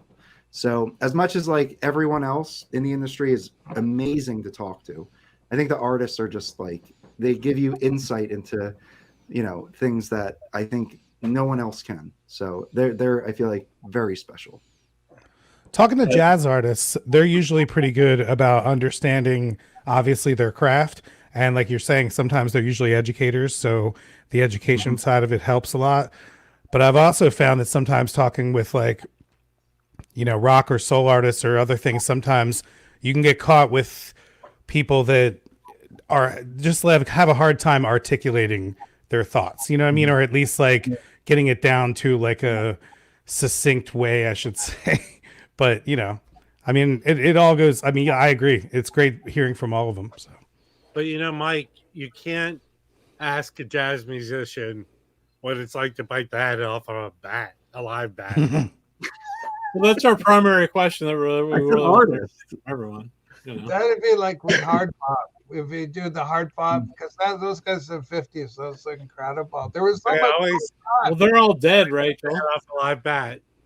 Oh, what? Are they all gone now? Is there any? No, they're not all gone. Most of them are gone. What's up, Matt? Fifi, Fifi, how many of these jazz bums have you dated? The current jazz, you know what? A lot of these jazz bums are already spoken for. They're all in relationships. Unlike certain people that in the vinyl community, and many of them. Hey, Mazzy Fifi slept her way to the middle. But you know what happens when these jazz bums are on the road. Yeah, it's good. It's a part of that jazz lifestyle. Loose lips, sink ship, hands off. Which of our jazz bums got into heroin just to experience the full jazz thing? Which one of you guys were on the horse? Felipe. Gotta be Felipe. No, Felipe never did. Felipe's a clean liver. I don't see it. I think I probably did more drugs than any of those. I think Chris is, I think it's easily assumable. Hey, happy Christmas, everybody. Happy Christmas. Happy Christmas, Carmen. Hey, Rachel. Yes, Rob. Before the jazz bums assembled like the way that you know them now. Yeah. Before Chris joined, there was another jazz bum. What? That's not true. Yeah, his name is Jazz Bum Bill Evans. There's no truth to this rumor. Dude, Jazz Bum Bill. He went. You know what? The Jazz Bum Chet. Jazz Bum I feel like Jazz Bum Bill would have to be Jazz Bum's William. And then don't even talk about Jazz Bum Art. Jazz Bum Art had a hell of a Big Bad Bill is Sweet William. You know that song, Big Bad Bill is Sweet William now. There we go. Now, Matthew, you fell into a whole, like you got into all sorts of trouble in San Francisco because all the drugs were there. There's the Haight Ashbury, down the Haight. And then there was also proclivities. because they were cruising and you had your handkerchief and you were spitting and I never. Was he a jet or a shark? I'm confused. Was he Margaret? Who are you talking? I never put a teddy bear in my back pocket. If you know what that is. I wasn't heavily into the drug scene. I've tried most drugs, but very not an ongoing thing. Which one was your favorite, Mazzy? I'm not a big druggie. I took acid 3 times. There was a period of time from the 77 or 8 through 82 where I did a lot of coke because it was everyone I knew in the record business had coke. I mean, they brought coke out. And then one night I was with a friend in Chicago, actually, when our book came out, and I went to his room to pick him up, and his face was white, and he thought he was having a heart attack and died. So we took another gram of coke, we flushed in the toilet, and I never snorted coke again since 1982. Because he died? Did he die there? No, he didn't die at all. He's fine. Yeah, everybody thinks he died. It scared the shit out of us. Come on, Rachel. It's like an after-school special. What? I was I can fly, and he runs off a building. I was 28 years old, scared the shit out of me, and we stopped. But Dude, when I was 18 or 19, I had a buddy that I worked with that we basically stole product from the warehouse and gave it to this guy, and he would give us free coke. So, he would give us just a shit ton of cocaine, which was kind of insane. And it was fun. But now you're older and wiser. I gotta post Louis' comment here. It's my drug of choice is having a cocktail once in a while. It's my drug of choice. Louis is smart. He knows butter is the way to go. I used to do the margarine thing, and I found it's really bad, and you should have butter. It's better. Joe, hey, Roberto, my son knows everything that his mom and dad did. I mean, we're open to it. It's good. Yeah. Abusive. Yeah. Yeah, that's true. No secrets. No secrets.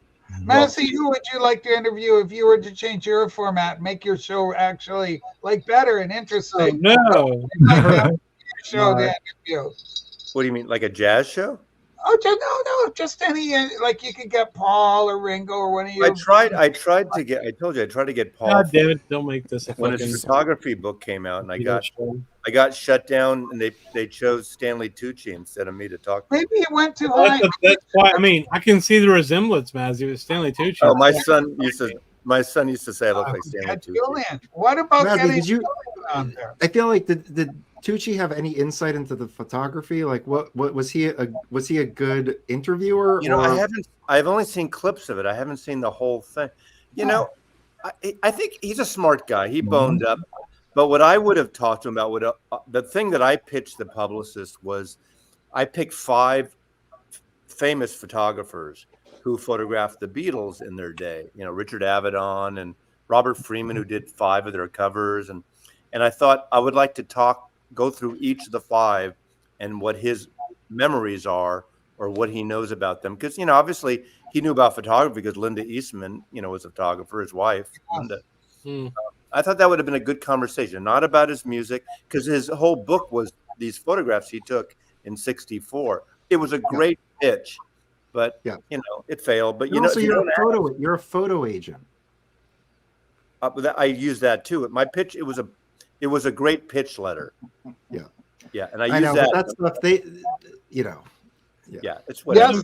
Yes, Important questions on the peanut gallery is Stanley Tucci is not gay. He's got a wife. Although there is a whole I do like his cooking. and it's known as a beer. Okay. I was asked. Did you? I'm sorry, I'm late. Did you guys watch Steve Hoffman today? No, it's in my queue. See what happened to Steve Hoffman? What happened? No, I mean Westman talked to Steve Hoffman. Steve Hoffman never talks.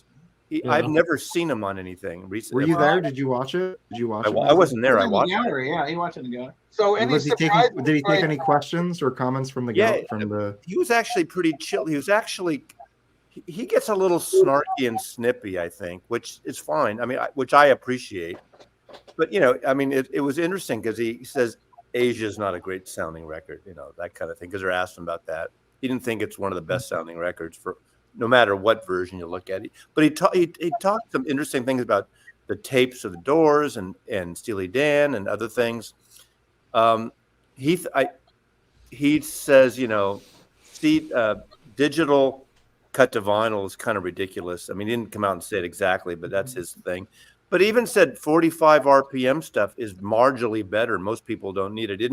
I'm paraphrasing. He didn't say that, but all this thing about the 45 versions of everything. Give me a break. He was kind of like that. Actually, it sounds like an interview we should all be watching. Yeah, I think you should. Yeah. It sounds like a boomer rant. I don't know. No, I'm definitely watching But it. I've never seen Steve Hoffman. He's not a super charismatic guy on video. Which I hate to say that someone's going to take, because he's kind of almost shy, but then snippy. Like, you really want to talk about that? This is boring.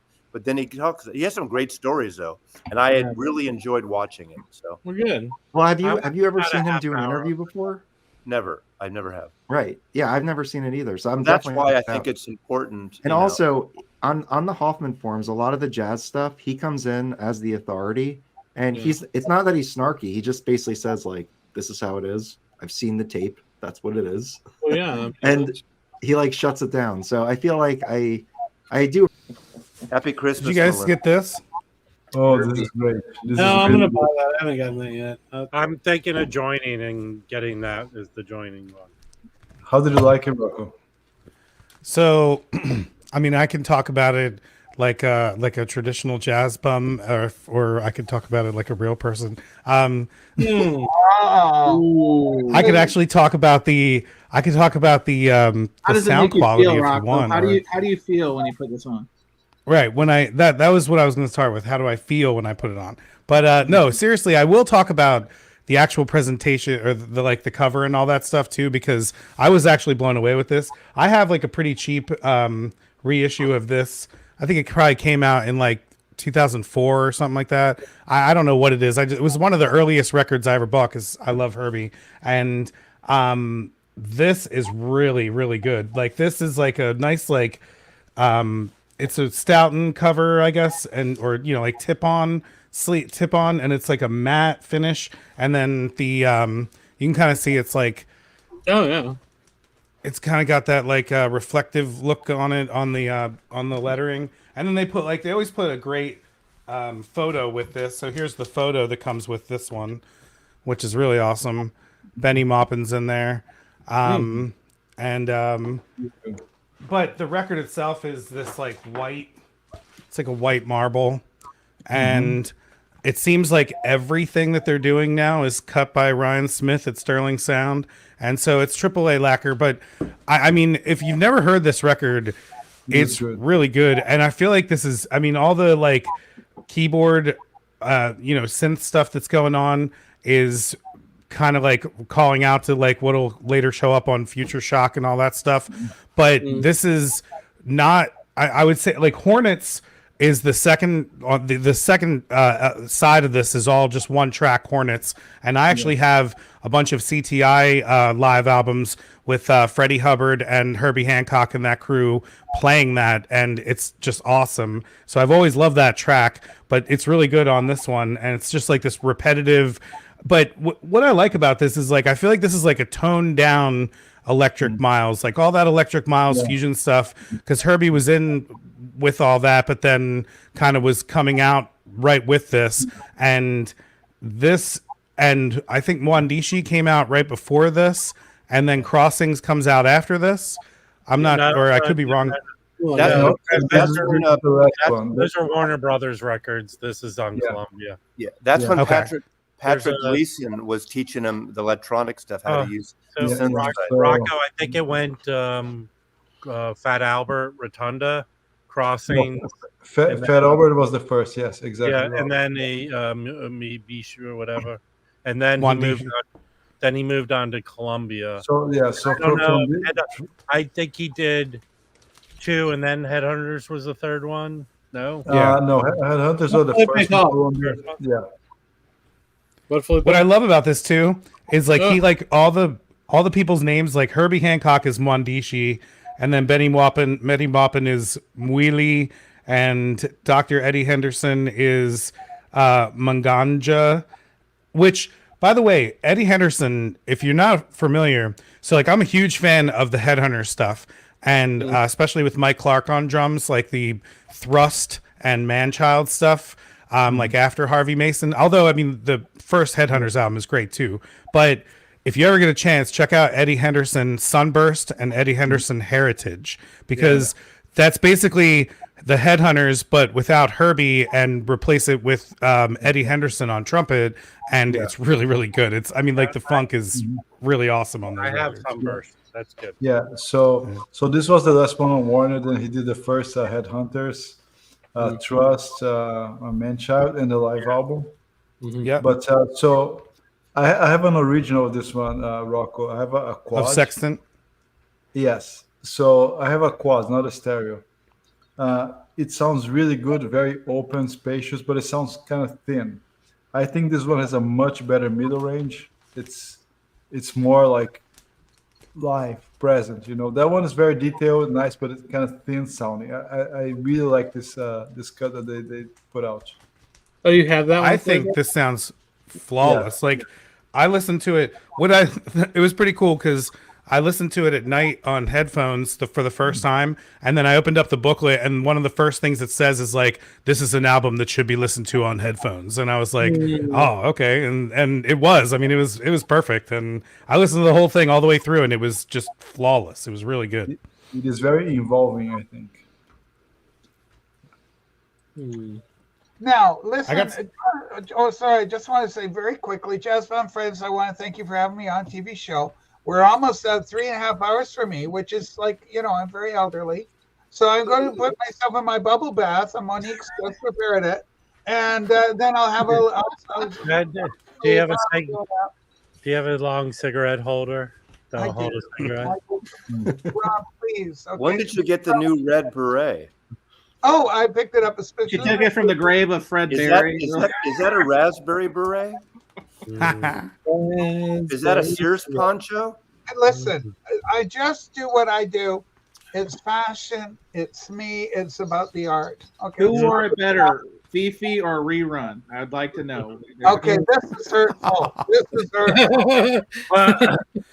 But also another question you could ask is who was an expert bootleg recorder of concerts? This is going nowhere. That's one of the best episodes ever. I just want to say thank you, Jazz Bumps. We love you over on the radio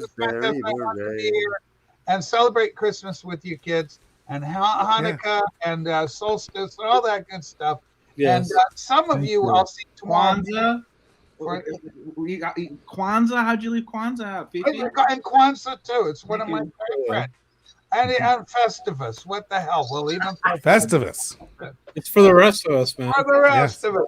I love you guys. Thank you so much for having me on. And we'll see some Great to see you. Bye. I love you, Ray. Valerie, yes. Right. All right. Bye for now. Poof. Yeah. But Rocco, you mentioned Ryan Smith. Yeah. The essentials that came with this one, the Hector Lavoe Comedia, that one was done by Kevin Gray. It's an amazing record. I think I got that one too. I got that one because I forgot. I was going to swap. I forgot. I think Chris did the same thing. Yeah. And I was like blown away by that record. No, it's really good. I love that Hector Lavoe stuff. That stuff's awesome. Really great. Yeah. Yeah, it's a killer record. Yeah. It's like salsa, right? Yeah. It's salsa. I mean, the sound quality is great, but I mean, Fania. the music there. Yeah. Yeah. The music there is amazing. There's another Fania coming next month. From B&B? Is that Fania? Is it Fania? The Lupe or whatever? Yeah, La Lupe, yeah. Right. I actually swapped that out. Me too. What did you swap? I swapped her the Outcast. I put the Essentials. What is the Essentials? Sabbath? Essentials or Rock? I put the Sabbath. Well, I had that as I had 2 tracks. I had one and then I had an add-on. So I put the Sabbath as the add-on, and then I swapped out the classics for the Essential. It seems too complicated way of buying records. That's just fine. Every month you get a credit here, you do a credit. I missed out on Black Sabbath. It is. I mean, I will say for this kind of thing, it's very particular. Like, I mean, for me, it's very particular for those exact pressings. Like, I mean, I'm not like, I would never like do that on like any other way of getting records. Like, I just bought a shit ton of stuff from just Blue Note, and I was complaining about that earlier. but yeah, I wouldn't. I mean, I wouldn't join all these other, like, I probably wouldn't join more than one club. You know, I like the Vinyl Me Please Club and like what they do, just because I like their picks. It's mostly just because they have Daptone stuff, and I like Daptone. So yeah, I bought about 10 of their records, but I've never joined. The Miles box too, but I've never joined, and I paid a little more. But you know, and if I miss something, no, I've been, you know, whatever. I've been getting all these Tone Poets, and did you guys get this one? This Grant Green? I haven't got mine yet. She's going to come next month. You know, I bitched about that too, because I used to get from my friend a 30% discount, and they had a 30% sale a few months ago. So I pre-ordered everything, and I paid extra to have them sent as they come out. And that's been out, what, 2 weeks now, at least? Yeah. And they haven't even shipped mine yet. So I finally wrote them. It's like, come on, you order directly from the labels. The retailers are getting them. You're talking about BlueNote.com? Yeah. Well, no, it was either Blue Note or you Discover. I think it was Blue Note in that thing, because I know sometimes, and they don't even ship like the day before release. Adroom has them. Adroom got them. I have an order in you for. can get them local, but they had a 30% sale. You know. Yeah, I did the same thing. I had a 30% sale. I ordered 6 records, and one of them, they were all in stock at the time I ordered them, and then one of them ended up not becoming in stock. So now the whole entire order isn't shipping until whenever that one ever comes I paid in. the extra to get them shipped as they're there, not wait. And still I didn't get. I thought at least, you know, I'll get the stuff now. The stuff in January I'll get later. That's fine. So I paid another $10 for shipping or whatever it was, 15. You know, it's it's nonsense. It's going to be in my. But this is really good. I have to say, this holiday season, it seems like the sales have been better than any other year. Is that fair to say? No, I think there's a lot of overstock. I mean, didn't Vinyl Me Please do something where you get 8 free records? Well, they did that. That was all year. That was the beginning of the year. But they did 40% for some people. No, but the records you have to choose from are not the top. They're soft. They're really good. They're the Phineas Newborn, the Thelonious Monk, the Brown Sugar. People were getting the Miles jazz Davis titles were excellent. People were getting the Miles Davis. The use of Latif. Hold on, all those are in there. People were getting the Miles Davis box for 40% off in the end. People joined to get those records. People right here, 40% off. Oh, nice. Mm-hmm. Exactly. Yeah, why not? 40% off was my love language on that one. I think there was a year, but there was a year. Remember when Target had buy 2 get 1 free, and they had everything on that list. Like this year, they're not selling as many records on their online site as anymore. In the old days, they used to do cutouts. They don't do cutouts anymore, so they do sales like this. You know. Oh, you mean like Sound of Vinyl, basically free records. Yeah, that's kind of shady that they're free. They're $10 each. Of course. Yeah, the shipping is expensive. Yeah, of course. Yeah, because they're subsidizing it with that shipping. But they get it out. They get it out of their warehouse. It's like record club things. You know, in the days of record clubs, which I guess VMP is different, but Columbia Record House, RC, a lot of those artists didn't get the normal, if any, royalties for record house editions. You know, it was a whole different scale. Like in your contract, you wouldn't get your normal. People buy 10 records for a penny. Yeah, they just have a full warehouse and they're selling off their stuff. Yeah, they're selling out shit. You know, it's probably cost plus 5%, and then don't you wish they would do cutouts again and ship it to retail stores and do cutouts or crunch? You know.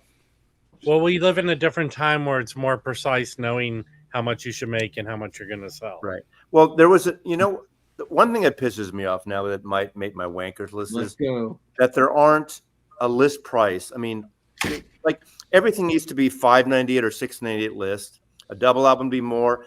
Classical and soundtrack would be $1 more. So everything was the same price. Now, I guess because of the quantity and the different kind of covers and pressings, you can't have it, which is unfortunate, because you used to know that you walk into a store and 80% of the records, 90% of the records were like $5.98 or $6.98 or whatever the price was, a list price. and that doesn't exist anymore. There's no list price for new releases. You might have indie records that are $20, $22. You'll have the Tone Poets are what, 38, 39. You know, most records are 25 to 30. But it's so random.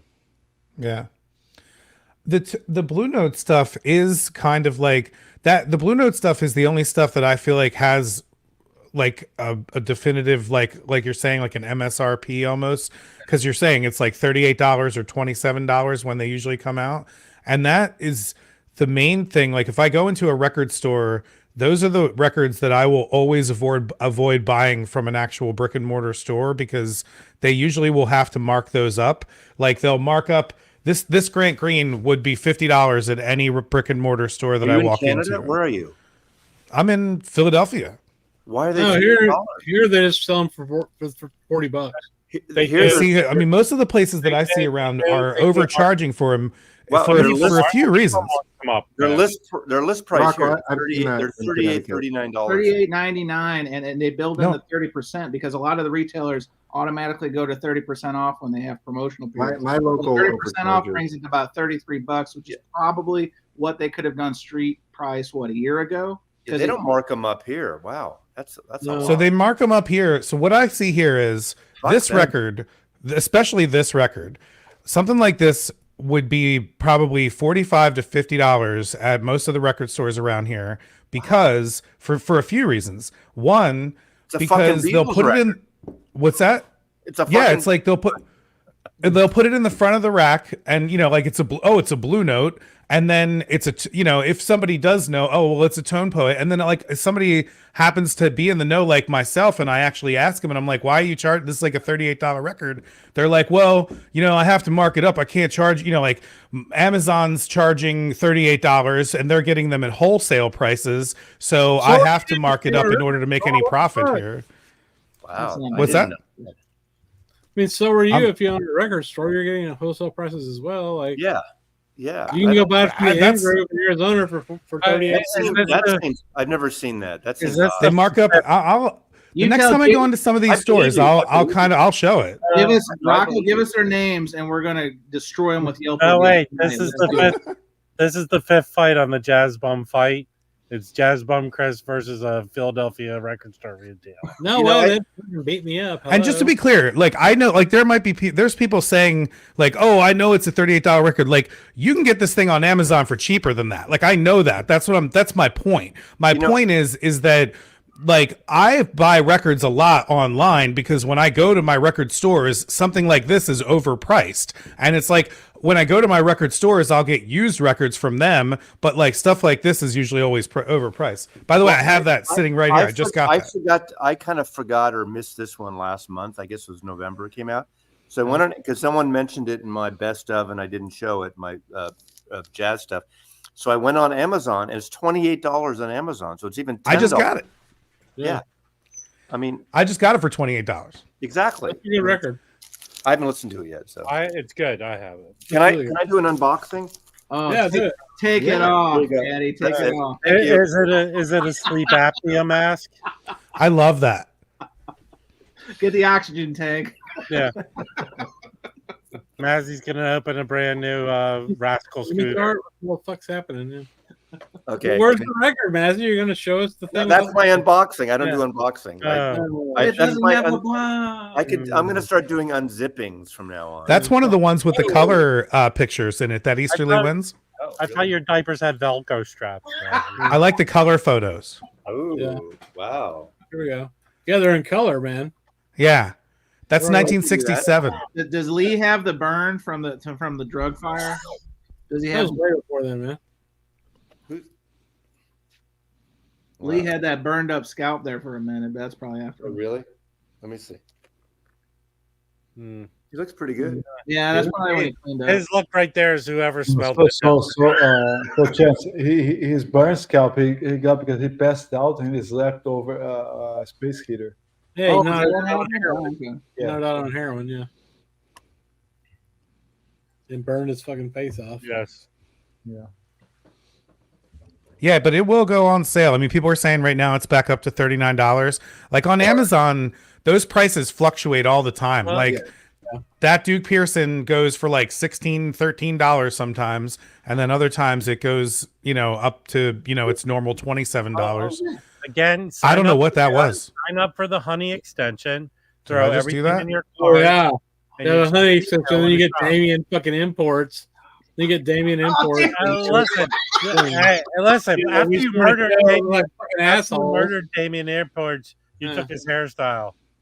Well, Mike's still the only person that ever got a record for Yeah, Damien Mike, Imports. you got all the sorcery, man. Come on. This is if you have an M chip in your computer. I think this does it. It ties something in with the video, I so it have could no M chip. any video, whether it's Wait, so Zoom I can do or that? StreamYard I've got the or last whatever. generation chip. I don't get the fancy. Mazzy's bad at it. There you go. As he has. Oh, son Shit. of a gun. Oh, it's raining. Boy, Matt, do you have any, Weird. Christmas records you want to show? I know you have Christmas records. you M chip show offs. Yeah, You pulled out your Mazzy, show me? us your Christmas records. Yeah. Mazzy, They're in my. I have them in one little section here we know where they're at. They're below your TV. Please don't show them what's on below my left. big screen. Let me just hold on. Uh-oh. I'm placing this on my Miles Davis. box. We got a stunty situation. Look out. Mazzy, you know the screen between speakers, it damages the sound, right? Those speakers look pretty beefy. Yeah, those are badass. BMW. Showers, not growers. Nice. That's a good Very Christmas record. No, he shows that to everybody when they This come is over. my favorite Christmas Nobody writes record. it But off. being Jewish, it's really an Easter record. But I love this record. Okay. Oh. Oh, okay. Yeah. There you This go. is the best version. Fuck the film version, the Norman Jewison version. This is the one you want. You want Deep Purple's guy, it's Jesus, whatever. Okay. I'm just going to go through them really fast. Greatness. That's not Christmas. Well, but this is the holiday. No, this season. is Okay. Oh, that I showed that. That's great. Yep, very nice. Promo from when it came out. I got a nice. Is that a white label? No. Ah, I no. don't have that one yet. I need to get That's that. a good one. Nobody showed that. Oh, yeah, Rocco had one. I don't know. What is Doing that? that Jefferson Airplane. It's a good album. Guitar. Okay. Good Lord. How many Christmas albums are there? I got a bunch too. I got that many. Yeah, I showed that. That's great. This is amazing. Yeah. Yeah. That's a great one. Yes. Killer. Pretty good. Awesome. Okay. Oh yeah. That's cool. No way. Passing on the Andre side. Previn. This is very good.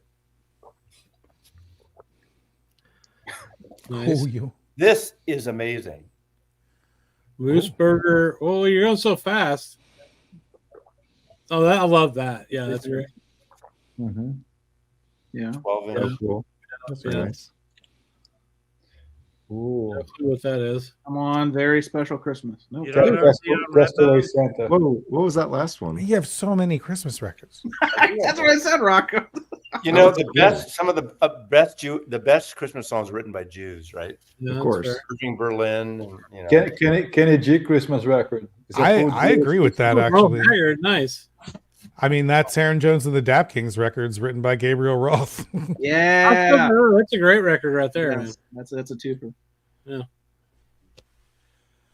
Okay. Nice. Is Rudolph on there? Classic.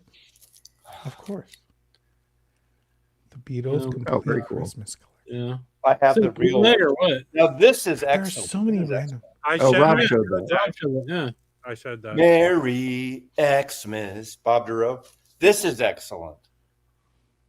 All right. Oh, cool. You need this. It opens up with Charles Brown. Merry Christmas, baby. So good. Oh yeah, we saw That's a that. great one. This is so beautiful. It's not just Christmas, but it's a Spanish Mass, Misa Creole. Mike would Ooh. like this. Find this. This is on Phillips Records. Do a screen grab and buy this record. It's beautiful. Cool. You just blew through that Ella Fitzgerald. That Ella Fitzgerald, what pressing was that? That's a later. That's the Analog Productions or the Acoustic Sounds. yeah. That's a great one. Backdoor Santa's on that.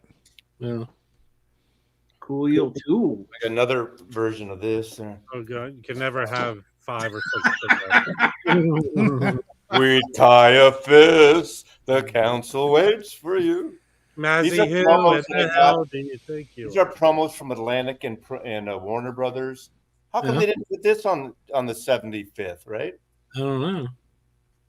Lost the tapes. Oh, yeah, Oh, yeah, here we go. That's a And good this is a promo I got. Yeah, I want to get that one. When they finally changed it to Apple, this is a promo I got for in-store play. Now, did anyone get murdered in the process of you getting that promo? Oh, yeah, I showed that. Oh, that's Justin Trudeau's record. It's Justin Trudeau. This is good. Oh, Freddie Fender, yeah. This is great. Nick Lowe. I haven't heard that. Cool. Maz, you got no Sinatra. I like that dress. He's not done yet. He's probably got a whole Sinatra Christmas section. What is it? Who is that? Sinatra gets no respect. I have a lot of label like Julie Crew is on here. Jeff Lorber, Traveling Wilburys. A lot of talking. Like they wish you a Merry Christmas, of course. Yeah, I showed that. Oh, Beach Boys. Harry. Oh, nice. Fonte. My goodness, man. What the hell's that? Mr. Christmas over here. Christmas record, yeah. That is a Christmas record. I showed Horrible. that ugly picture one. What is this? I love that these were just in a that looks separate cool. section.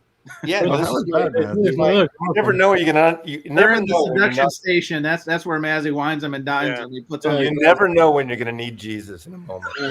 He's the ultimate closer. This is a Warner Brothers promo of different people, like Madonna, George, all these people wishing people Christmas. It's a radio copy. Oh God, man! Okay. Four Seasons. Jesus.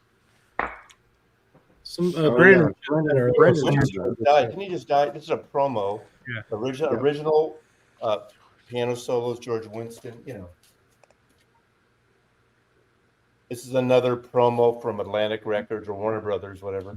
For the person who hears everything. So many promos.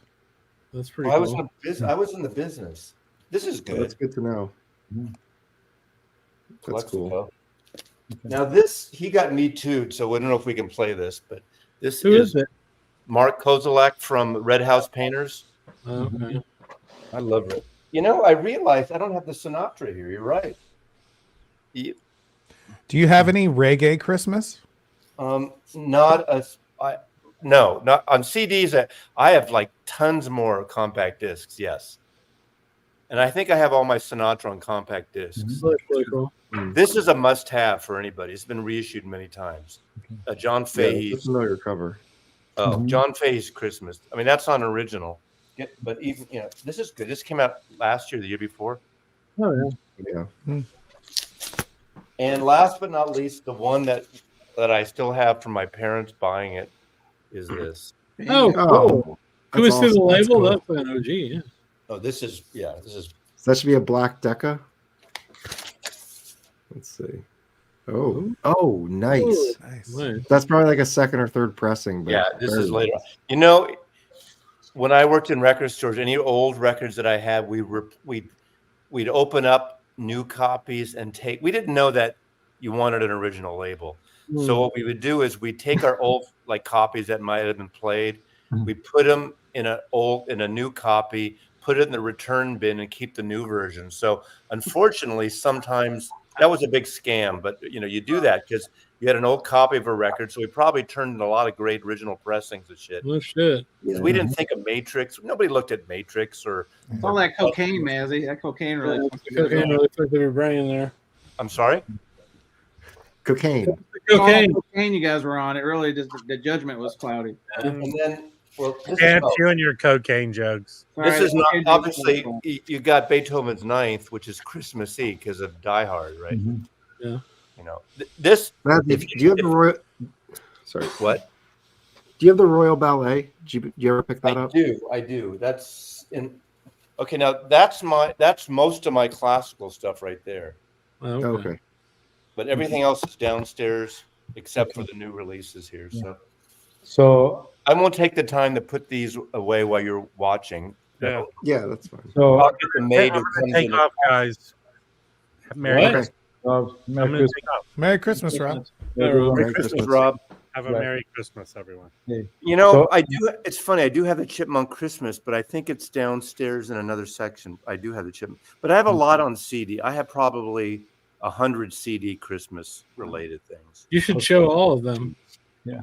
Not, you know. That would be amazing. So, I just found here. I have like ultimate Christmas record. That's my only Christmas record besides the Duke Pearson and the Ella. Red cover. Oh, it's a record store day release. I think Chance. I don't know if you have it. No. Wow. Nice. That's so side A. There's 3 Christmas songs. Christmas, baby, please come home. Merry Christmas, I don't want to fight tonight. Spirit in my house. Don't worry about me. And what a wonderful world. Nice. Very Really good. I mean, it's Joey Ramone, right? What else? And Christmas songs. This record is really good. It's a 10-inch. Whoever find it. I love it. You know, I realized I used to have the Paul Revere and Raiders one. Someone mentioned that. You know, and also the I'm looking at the comments. I do have Nat Cole on CD. I used to have the record. I don't know why I don't have the record anymore, but I have tons of CD. I used to make all my CDs also are on a hard drive, and usually I just put it on random in the house, and I used to do it through AirPlay through my stereo. You know, but I do love Christmas records. Christmas records are awesome. I love it for the like a few weeks and you get burned out. You don't want to hear them. So 2 weeks every year, it's great. Yeah, for sure. But I did have that Paul of Narrators one. I'm just going to drive my family insane with all the ones I have for the next like 72 hours. Usually I buy one new Christmas record every year, and I didn't buy it. I wanted to get, there's a new Linda Ronstadt one I kind of wanted to get, and I hear it's really good. And for some reason, what was the one you picked up this year, Mazzy? I didn't get one this year. I just realized. Oh. You know, I just, you know, but I usually pick, because every year there's a new one someone puts out. You know, I don't have, what's her name? What's the big Christmas song that Mariah Carey. I don't have any Mariah Carey. I have that one. I have that record. I didn't show it because I was embarrassed. I showed this in my Christmas video last year. Oh, that's cool. Yeah, I remember that. I don't have that. It's a terrible, like, what a horrible cover. But it's only him doing. Here's the actual vinyl. Oh, cute. Nice. Oh, amazing. But it's side 1 is Little Drummer Boy, Silent Night, and Auld Lang Syne, and then side 2 is 3 Little Bears. So I don't even know. This was like some random. It was during the Band of Gypsies era because it's Buddy Miles, Billy Cox, and Jimi Hendrix. That's awesome. So, pretty cool. Show it again. The cover is terrible, but yeah. That's a weird cover, man. I do have the Dylan one. Someone asked. I do have the Bob Dylan one. I keep it in the Dylan section, which because I like that record. Everyone hates that record, but I like the Dylan one. What is this? This is a good. I showed this one recently on the video I made for Christmas stuff, but this is a reggae Christmas record. Horton Sellis and Trinity to the World. I don't know who Trinity to the World is, but I know who Horton Sellis is. And this is an OG copy too. I've never. Like, I don't know if you can get this on Spotify, but it's on, I think it's on YouTube. Like, you can get, like, I think some people stream it on, I've heard a couple of the tracks on YouTube, but it's really, really good. If you've never heard Horton Sellis, or if you're not a fan of reggae stuff, it's really good stuff. That's pretty cool. And then this one, I showed this one too. This is, I just found this. Like, this was my new pickup this year for, that looks cool. Yeah, and it's got and what I really like is it's got Lou Donaldson, The Impressions, Willis Jackson, but I love this back cover. They show, can you see that? It's like a diagram of everybody who's on the front cover, so you can see like who's standing there. Wow. It's kind of silly. But yeah, Lou Donaldson's on it, Joseph Luther, Margie Joseph, The Impressions, Luther, John Edwards, Willis Jackson, and Lou Donaldson. So it's a good one. Good times. Nice. And then here's that one that Oh, it just came out, yeah. Felipe was just talking about the other day. Or What is the that? Hector Who's that? Laveau. Oh, This is Hector Laveau. This is it's a like a Latin, it's from Fania Records. Here's the, you can see the cover. they do really well with their Latin stuff, don't they? And their Yeah. their So Cuban yeah, stuff. this is a very important salsa record, Mazzy. Yeah. I'm And surprised how. I mean, I'm glad they do it. I'm surprised how big Vinyl Me Please it with salsa stuff. Yeah, it's a Kevin Gray cut. It sounds Yeah. heavenly. Yeah. Yeah, I mean they did that that Ghetto Records anthology, which is ridiculously good, and it's got all kinds of stuff that was never released, including an entire album from Joe Bataan that was never released. And again, that's kind of why I like them. Like that's like that stuff, the Daptone stuff. They get in with all these like little like sub labels that I like Latin soul stuff, or that kind of thing. Well, boys, That's right. and then, The Ramones is on that. Chance. Merry Christmas. Mike, hope Hold you feel on. better. Merry Christmas. Hope you conquer COVID. Please Oh, not it be would be sad. conquered. Who has COVID? Yeah. Thanks for joining us, Chance. This was fun. Of course, good to see you guys. Be good. Merry Mike, Christmas, do you have Mike. COVID? Yeah. Oh, Oh. fuck. Yeah, I got it. I traveled to Toronto for business. Is this your And first then- time? First time. I mean, I never knew if I got it or not because I was like, well, maybe I'm just asymptomatic. See, But- you need to work with American companies, not Canadians. Well, anyway, I came back down, and Tuesday is when it really hit me. Tuesday is when it was just like, all right, I need to take a test. And it was just, I know that you've had it, Mazzy. I think you got hit pretty hard. Actually, no, I took the Paxlovid. Did you take that? No, I felt like by the time I even thought to do that, it was too late. I had it for 2 days, mild, and then I was just congested for like 3 weeks. I mean, That's where I think I'm at right now. So like Yeah. the first two, not to bore everybody, but just quickly, the first day, terrible headache and body aches with like neuropathy. It felt like, which is probably exaggeration, but that's how my skin felt. And then the second day is when like all cold symptoms came in. And the third day, all that subdued, and the fourth day is today, and I'm starting to feel a little better. yeah, no. But I can't like my throat, like I don't know, it like physically hurt when I coughed. Like it was like sharp, like needles in my throat. It was terrible. Yeah. The breathing, I mean, it's, yeah. What did you get? Syphilis? Yeah. Did I get syphilis? No. Yeah. Hey, What does that have to do with anything? Oh. I didn't mean to cut you off. Somebody in the comments just brought this one up, and I just sorry, happened we to have just I think we just lost 30 viewers. Yeah. I love yeah, that no, this stuff. is. that Have you good? ever heard this? No, I want wanna to hear that. I've heard so many good things about that record. This record is. I just listened to this last night for like. I listened to it twice last night. It's so good. Like I love Ray Barretto and anything he's ever done, and this is a killer one. And this is on again on Vinyl Me Please. It's on a awesome, like, pretty cool. Oh, cool. So what Let's see prompted Vinyl Me Please? This is so great because I know they for a few years now they've been doing a lot of Latin music and a lot of salsa music. What prompted that? Because it's amazing because no one else really does it like that. I'm not sure.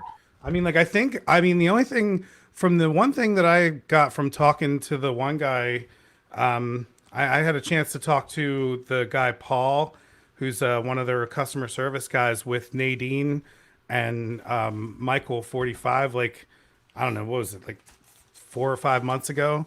And he was saying that, like, they're really good about, like, anytime somebody in the company, they're not a very big company, and anytime somebody has an idea of like, hey, we should talk to Craft Records or the Fania stuff's all coming out through them, or we should talk to these people, like, they're really open, and that's how they've gotten in with like Big Crown Records or with I've mentioned Daptone before, but like, I mean, I constantly mention Daptone. I feel like I always mention them, but I always will because they're my favorite label. But that one was great, yeah. But yeah, so I mean, like they always, and like lots of other, like, I mean, they've gotten Blue Note stuff, and they've released, you know, they did the Herbie Hancock box set too. I mean, they did, you I know, have that. so It's really good. I've actually been getting, they do split up those anthologies too. And I've been getting, I didn't realize it, but I just got an Eddie Floyd from the Stax box set, because that Stax box set's really great. And I wanted to get, I've been on the hunt for that Sam and Dave that's in there too. The Hold On, I'm Coming. I think they split some of the Tribe records as well. Yeah, it's amazing that they're getting all this stuff, because we know a lot of labels are holding things back to do themselves, but I guess they can't do everything.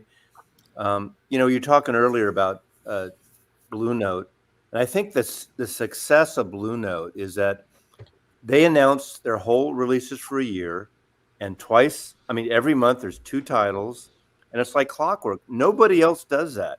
Nobody else tells you the whole year. And even MoFi, you know, I'm fine with MoFi, but pre-order this, but it could not come out 2 years later. You know, it's but Blue Note's a label that can do that. Like, well, Rhino can do that. Rhino is kind of trying some things, but they're not. That's fair. I guess I'm literally thinking like the Blue Note like catalog. Yeah, because if you were to do that with Riverside, like, yes, you could definitely do a year. You could probably do 2 years. Right, exactly. You know, you start pushing 3, 4, like Blue Note, literally, Harley's working on stuff that is going to be released like, it's like it's basically nearly their entire catalog. Kraft's doing incredible. A great job too, but they're not announcing like a year's out. They're not saying this is rolling out. Well, you know, that one thing that got me really excited is who did Chad interview? Oh, Ken McAuliffe, I think, interviewed Chad recently. And I think this was the interview where Chad alluded to that there could be a Riverside reissue series, which that is like the one old school jazz label that hasn't, I don't think, got like a full, like, let's do 40 plus records in their catalog. All the Oren Keeping stuff. All the Oren Keeping stuff. And I know that's a different catalog. There's different issues with that catalog, consistency issues and recording. There's a lot of things with that, but I see no reason not to do it. I mean, you know, I wouldn't even care if they have a couple bad recordings. If the music's great, I'll still buy that stuff. I almost didn't get the OJC Village Vanguard Bill Evans because I have the double 45 and I have an older something else. And I bought it and it was sitting here. I didn't even open it for a month and I put it on. I was blown away by that. And I really like it. I almost like it. I mean, I like it as much as the 45, the double 45. I don't think it's any worse, and it might be as good. And the stake that it's 33, I tell you, you know, I said it in my video when I showed that. I mean, Kraft, not they need to listen to me, but if they did the exact box, now maybe they won't because Chad put out the 45, but they only licensed the 45 to Chad to, you know, they could do a 33 box. That would be a fucking sweet spot to do a 33 box. Because that sounded so good. Bill Evans, that's the first Bill Evans record I've ever bought. Like I've never got really into Bill Evans before. And Which that one? OJC is the first Bill Evans record. Did you like it? I love it. It's amazing. I mean, like I now want to get Waltz for Debbie. That's my next thing I want to get. And then like I'm going to start going down the path of Bill Evans now. You know, everything in the double 45 box is amazing. Every record. Rocco, so when you listen to Village Vanguard and you hear the bass player come in and he's like completely owning it, that's how that Duke Ellington Ray Brown is. Like it's like that's how they play. Nice. It's that's great. Yeah. And that's what, and you know what's interesting? There was somebody that you guys ever watch the channel Ken Brown, is it Ken Brown Jazz or Ken Brown? Yeah. He talked about that OJC and he said that that on that session that the bass player died like a week later or something like that. And that's why like it's mostly, and it's interesting because first time I've never heard it before either. Like I've never even listened to it ever. And so the first time I heard it was that OJC and put it on my record player. And I was like, man, this bass is amazing. Like it was just awesome. Like, and that was what really stood out to me. And then when he said that they actually went back and like took more of his solos, I guess, from the night to feature him more on the record because it came out after he died. Yeah, so on that night he was driving back home. He was driving to some back roads. There was no light, and I think he fell on a dish or hit a tree or something because of no light. That's how he died. Yeah. You know, and I even That's love horrible. this. You know, to some it might be distracting, but you hear the clinking of the glasses and the ambiance of the room, and I think that even makes it better. It's That's one of not- the best live recordings I've ever heard. Yep. Like, I I'm get not a big live recording fan for vinyl. Like, I a lot of times, especially with older recordings too, because like sometimes the mic just sounds really far away, you know, and that, I don't know, it just, that session sounds amazing. Like, it sounds so good. That's one of those good sounds good. examples where you don't even need a double 45. It almost makes it like, why bother? And I know, and that's what some in the talk today with Steve You're Hoffman. killing Chris right now, Mazzy, by the way. Fucking What, because of 45? worst he purchase of bought my the entire box. life, I swear. Because of what? That Bill Evans box, I wish I would have never bought it. It was. Oh, I have it. I have it too. I don't know. It's I have just, Really? You don't Oh, I like, love- you don't, I you love wish you it. never bought it? yeah, pretty much. I mean, just I would rather have a 33 box. Well, I would too, but I bought it. I bought the pressing before because my friend Coffee Dave literally had a sealed copy on his living room floor for 5 years, and I said, Right. "What's that?" And I saw what it was. And he goes, "Yeah, but I'm not really into Bill Evans." So what'd you buy it? He goes, "Well, I bought it. It was a box set, you know." And so I traded him stuff for it. So I never, and it's really good. I mean, I'm not going to take anything away from acoustic sound or analog production. It's very good. But after hearing this OJC thinking, God, I'd rather have the whole box like that. Right, 100%. Yeah. I mean, it does sound good. The only problem with it is my copy is like, Yeah. there's just all warped records, you know. Did you? Why didn't you ask them to get you new copies? Didn't you? Because they just send me more warped copies like they did Felipe. Like, Well, you know, that's the record that ignited the whole, you know, Oh, yeah. fuck you, Mazzy. And Yeah. it wasn't about that, but that's what had him hot when he came Yeah, on. Well, yeah. Yeah. But So Chris and I think I don't know, Felipe, if you were involved, but like was part of the chorus of that because people were getting the boxes and the records were warped. And it's a $900 box. you got my record. You have my record. Chris, Rob, and Chad- if anyone has a Chad- problem, just send your records back. I'll give you your money back. We'll give you new records. Don't Yeah. worry, we'll give you whatever you want. Yeah. Oh, yeah. Chris, Jazz Bum. This is Yeah. before Jazz Bum But, even invented. But on the Village That's a really good Vanguard, impression. It sounds like James There's, Cagney more than yeah. Chad Castle. But on the Village Vanguard, there's I think it's a late 60s, early 70s session. He played for a week, and those tapes are those sessions are all recorded. There's like a huge, I think it's a CD box with the. So Bill Evans on purpose he revisited the Village Vanguard session. He played for a week every day. Wow. And there's a CD box of that.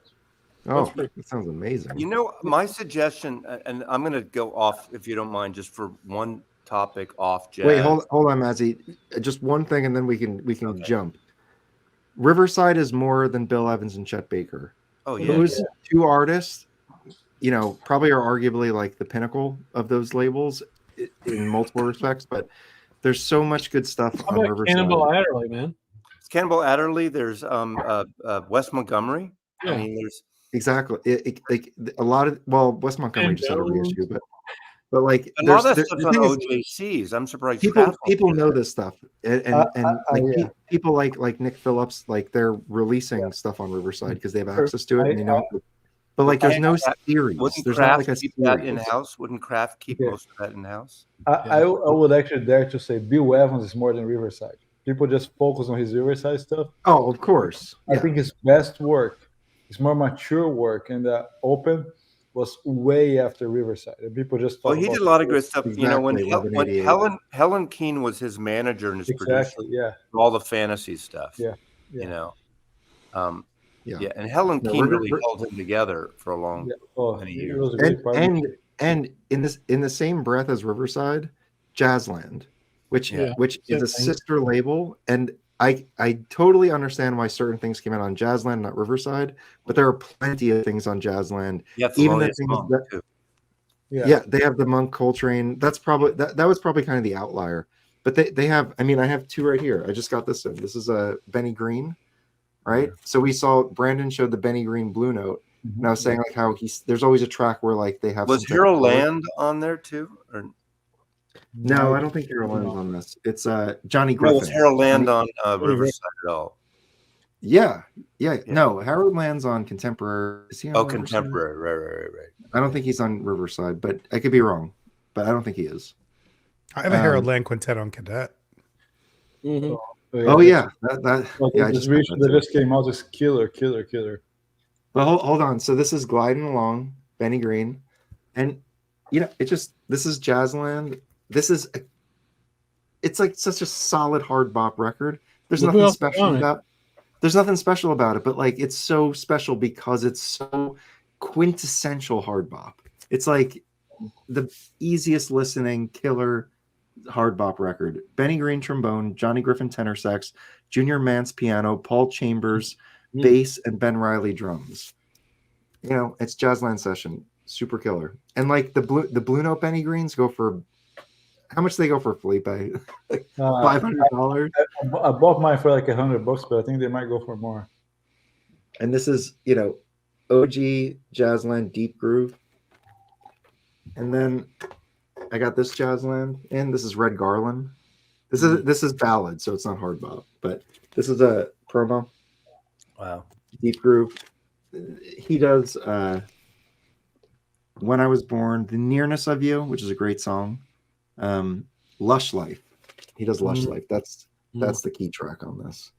It's wonderful. That's why you bought it. This is Christmas music. You put this on when you're like decorating the tree. This is awesome.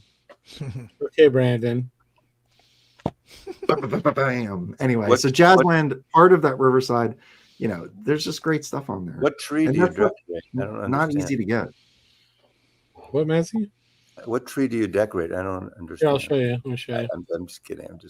Look behind me. See that silver? What I was bringing up, it has something to do with jazz, and I apologize, but you're talking about Vinyl Me Please and what they did, when they've been pretty successful with those box sets, like obviously Miles Electric and Herbie Hancock. I don't have the Herbie Hancock, and I have the what's the African one they did? The Zamrock. I have the Zamrock. It's great. I and they do a lot of Columbia stuff, right? They get Columbia stuff. So in the rock vein, the one band that's never had a complete box set, and they only have 11 records. That one's a double. Yeah, they should do. And I know Sundays did them, but they should do a Birds box set. A Birds? No one. I mean, they could revitalize. I know they're not huge sellers, but the Birds are one of the big groups of the 60s, and they're Columbia records. The records are well recorded, even though the later records maybe aren't as popular. 11 records. How many records? How many titles 11. Would have been? I mean, one's a double, so 12 LPs, I think. I maybe missed 11 albums, so 12. It's never been done? No, a box set. Sundays did, because Bill Irwin, who had Sundays, used to be an AR guy at Columbia. That's why Sundays did a lot of Leonard Cohen and Donovan and the Birds and Dylan stuff.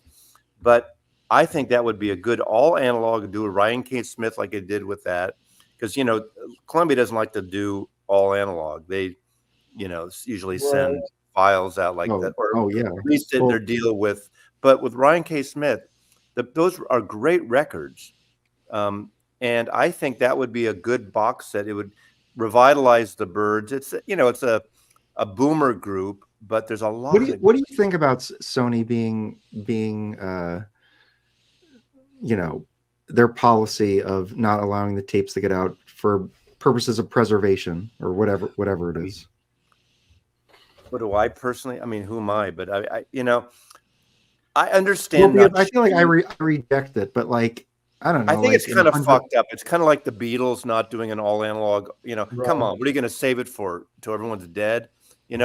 Do a stereo analog box, whatever. They, repress the mono stuff. I mean, we've had these arguments, and that's going to make my wankers list. But you can't. If you read every fucking Beatle book, the Beatles say, "Oh, the mono ones are the ones we meant up through Pepper." The mono ones are the ones. You can't go in a fucking store and buy a mono Beatles record now. Yeah. Yeah. You can't. And it's ridiculous that it's so If expensive. they're so great, keep them in print.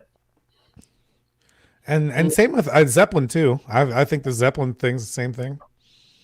Oh my Well, I god, mean, the Zeppelin, Jimmy I feel like Page- the Zeppelin will never come, just because I can't imagine the conversation not being people wanting Zeppelin. You'd be surprised. Right. You know, you talk about Vinyl Me Please's audience. There are a bunch of boomers who buy a lot of that shit too, and not just you guys, but a bunch of boomers are buying Vinyl Me Please. I'm a boomer, and you know, I would buy that. I would join if that's the only way I could get that box. They did the fucking Grateful Dead box. Yeah, I was about to say they did the Grateful Dead, and they did Willie Nelson too. And they're doing a second pressing of the Grateful Dead after how many 5 years or whatever. Yeah. Willie Nelson and Herbie Hancock. I mean, they do jazz stuff too. They do interesting things too. I'm not, you know, but We were talking to someone and we were talking about box sets, and we were just saying like, yeah, you know, like you got to buy box sets when they come out because like it's really hard to reissue them, like to get them going again. He's like, well, actually, there's some efficiencies, like the printers and like the press, like they have all like specs, so it's like it wouldn't particularly be like more difficult unless like they had to, I don't know, like But you got to ramp up, and it's a lot of money to ramp up again for a box set and collate it all. I mean, that's to me. But in terms of production, it looks like there's actually efficiencies to do a second run. But very rarely do box sets get repressed. I mean, the Stones one got repressed, which is a surprise, in color. 5 years later? Yeah. Obviously, none of the Beatle ones have. Everyone, I mean, they would sell out the Beatle monos again, and those would go for $2,000 now. But it's just a hassle. So if you want a box set, you buy it when it's out. You know. Yeah. I mean, that's why. What are the Beatles monos? Are they moving though? Like, are people buying them for 2,000? Or are they I kind of don't know. sitting around? I mean, well, I feel like right now people should just wait. Yeah, I agree. I mean, I would never pay that. If extra someone money. put one up for $1,500 or $1,200, it would sell like that. You know, it would. Okay. I think for that price it would, but I mean, shit. Rachel said she just bought a couple for $100, $200, whatever, of the individuals. Those were OGs though, weren't they? Well, she bought both. She'd been buying both. What she did? Yeah. Okay. Yeah, and she's not the only one. You know.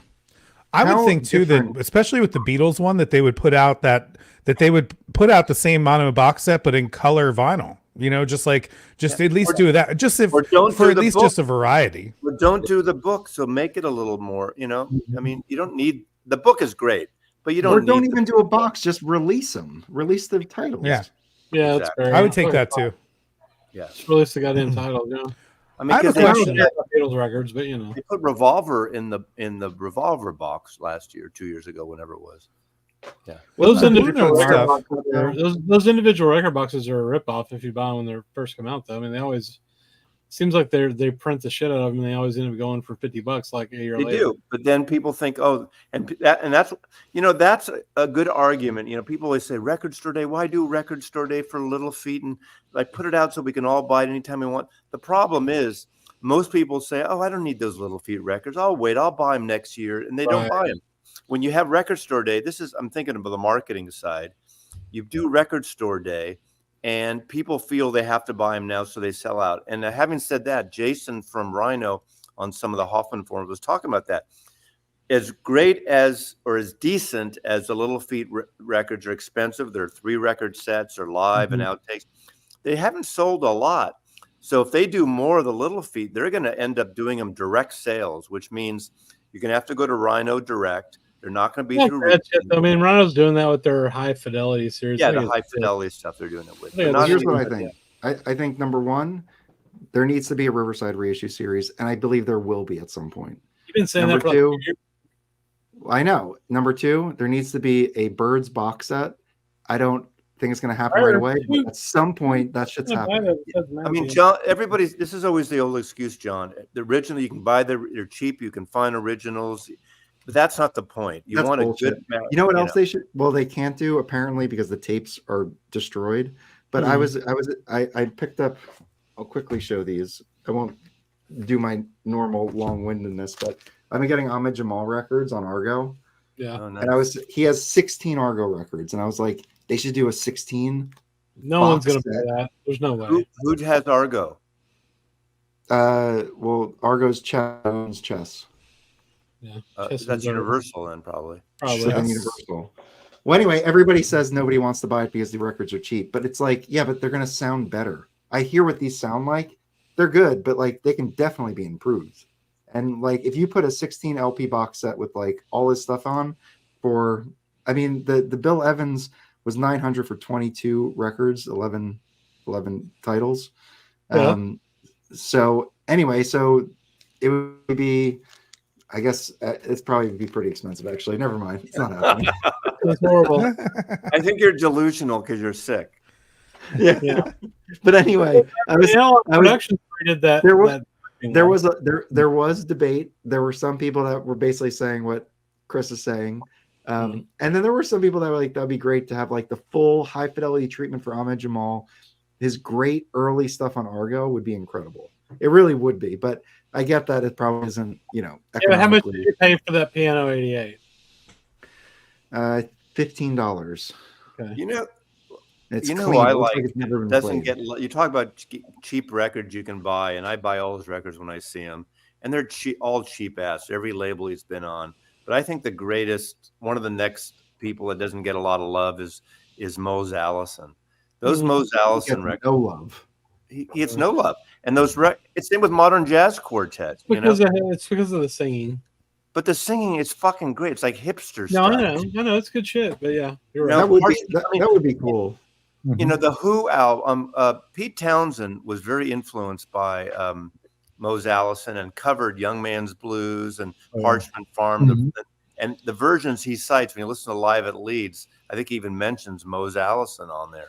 You know, he's kind of like he's one of those missing links of rock and roll and jazz and bop stuff. And they're so great. That first Riverside album, I think that's Riverside. Yeah, County Blues. Yeah, that is such a good record. I mean, his piano playing, he's done some instrumental stuff, but he's a jivey, fucking great piano player. True. Yeah. So I have a question about you guys were talking about the Blue Note stuff being like, you know, how they announce everything. Is the plan with them to release everything eventually, that like all of the series are going to get released? And then here's another question that I have, because I understood it as there's the Blue Note Modern Jazz series, which is the 1500, the 4000, the 4100, 4200, and 4300. And then there's some outtakes of those that never got put out that are kind of considered the unofficial 4400 series. After that, like Blue Note kind of went under for a while, right? Or like kind of just didn't really do much for a long time. And then they've come back again. But that Modern Jazz series is everything that the Tone Poet and like the classic vinyl, the 75th anniversary, the 85th anniversary, and the Music Matters stuff that was put out before. Is the attempt to eventually put out the entire Modern Jazz series? Like, I guess, what would that be like? There's 100 records in each of those, because I actually have that whole collection on digital, but I just don't have it on vinyl. And like eventually I would like to own that. But is that what the plan is with Tone Poet? Yeah, I don't know about all of them, but I mean, as many as they can. I honestly, I honestly feel like they are trying to make some money, and they're going to reissue as much as they can with the best titles they can for as long as they can. And if that means the entire catalog, they'll do it. And they're putting that nearly 50 a year right now between the classic series and the Tone Poets. And they do any clue, or have you guys any insight that maybe you can't say what there's going to be some special Harley Blue Note thing? In January, we have no clue, man. No insight. Do you know? You're just not telling us? No, we don't know. I don't. No, we don't know. And frankly, there's really no benefit to knowing. It's kind of fun to. Yeah, I get it. Two nights ago, I get a text like at 8:00 from Joe Harley. I haven't heard from him in like 5 months, right? Out of the blue, and it's an article about Bob Dylan's Christmas album.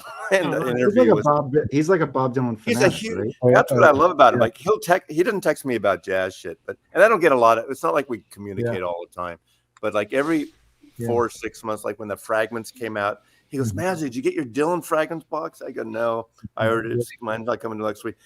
he was listening to one Saturday morning, and like literally every 20 minutes for about 3 hours, I get this updated text about which I love. I love that. He goes, yeah, people think all I listen to is jazz, and that's his main thing. He loves Bob Dylan. And remember, Don plays on that last Dylan thing, so he's kind of in the connection there. Don plays on that last Dylan with T-Bone Burnett that they recorded right after lockdown. Exactly. It's wild. Ryan Adams, right, Matthew? Ron Adams? Ryan Adams, the singer-songwriter guy? You mean who got Me Too'd? Yeah. Yeah. The guy who's not Brian Adams. The guy is not Brian Adams too much. He's much better than Ryan Adams. I have one out. I have a CD of his. That's all. Don Was produced a bunch of his records. He has toured with him like 3 months ago. Oh, really? Yeah, they canceled the tour because Ryan Adams is such a crazy fuck that he was just like would play one song for like an hour and people just walked out. But Rocco, I think on Tone Poets they're gonna go mostly on the under the radar titles. Let's release 43,000 LT series. Yeah, all that stuff. Shelved sessions. But what would be a special box for them to do if they did another box? Yeah, exactly. Records like this. I don't know. Because we can do the Ornette didn't sell that well, I don't think. Well, here you can,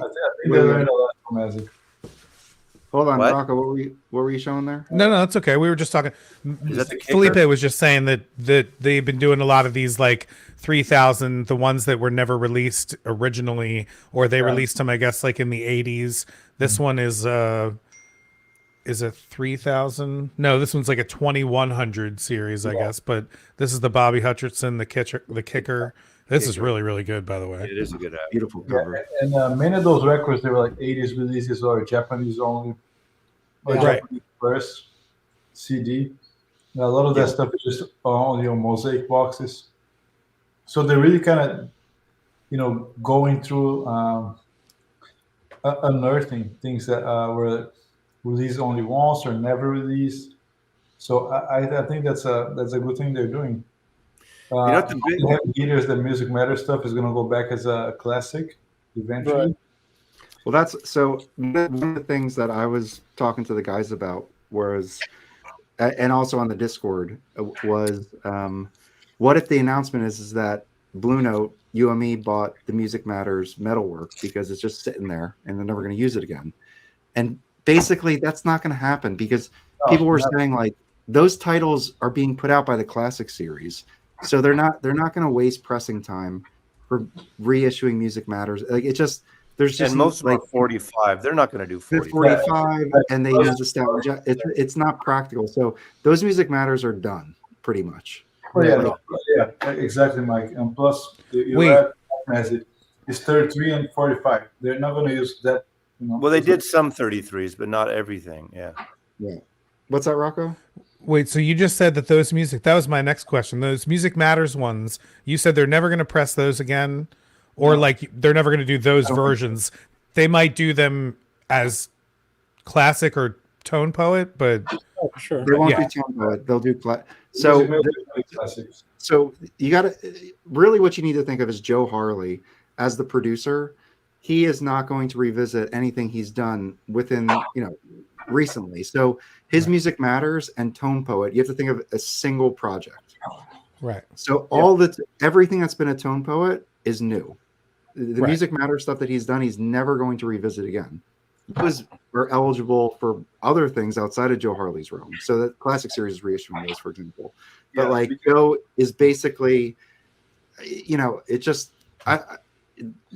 that's basically the rule. The one exception was the Blue Train, because I think it's such a big title for them that I think they wanted to revisit it in a special way. Which there might be another title or something. That might be the January announcement. They might do like Cool Strut, for example.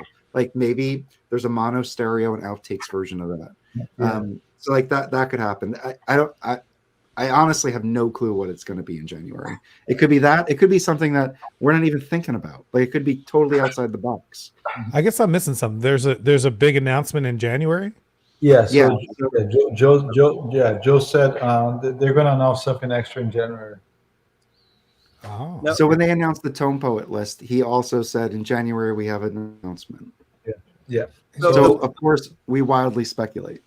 You know, the weirdest Blue Note release this year is Blue Note venturing out of the jazz genre. Jenny Lewis. Jenny Lewis.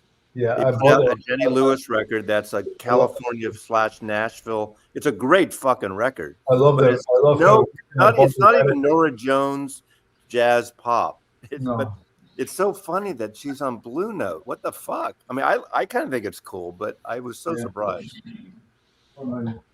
Yeah, I pre-ordered that one, Mazzy, right away because I love the record. I love her work. Yeah, She's a fun writer, great hooks, great songwriting. Yeah. Oh, yeah. Very Nashville, Laurel Yes, yes. Canyon, early '70s style. Yeah. She was in Rilo Kiley. Yeah. So just to wrap up, Rocco, the thing about Music Matters is so Blue Note Don Was brought John Harley from Music Matters to do something new. So basically, Joe's premise is I'm not going to redo what I've done. Yeah. So he's only involved with the tone poets. He's not involved with the classics. You know, Right. Yeah, so it's Right. a completely different team. So that's why tone poets we shouldn't. I think that the Blue Train was like probably the high demand, and because it was an anniversary thing. But besides Blue Train, I don't see anything else that would be like worth putting as a tone poet thing. Soul Station already came as a classic, Moaning, Signwriter, all this stuff. So yeah. How many titles were in that Music Matters collection? I think it's about putting together SRX, 45s and 33s, about 200 total. Oh wow. Man, that's a lot. How many do you have, Felipe? I have 105. Oh my God, really? Yeah. Holy shit. It took me 3 years to build up. Yeah. Man, damn. And you're getting these, are you getting them like, were you getting them when they first came out, or are you getting them like aftermarket? I got some of them. Some of them are still available. I bought a lot on the website where it's still cheap. Some records that I bought like for $40 2 years ago, they're like $100 now. Yeah, right. I don't see any for like less than $100 ever. Yeah, but 2 years ago, a lot of them they were like 40, 50. I mean, there's still some shit on their website. Yeah. When they first came out, when they first came out originally, how much were they like originally? I think the 30s, 40s. Oh my God. As you bought some back See, this then. is why I'm buying all these tone poets now, because I'm like, you know, 20 years from now. I bought them mostly when they were coming out, and I did buy the whole first batch of 33 SRXs when they were like $699 for all 12 or whatever. I have about 70 or 75 Music Matters Jazz. Nice. No, That's they're awesome. outstanding. They're outstanding. But so I don't see. I think some titles would be really cool for them to do as a tone poets, like the Blue Hour, for example. I think it's a title that's highly, highly demanded. There was another 80, 75, I think. He wasn't. Yeah, like that. Yeah, that Andrew Hill they put out on Classic. Yeah. Okay, so here's what's available. And the Joe Henderson. So these are pretty expensive, obviously. Oh, these are still in stock? Yep. Yeah, these are still in stock. Only 40, from what I remember, only 45s are in stock. These are expensive though. So Inner Edge 150. That Gil Mele, I don't know, people don't buy that. That's a great Yeah, record. this is only $50. That's a good, buy that record. It's so good. Yes. So this is available for $50. Yeah, it's a 45, I think, right? It's a 40. These are all 45s. I have in all this part of the website. And then look, Dexter Gordon doing all right. This was an 80th anniversary series, I think. Yeah, there's a bargain. There's a If bargain. you don't have that for $10 more, you can get the freaking Tone Poet. Johnny Griffin Congregation 75. Wait, what was that for? What is did you just say for 65? $10 more? You can get the Tone Poet. Yeah, so or I guess what? No, I guess the That's the $10 more 80, than how much Oh, is the this 80th series? It's not a 30? Tone Poet. It's No. $25. 25. Yeah. All right, so for double. Okay, I'm exaggerating. Yeah. for no reason. Anyway, Yep. this is 65. That's a great price. They must have like found more of these. This was not a $65 record. No, Okay. I bought this record for like 49. I bought my copy from Brandon for more than that. So it definitely was more expensive. Oh, yeah, This Elvin Jones putting it together, 60. That's a good price. That's a good record. Hank Mobley Sextet. This is a I don't have famously that. I hard. don't have that Elvin Jones. This is a famously hard record to get. Nice. You should get it. I have the Hank Mobley. I got the Like an original of this Hank Mobley. This used to be, I think, the most expensive Blue Note, and then now it's changed. But this is $75. You get a copy. Another Hank Mobley. I'm surprised there's as many still available. Yeah, me too. I didn't realize they were still in stock. Yeah. But they Like that Elvin Jones. I was just looking at that Elvin Jones the other day on Discogs because I have the Third Man copy that I just got, and it sounds horrible. Yeah. Well, this one sounds amazing, and it's $75. Yeah, Double Jazz 40. is really good. This Yeah, John so- Jenkins yeah, the 150. John I mean, these Jenkins, are expensive. They're not cheap. I paid $50 for it like years ago. Styling is a silver one. These are all pretty expensive, but this isn't, for this record. Yeah, this record is killer. It's not a, I mean, obviously you could just wait for the classic series and pay Yeah. $25, which is what Chris is gonna do. Yep.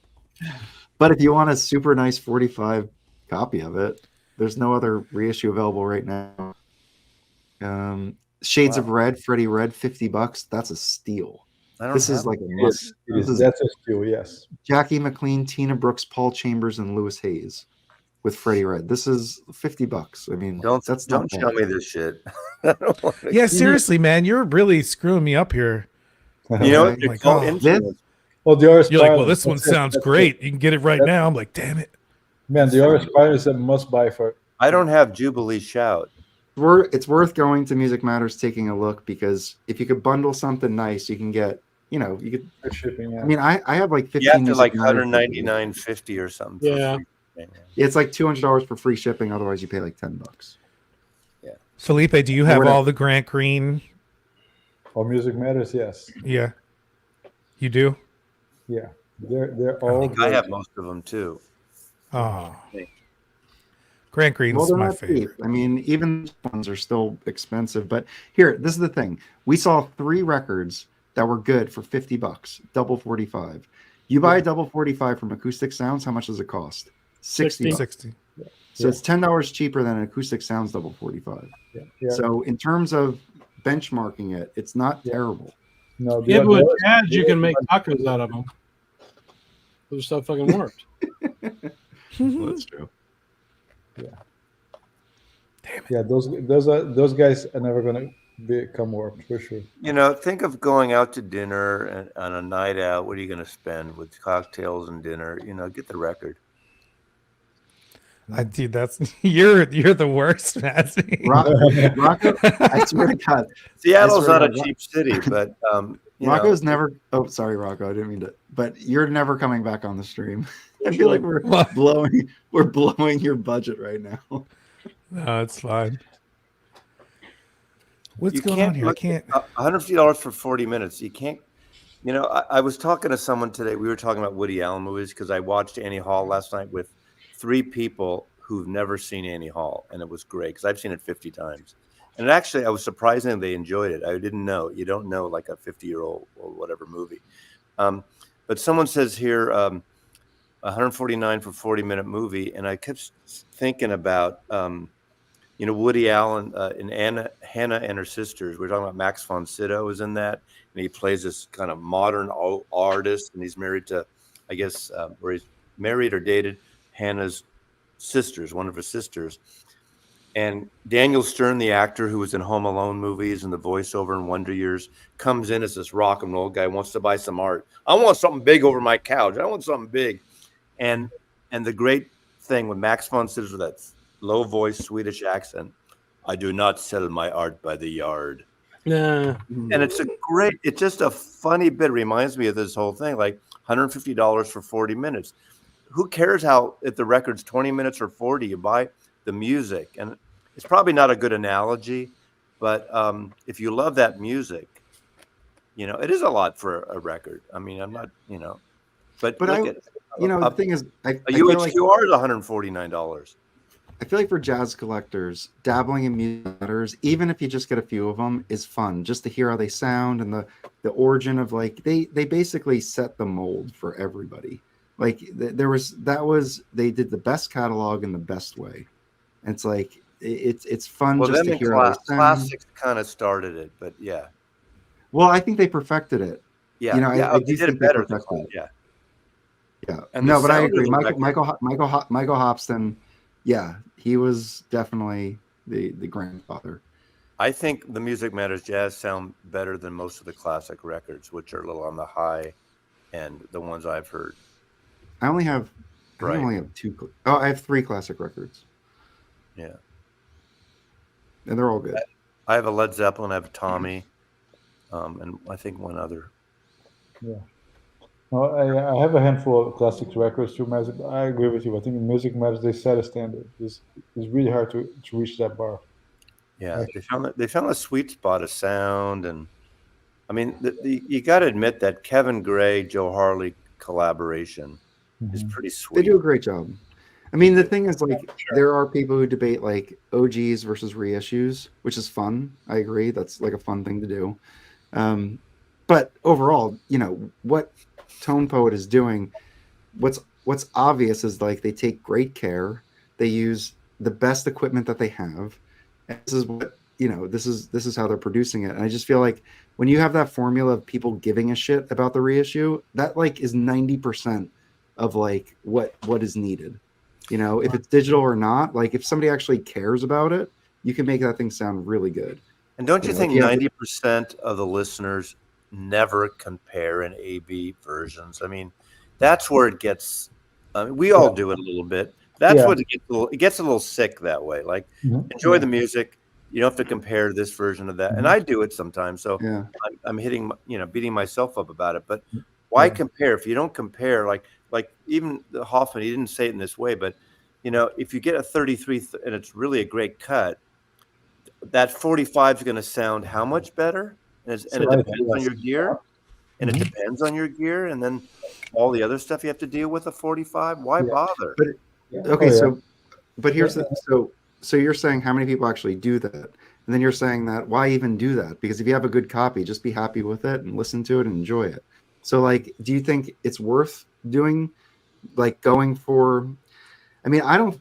If you really love a record, it's totally worth it. So but just to do it for every record because it's the next best thing, I don't know about that. I mean, but it doesn't matter. I don't have to speak for everyone else. I know what worked for me, and what sounds better on your system is gonna, and in your room is gonna be totally different than what sounds better in my room. Exactly. Yeah. When I say the Asia, this is better than any other version, that's just in my room for my taste. I'm not right. I put it this way. I'm not more right than anyone else. It's just one opinion. Someone's, people hate when you do these videos. Like I have a video coming tomorrow, the best records. And someone is going to say, oh, that's your opinion. Of course it's my opinion. I'm the one talking. It's best to me, my personal best. Now I didn't in the thumbnail say my personal best. Come on. It's my, if you go to Pitchfork and you listen to their top 50 of the year or 100, that's a committee of 15 people. So that's done by committee, and at least what you do or what I do is our one person's opinion. And if they've been following us and know our taste, and maybe they trust us or like the records, and they might take it more than a committee of a Pitchfork audience or whatever, Rolling Stone audience or reviewers. I like the video. I like the video that you made about my collection is the best collection. You had that you got the idea from Metal Theologian talking Aaron, about it's a great concept. Yeah, like my collection is the best collection of world. Records, right? Because and it's like every one of it, like that's exactly, I feel the same way. It's like I think about that often. It's like I'm sitting in my house and I'm like, well, this is the best collection of records I can think of. The only other person I could think of with that maybe would be like, I could probably be in your house and feel that way, or the guy Dylan from Noble Records. I have such a similar taste of his record collection that I could like. Maybe he has a better. Did you see his record room tour recently? Yeah, it was awesome. God, so good. By the way, I just bought those 2 Music Matters Jazz. Nice. I got the 2 that you guys just mentioned, the Freddie Red and the Gil Mel. I got. You'll get an email from Carol, and she'll ship it next week. Yep, I got an email from Carol. There you go. It's great. Very nice. Such an old-looking website. So it's totally antiquated. Yeah. Yeah. But I mean, and as you were saying, like the philosophy of it all, it's like both of these records are going to probably come out later on Classic, and they'll probably be cheaper.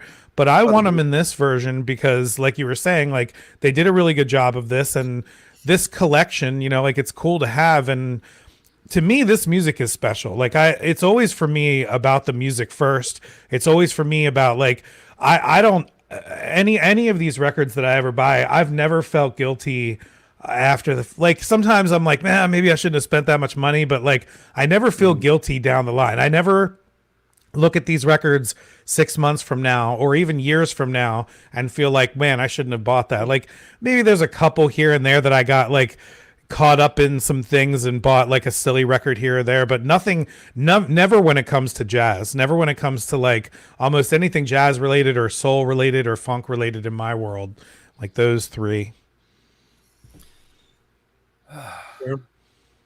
Yeah.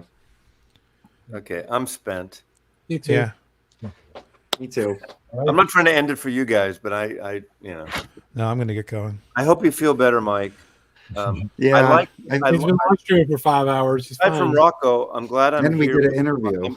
I haven't been with all 3 bums in so long, and I kind of like it. It's kind of oh, we're so happy you joined. It's kind of sexy. Yeah. I don't know why you put my name on the thumbnail. What the fuck was that about? We always do. No, You're part of the club. Yeah, we just take for granted. Look, this is why are you? This is why. Okay, so if we are imitating a cover, you need another name. If there's sidemen listed, you're one of them. Yeah, exactly. It doesn't mean you're going to be part of the stream. Right, exactly. Yeah, I'm like that one guy who's on every fucking record in the 1970s or something. It's like I'm like Lee Sklar on bass on every California. You're record. the Lee Sklar of the VC. Yeah, exactly. I'm not as tall, but I probably make as many videos. You were on our earliest live streams. I mean, you came and hung out. And early supporter. That I love you. I feel like I'm kissing ass, but I love you guys because I got a free T-shirt, so that's why No, I got one of the out of print T-shirts, which is great. That's right. Yeah, Mazzy, let's go for 500 on Discogs now. All right, since it's the last time we're going to be able to show this, let me just do this. So we made new introductions for this live stream. You know how we do like the Prestige logo that spins in the beginning? Right. Okay, so there's 2 versions. Let me know what you think about these and if you prefer one over the other. So we're going to start with the Blue Note.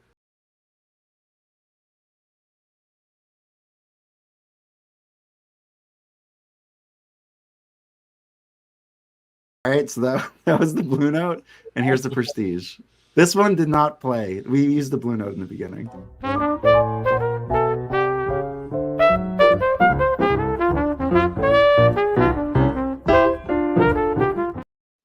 Which one do you prefer? I don't think I like either. Too much Garland and it's the Christmas show. Christmas, man.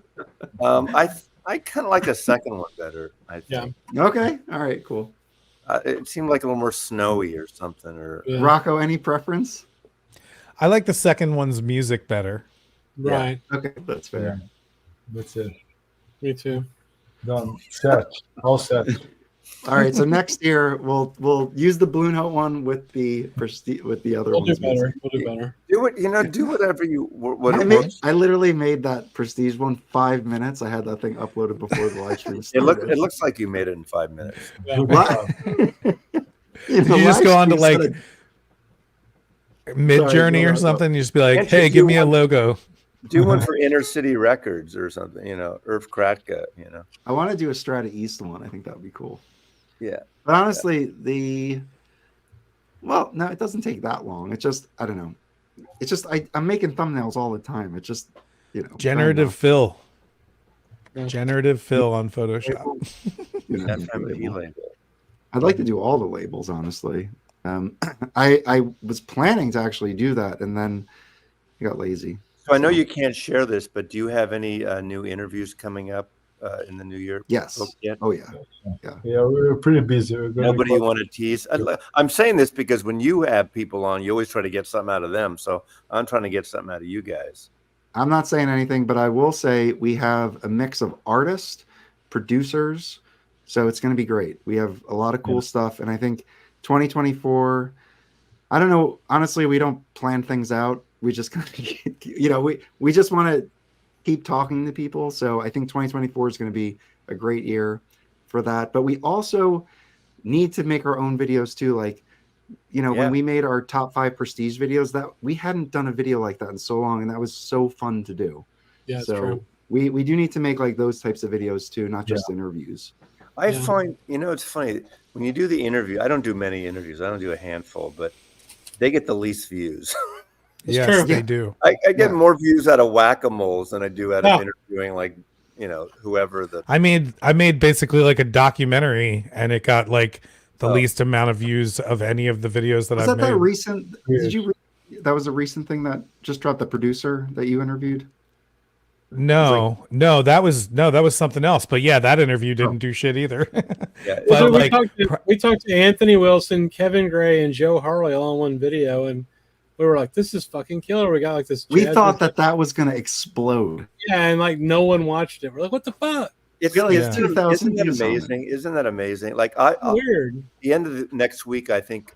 Hopefully it'll be up. I already wrote it out, or I don't usually write things out, but this is the first time I actually typed out with notes and stuff. Mm-hmm. And I can't believe I put the most time into my top 10 wankers of the year in the music business. And that'll get a shitload of views. But interviewing, like I could interview, Don Was, and no one would watch. I mean, I'm not saying no one would watch, but they want to know wankers. They want to know that shit. Yeah. They want lists. People like rants. That's why Steve Westman, he does his rants every once in a while. People like bitching, which is kind of sad, but they like the humor in it, I guess. Now, Rocco, do you have any growth plans outside of just what we're working on currently for 2024? Well, I mean, it's funny that you say all this, because like this is basically what like led to like a lot of my frustrations coming up at the end of the year here, because I had a lot of opportunities. I actually had an opportunity to go out to Third Man Records, Gotta Groove Records, and we were going to hit somewhere else in Ohio too, like in those 3 places.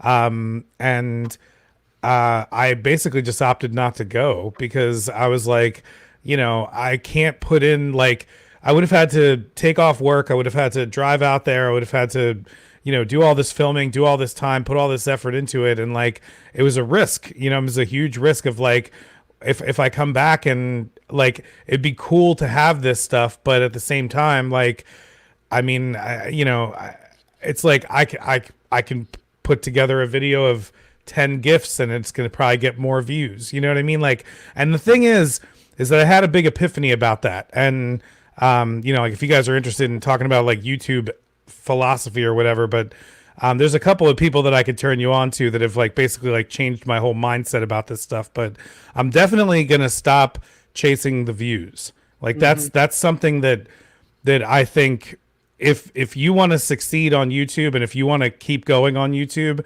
you have to not give a shit about the views. Like, yes, it's important. Yes, you need to like, but like when I say not to give a shit about the views, like you have to care about your audience. Like you have to care about your audience. We're building audiences here. Like people like what we're doing. And if they're subscribing and they're watching, like you have to make more videos for those people. And I was getting bogged down on like, even like we're talking about, like I'll go and do an interview and then I only get 200 views and it's like, oh, but the thing is like only 200 views is like, somebody pointed out to me, they're like, imagine if 200 people were standing in your house right now.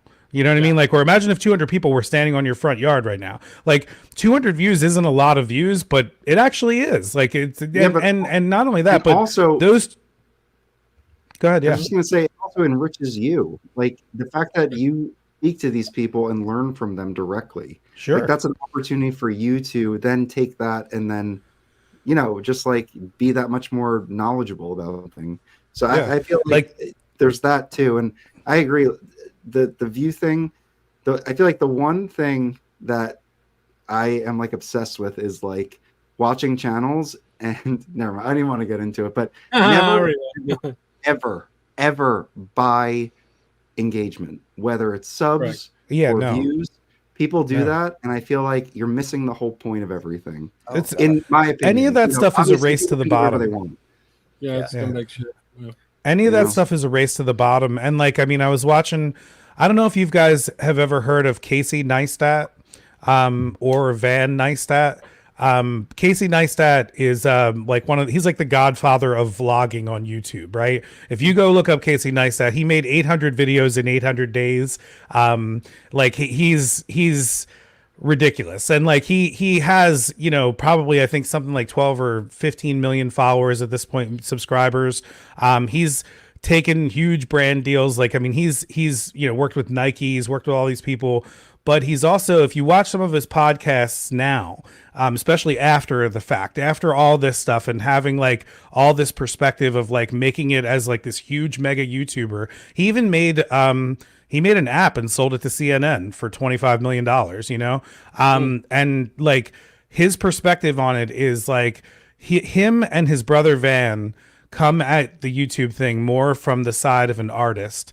And I really, really respect them for that. Like, I really respect them for the idea that like they want to, like, they look at this like it's short form video, like this digital video is a digital video revolution, that like all of this stuff is, ripe for the taking. And it's also a way of expressing, and there's like all kinds of things you can do with it.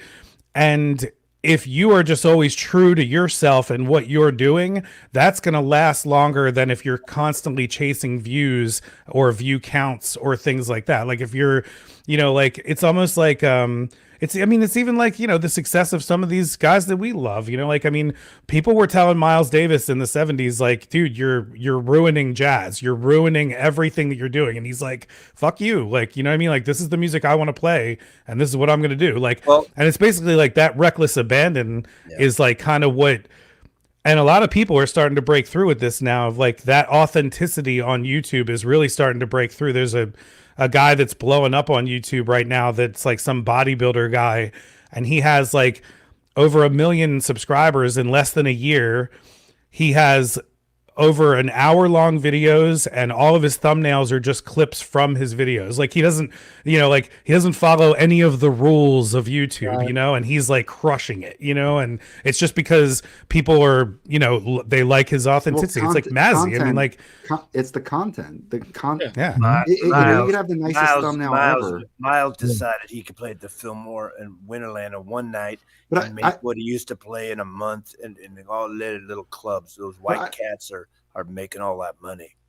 I think also, and Mazzy, you're in a position to give your opinion on this, being one of the bigger channels in the VC, right? If you put a video out and it gets 200 views, like you mentioned, like the producer one, that's okay. Like not every video needs to be a home run. Like this is something we do, as like a side hustle or hobby. It's not even a hustle. It's just like something that we have fun doing. Yeah. And we don't need to close, have it, always like, it's okay to have a video that goes out and bombs, and the next one you do another one. And then at the same time, there's a couple of points I want to add. If we have a video that gets 200 views, 75 of them are from Mike watching the video over and over again. If we have a video that gets 200 views, but also, I'm not going to ignore that and say, I'm going to say like, well, why was this? I mean, It's also like, the engagement, I think, is a way to, I don't know, it's a way to gauge the audience. This is why like it's so important to never ever buy engagement, because Yeah. That's such bullshit. You don't know if it's working or not. Do you edit know, these videos? Like, do you edit this video? No. At Not all? not the live streams, no, but all our other videos. If you want to cut a little bit out, can you? I mean, we could, but I want it's a lot of If work. you need Do to, what you can we? feel. Is that possible to do? Let's just end it, and you can tell us whatever you want to tell us. We can like end this. No, I stream already and said gossip. things earlier, like an hour, 2 I hours. really don't think you have to be worried about that at I think all. we're anything, yeah. I mean, it's not like it. Yeah. Oh yeah. No. But if we can, I mean, can we do that? Oh, you Yeah. totally can do it, but don't worry about it. Don't worry about it. All right. You go on YouTube honestly, Studio and yeah. Thank you for having me. Nice to see you, Rocco. Yeah, nice to see you too. Done a man. couple times with you, but yeah, it's nice to see you guys. Yeah, I want to do more stuff. You know, like I'd like to. Dude, I love watching your stuff, and I love the energy that you have about the fact that you're always putting stuff out. I just love it. You know, I like working, and I've been, as you know, I ended my official career, except I still do some consulting and some things, but I've always been engaged, but even before I did that and during, music has been my passion. And a lot of people my age, I have two other friends my age-ish who buy new music. There's Jashit Brooks that goes to see punk. He goes to Knoxville, to Big Ears. He used to go to South by Southwest. He's into jazz and avant. He's the guy, my first roommate, that got me into jazz in 1973. Melinda, crushing it. And it's great. And then, but I still buy new music. I have tomorrow morning my best of new records come out. No jazz. Jazz was separate. This is pretty much pop and rock.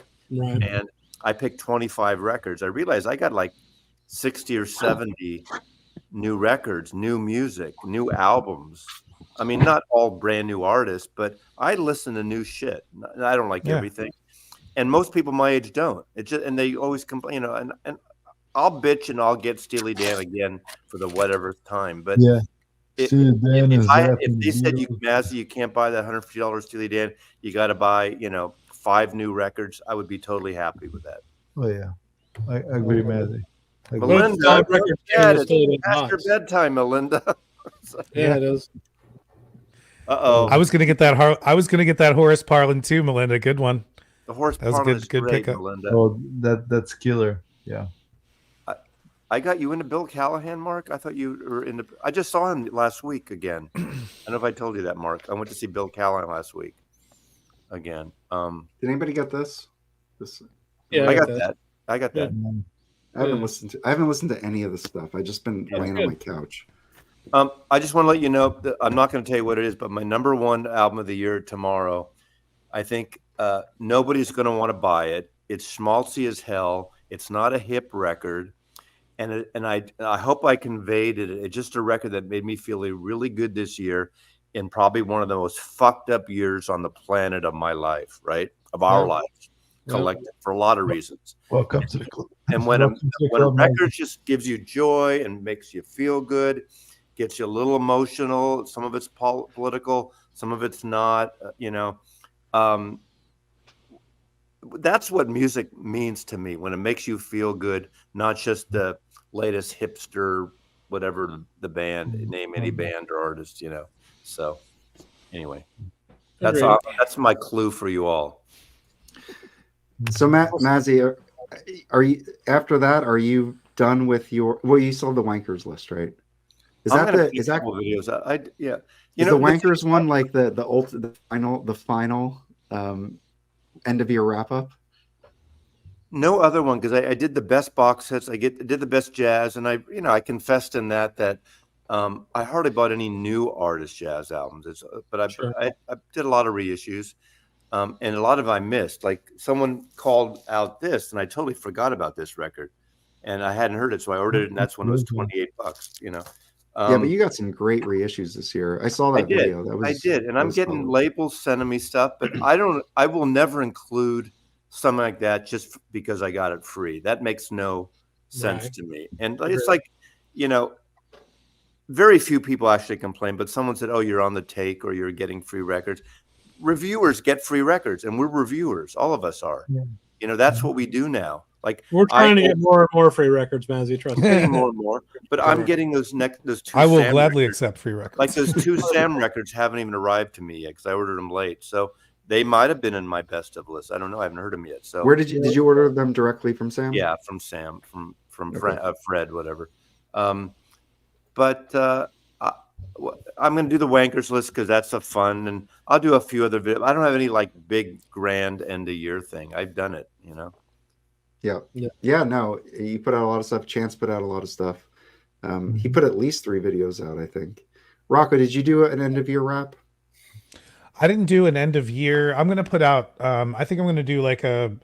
Everybody's been doing those like best of 23 things, and so I've been considering it of like, should I do like best of 23 of like new artists that came out in 23 that I got, or like just new records that I got in 23 that are my favorites. But I'll probably do something like that before New Year's, like in between Christmas and New Year's. I'll probably put that out.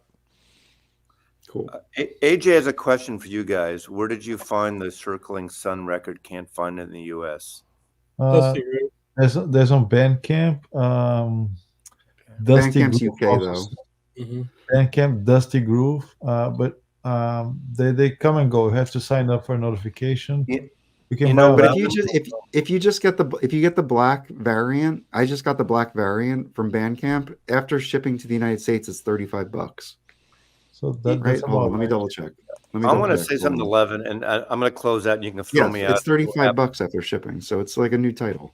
You can throw me out, but 1188 says, why was 23 fucked up way better than COVID lockdowns? For me personally, the COVID lockdowns, as fucked up as they were for a lot of people, a lot of businesses, were kind of like a reset in a way in the world. It was quiet. There was a certain peaceful thing. We got wars going on. We got politics. We got, shit happening. We got all this bullshit in the world right now, and it's sad. Yeah. That to me, it's worse than during lockdown. That's just my opinion. That's fair. I'll leave it at that. I think that's valid, and it's just different. Like these are obviously these haven't been easy for years everybody. in any way. For everybody, I feel blessed, and lockdown wasn't as bad in some ways. I work at home anyway. My business died for 2.5 years, completely, because no one did photo productions. But and I lost some friends, which was fucked up. But the way things are going right now, every single day, and I'm a political junkie, and you guys know that. So so that's part of the problem too. So yeah. Well, I will say I feel like record collecting is a really good like space to get away from that type of stuff, and I feel like it's only a positive thing. That's more people should get into record collecting. More people should watch our channels and join our streams and start your own YouTube channels, because it's a positive, it's a net positive, except to your bank account. That's a negative, literally. Just watch our stream and buy our merch, and then watch our stream again and buy more merch. Watch our stream and buy our merch. Yeah. All right, well, we're gonna wrap it up. Adios. This was great. Thanks for joining. Yeah, this was Rocco. awesome. This is very cool. Merry Christmas, everyone. This was a very good time. Happy holidays, all your good stuff. Thanks for the recommendations on the Music Matters stuff. Get well, and check it. Thank you. And check out that Ellington. Yes, really. Yeah, I definitely really think you'll dig that. Thanks, Mazzy. I'm feeling better, but like I feel like I'm just gonna sound like this for the next 2 weeks. Did you get the Fire box set, the Fire Orchestra? You guys into that Rune gramophone? I think it's hard to get now. Someone told me I haven't bought any of those. Someone told me Rune Gramophone is closing down, which is a shame. It's a great label. I love that box set. Anyway, so Vibrasonic mentioned it just now. So that was in my top 3, I think. Right. Hey, good night. Night. All right. See you.